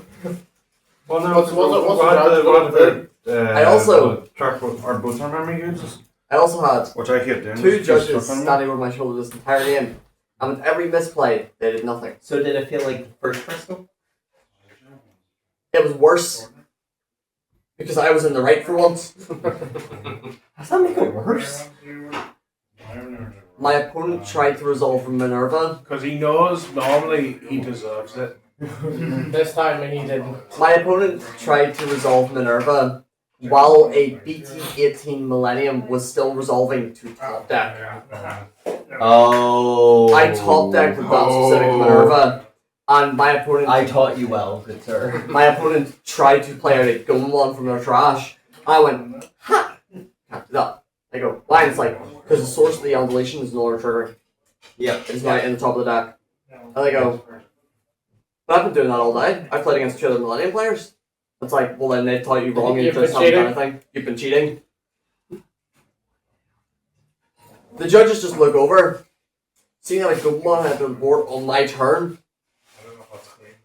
and just like signal to like, and it's like, Did you not actually call them over? no, You should have done. People get more confident calling for judge. Yeah. Even if they're not right. People. fix your judge calls. Thing is though, it was the same judge. Bandai, fix your judges. It was the same judges from my judge call last round. Look, The 2 in the green, the 2 again, I head am judges. the biggest defender. Judges, they're not only just the judges, they're trying to basically staff the entire event, make sure it runs smoothly, police everyone. You know, they're doing a lot of jobs at once. But they are, at the end of the day, their job is judge, right? If you see something that's wrong, you should, be able to correct it. Like, you shouldn't have to wait for the call. If you get called, you shouldn't have to immediately go, hold on, let me just ask the head judge. You should know, like, the head judge is there for appeals, not just for like, or for genuinely like actually tricky situations. Yeah. Not just for like, you know But what? the, I don't want to judge right now. But the fun part was, the judges, it wasn't like last time where, they're keeping a bit of distance. No, they were practically right on my shoulder watching the game. They've seen the misplays.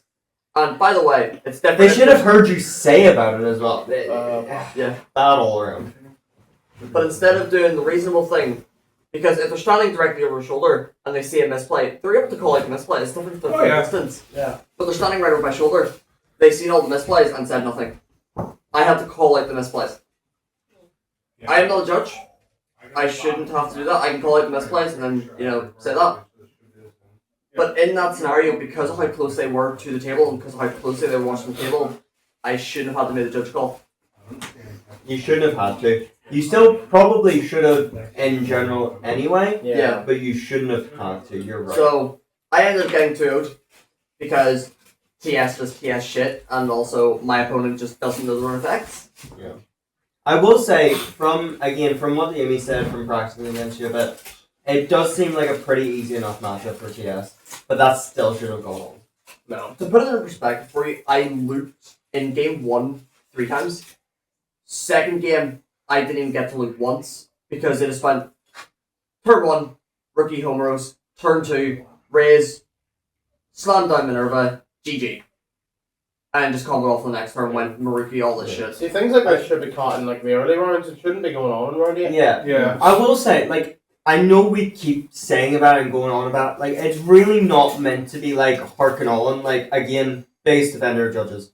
But at this, like, OP, like, genuinely, like, just make sure the judges are confident enough with their own rulings. Like, just constructive here. Like, we're not ones for criticizing. We're not ones for, like, fucking, oh, this was shit, this was shit, this was shit. Unless it's genuinely, like, right, please get better with this. Like, the judges should be able to judge. That's not asking for a lot. That's just asking for them to do their job. And like, I'll be the dickhead that fucking says it. They should judge. Judges should judge. That's it. That being said, Sean. Yes. I know we're nearing the end. I'll keep it simple. I went against TS Jupiter. I got Ruin Mode. Ruin Mode is stupid. I think I'm okay with it thematically in like a Shine Greymon deck. But especially right now with how fast the meta is, I just feel like basically is 2 turns of you doing nothing while the opponent has a level 7. At that point, they are, especially with Jupiter having a Geomon to decode and things like that, they have momentum at that point. 2 turns of you not being able to do anything while your opponent has momentum, it is hard to recover from. Yeah. And they did that to me twice. And I will say, I got lucky. They just didn't happen to also go into their Quartzmon that they had.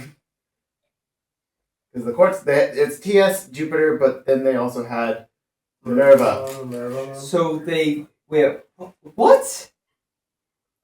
So What? it had its focus with Jupiter. Let me tell you, Jupiter's builds, because some of them do play Minerva as like a 1 or 2 of purely for the Digimon. I'm just confused why they thought Quartzmon was a good idea. Probably the mirror. All your tamers are suspended, can't do stuff. Suspend all your tokens, puppets. Haha. I'll trash your security for every 5 tokens you got there. So trash all of your security. Maybe, I guess. So, anything else to say? I will say it's kind of funny thinking about it in the Medusa matchup of like, I'll go into Quartzmon. I'll suspend everything on the board None of these can suspend. except my own tokens because they cannot suspend on my turn. Anything else to say? No. Overall, it was fun. The guy I was against, good person. That's it. Go on, round 8. I went against TS. James, round 8. Anything No. Win, lose? I lost. He said it. He went against TS. Yeah. Anything noteworthy? Nope. He was Just done. Yep. No, I just No, that's fair. Sometimes This guy was playing TS. He beat me playing TS. sometimes there's not always something noteworthy every time. Before we get onto you, just because I'm sure they would love to hear it, Trevor and Shiro, make sure your ears are open because it's time to hear round 8 of the gauntlet. That is Jace. Ooh. Round 8 for me was Medusa. Again.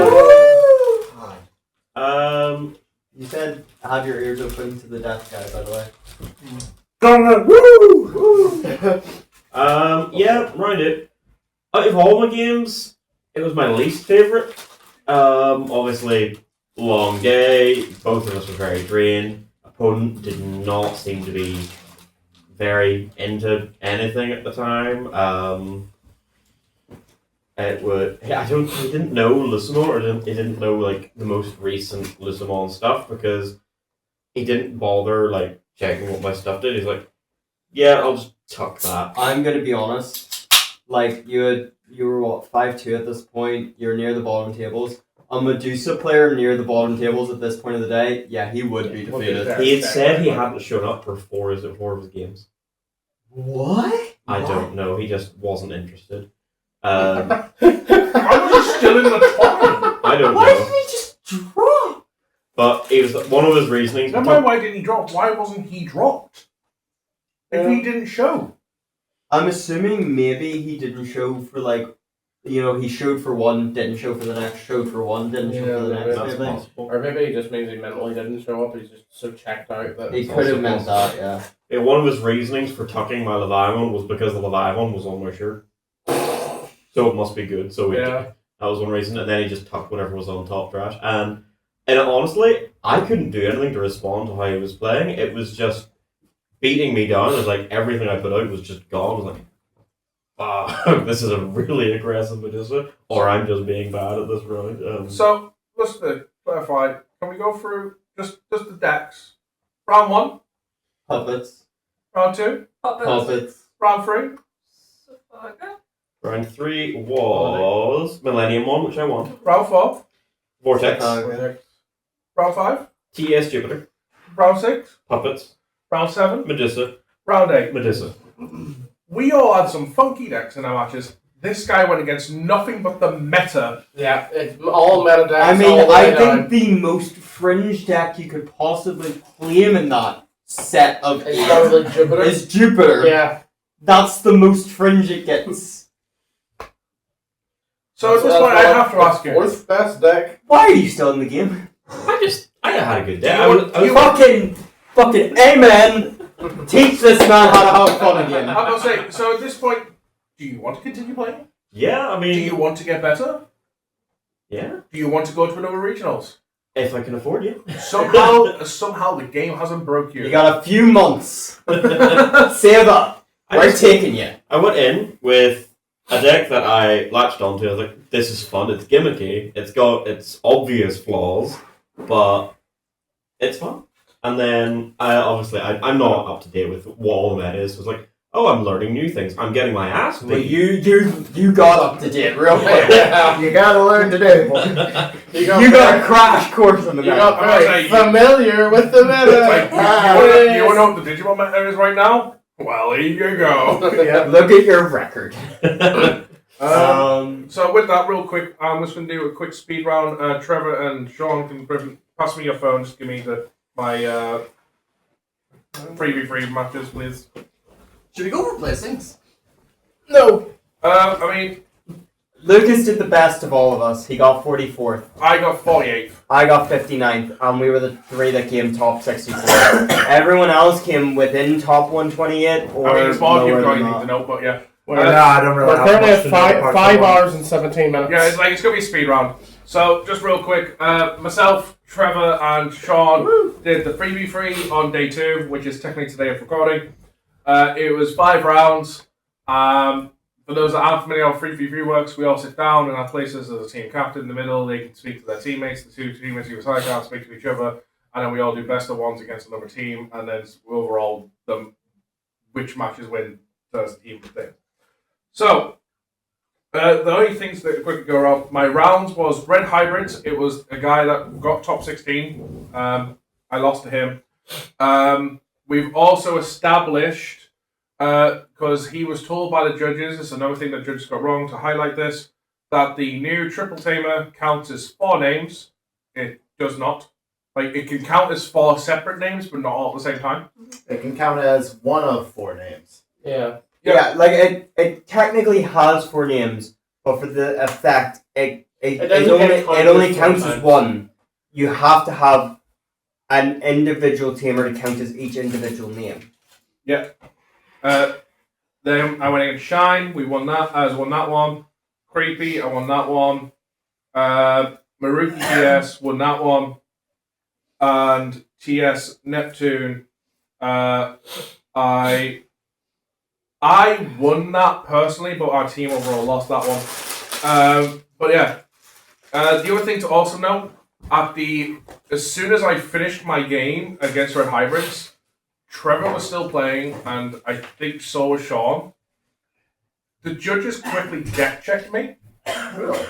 Because, even though, and this would be something for Adam to take note of as well, so even though it's not stated anywhere when you buy the ticket, and it hasn't stated it for months, and they've never made the announcement about it, the judge picked up my deck to deck check it, because Trevor was also playing a green deck to make sure we were obeying the 3v3 ruling of cards across decks. Okay.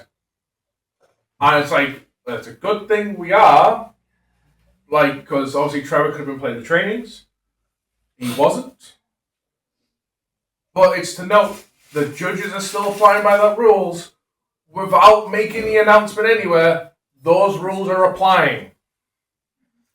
So they need to be a bit more clear on that, because I can imagine if they catch a few people, they'll be pissed. I don't think that's bad. I think they just needed to be more communicative about it. Yeah. I mean, it's a rule that's there. It's like, I think it's one of those rules that needs to be highlighted because it's an odd format. I mean, I got that checked as soon as my game ended as well. Yeah, you did. That's what we were saying. Yeah. Trevor, he went against Puppets, Adventure, Leopard, Bagra, and Medusa. Adventure was ping pong only. Adventure, by the way. Yeah, ping pong only. Have you got anything you can rememberly say that you wanna? Nah. There was one judge calling the Bagger matchup, but it wasn't. Yes, that was the Bagra match. It was just to make sure we were resolving things correctly. Apart from that, the leopard one was fun. She was trying her hardest to kill me. She was almost there. She was. That's something I forgot to mention. In my round 2, I was deck checked because I won so quickly against Fish. Because it was like 20 minutes. And then the guy was like, "Can I deck check you?" Brought it back. Said, "Yeah, just next time keep all the arts in the deck the same." And I went, "Yeah, I literally only did that for me and my girlfriend because our decks are like, I want to show off the alt arts and stuff." And he went, "I think I deck checked your girlfriend. What's she playing?" "Oh, TS Olympus." "Yeah, I deck checked your girlfriend." That is technically wrong though, because a deck list does not have to be the same art. It should only be the same code. They weren't. They didn't say it was wrong. They said just don't do that next time because it makes our life awkward. Well, that sounds like a them problem. I'm sorry to say. No, I'm with you. I agreed with him, Trevor. I was like, that's fair enough. No, that's what I'm saying. I disagree with them. This made me speak right. But yeah, so like I say, you very early on, I think it was into like 3 turns into my game against the Red Hydra player. I had like 2 cards of trash. I remember at one point I just kind of felt like the presence next to me or someone, and I looked over and there was a judge's hand cycling through my trash. And it was just they cycled through my trash as well, yeah. Like, so he was already being cautious of us. So that was a thing, and it was just like, yeah. It's good thing you're not playing trainings in your that's essentially what they were kind of looking for. To be fair, if I played rapidly, we would have been on B, so we would have been okay still. Yeah, so at which point, it was just like this idea, like, my game says, like, "Excuse me, do you mind if I check your deck real quick?" Like, "Yeah, sure, okay." And he didn't even like take it away, he just picked it up, cycled through it and stuff. He's like, it was definitely the trainings. It's like, it's just because you're on similar decks and stuff, we used to make sure you're on different cards. And the moment Trevor's done, cycle through his deck. So, like, even though they're not putting it anywhere when you buy the ticket, they're not making the announcements ahead of time, they're still trying to enforce the whole keep that in mind.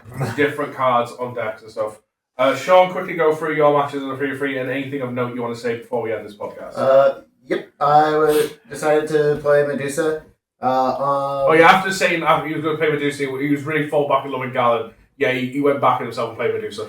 I played Medusa because last regional, I played both Gallant for the main event and the side event. I did really well in the main event. And then, and then in the side event, I didn't do as well, and I had a poster of Gallantmon staring me down the whole time, so I felt like I let down my hero. So I wasn't going to have a repeat, so I played... I failed you. Yep. So I played Medusa. Round 1 went against Beelzemon. Medusa went really fast. Beelzemon really couldn't do anything. Round 2, Xmon, poor guy, kind of bricked. I don't know if you really want to... I don't know if you want to play a level 7 deck in a best of 1 format. What was it? You were Probably not. Examon. What round was that? I think it was round 2. To be fair, Yuzma won that quickly. I was sitting still playing, and I knew we'd already won. I went... He kept having to hard play his level 5s, and I was like, maybe you have the ace. So I kept getting rid of his. And at one point I was like, let me just see if you don't. I have tokens. I have EX11 Medusa. Swing with Ukomon. Oh, you're not doing anything. Oh, it's over. Swing. It's dead. Game 3? Round 3? Round 3. Also game 3. Best of 1. You know what? Round 3, game 3. Who cares? Puppets. Medusa did Medusa stuff. Crimson Blaze also helps. Puppets can't play out. Every 3v3 team has a workhorse. I'm starting to realize who it was. Ours 100% was Sean. Yeah. Sean was our workhorse. I fucking love it. Round 4, Bees. This was probably my favorite matchup. If only for the opponent. He was such a great guy. I had fun playing against him. You played a best of 3, didn't you? No, because it was 1-1. We had so much fun playing our game. I won. I had a little bit of luck. I top decked 1 or 2 things that I think helped me win. But we had so much fun, and the other games were still going on. We were like, want to go again? Yeah. I lost that one, but mainly because I bricked. It is still a red deck. Yeah, red be red. Red be red. Round 5 was puppets. Again? Yep. I made a mistake. I let my opponent have a turn 3. You let your opponent play the game. I let my... You'll never make that mistake again. I am so glad I sat on the side I sat at and not the other side, because fuck that shit. I think that round, the guy Lumi was playing, he was borrowing a mat from the guy I was playing, and that was one of the championship mats and stuff like that. So I was like, this guy is just really that good. was the puppets. That was the same as... You were playing TS. It was round 5 TS, and it was... Was that my bagger one? No. No? It was round after. Who even was that guy, though? No, so my round 5 TS in the 3v3, he literally told me, it's not my deck, my first time playing it, it's his deck. Yeah, so keep in mind, Lumi's the captain going against the captain. And the guy next to him, who's opposite me, is coaching the captain. Yeah, that's pretty funny. Yeah, so Can I ask, Connor, have you mentioned that we were meant to be captains in the 3v3? Yeah, we were supposed to be the captains of our teams, myself and Adam here. We bought the wrong tickets. Yeah, they had tickets for the 3v3, obviously, that Lumi bought for his team and got into. We originally didn't have Sean. Yeah, they were. Sean was supposed to be on my team. Which is why I couldn't let you down again. Yeah. They also had 3v3s for Birmingham, the Games Expo 3v3 event, next month, which me and Connor both bought. I went up to James straight away. I was like, here, I've bought for Birmingham. What the fuck can I get it? What happens here? And he's like, you're not the first person that's come to me with this. Unfortunately, it's full. We can't transfer you over. You have to get a refund. So this is where the thing, because I can imagine the problem was, a lot of people on autopilot, and I made a mental note of this before we came over. On the OPE website, for the Birmingham, it says 3v3 in its title, which a lot of people already went, that's the 3v3. I made the mental note of, all side event tickets are sold on the same page you buy your main event ticket. So You couldn't have warned us. Yeah, So- you could have said that too.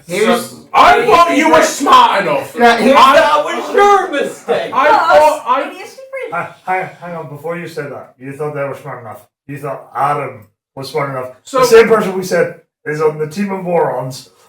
So I loaded up the page and I seen 3v3 at the top, and I knew Sorry, immediately that's not the one I want. Okay. I scrolled down the page, seen Bristol regionals, pressed into it, seen main event, spectator ticket, 1v1 Ultimate Cup, full, 3v3, buy. To be fair, Connor was exactly right. We are not used to them having multiple Digimon events up at one time. Yeah. 'cause Yeah, they're I so feel like close to each other. majority of the regional events would be not near the end of the year as well. So there's not as much going on event-wise. Usually Technically, one of this the is our spring second the one at other, the yeah. start of the year. We've been to 2 at the end of the year, Yeah. plus the Yeah. nationals. But like that's what I'm saying. The ones at the end of the year and the nationals, like you kind of get There's yourself- nothing else around them. Yeah. Yeah, you're kind of like you're kind of used to the method of buy. Moral of the story: Connor Adam, fix your reading. Oh, Connor never has to worry about this game. Yeah. OPA fix your webs. But, yeah, that being said, OPA, fix everything. Fix me. that being said, this is what we're going to call a wrap on the podcast. I know it's a long one. These regional ones typically are longer than usual because we're going to go through a lot of people, especially as we get more and more people that like to travel with us and stuff. Eventually, you're gonna see like 30 people in this podcast It's gonna be a nightmare. I don't know where we're all sitting. That's on each other's knees. Yeah. But yeah, hope you all really enjoyed it. More podcasts coming down the timeline. If you made it this far, fucking what are you doing here, man? If you made it, Get a life. if you made it this far, type "FU" Adam in the chat. yes, exactly. You know what? We love you. You know, if you made it this far, type in Atlas and comment as in the comments. Thank you. Just guys. so we know you made it this far. Thank you. But no, honestly though, like we don't do like a scheduled podcast of like once a month or things like. Honestly, there's not a lot to really talk about. It'd be the same shit every day, like type thing. Like so, in this month's podcast, we've been to 4 locals, and this is how it went. Thanks. There's not much news going on, and we've not been to any regionals. So we typically do podcasts and like big stuff where it's like regionals and stuff like that. Hence why they're few and far between. You get some maybe small ones in between now and again, but No, like that's smaller projects and stuff. What I will say is next week, coming to the channel, I'll be posting up my Safaga deck profile. So you'll get to see what I play. not Grimon. Not great. Shoto! That being said, there could actually be a Greymon deck profile. So there's a bunch of profiles coming soon because actually some decks Honestly, finally finished. And it's up to any of these lovely people if they wish. I never force any of them. If they want to do deck profiles on the channel, they are more welcome to. They always know this. They might come to the channel soon. If you would particularly like to see any in particular, please put in the comments below as well, and I will try and get it arranged. The problem is they're all in the information of if they want a deck profile done, they have to come to my house because I'm not bringing myself to them. I work a full-time job now. Yeah. I mean, I'm so sorry for you that I have always worked a full-time job. I have my own YouTube channel that I'm not going to be posting on anymore because I'm quitting the game. So Jason, For 3 weeks, Connor is quitting the game. Guys, if you really want to see Connor's deck profile, you're going to have to message Lumen. And guys, if you made it this far, if you want a bloopers reel video, bully Lumi to do it. Bloopers. And because a special shout out, because I know for a fact he's probably watching this all the way, we love you, Sasha. Yes, we do. Woo! Sasha! We know. Good night, folks. We know the fact you're watching this far, but yes. Or at least listen this far. Use the wise words that we used the last time he was on the podcast to say goodbye to you all. Digital gate close.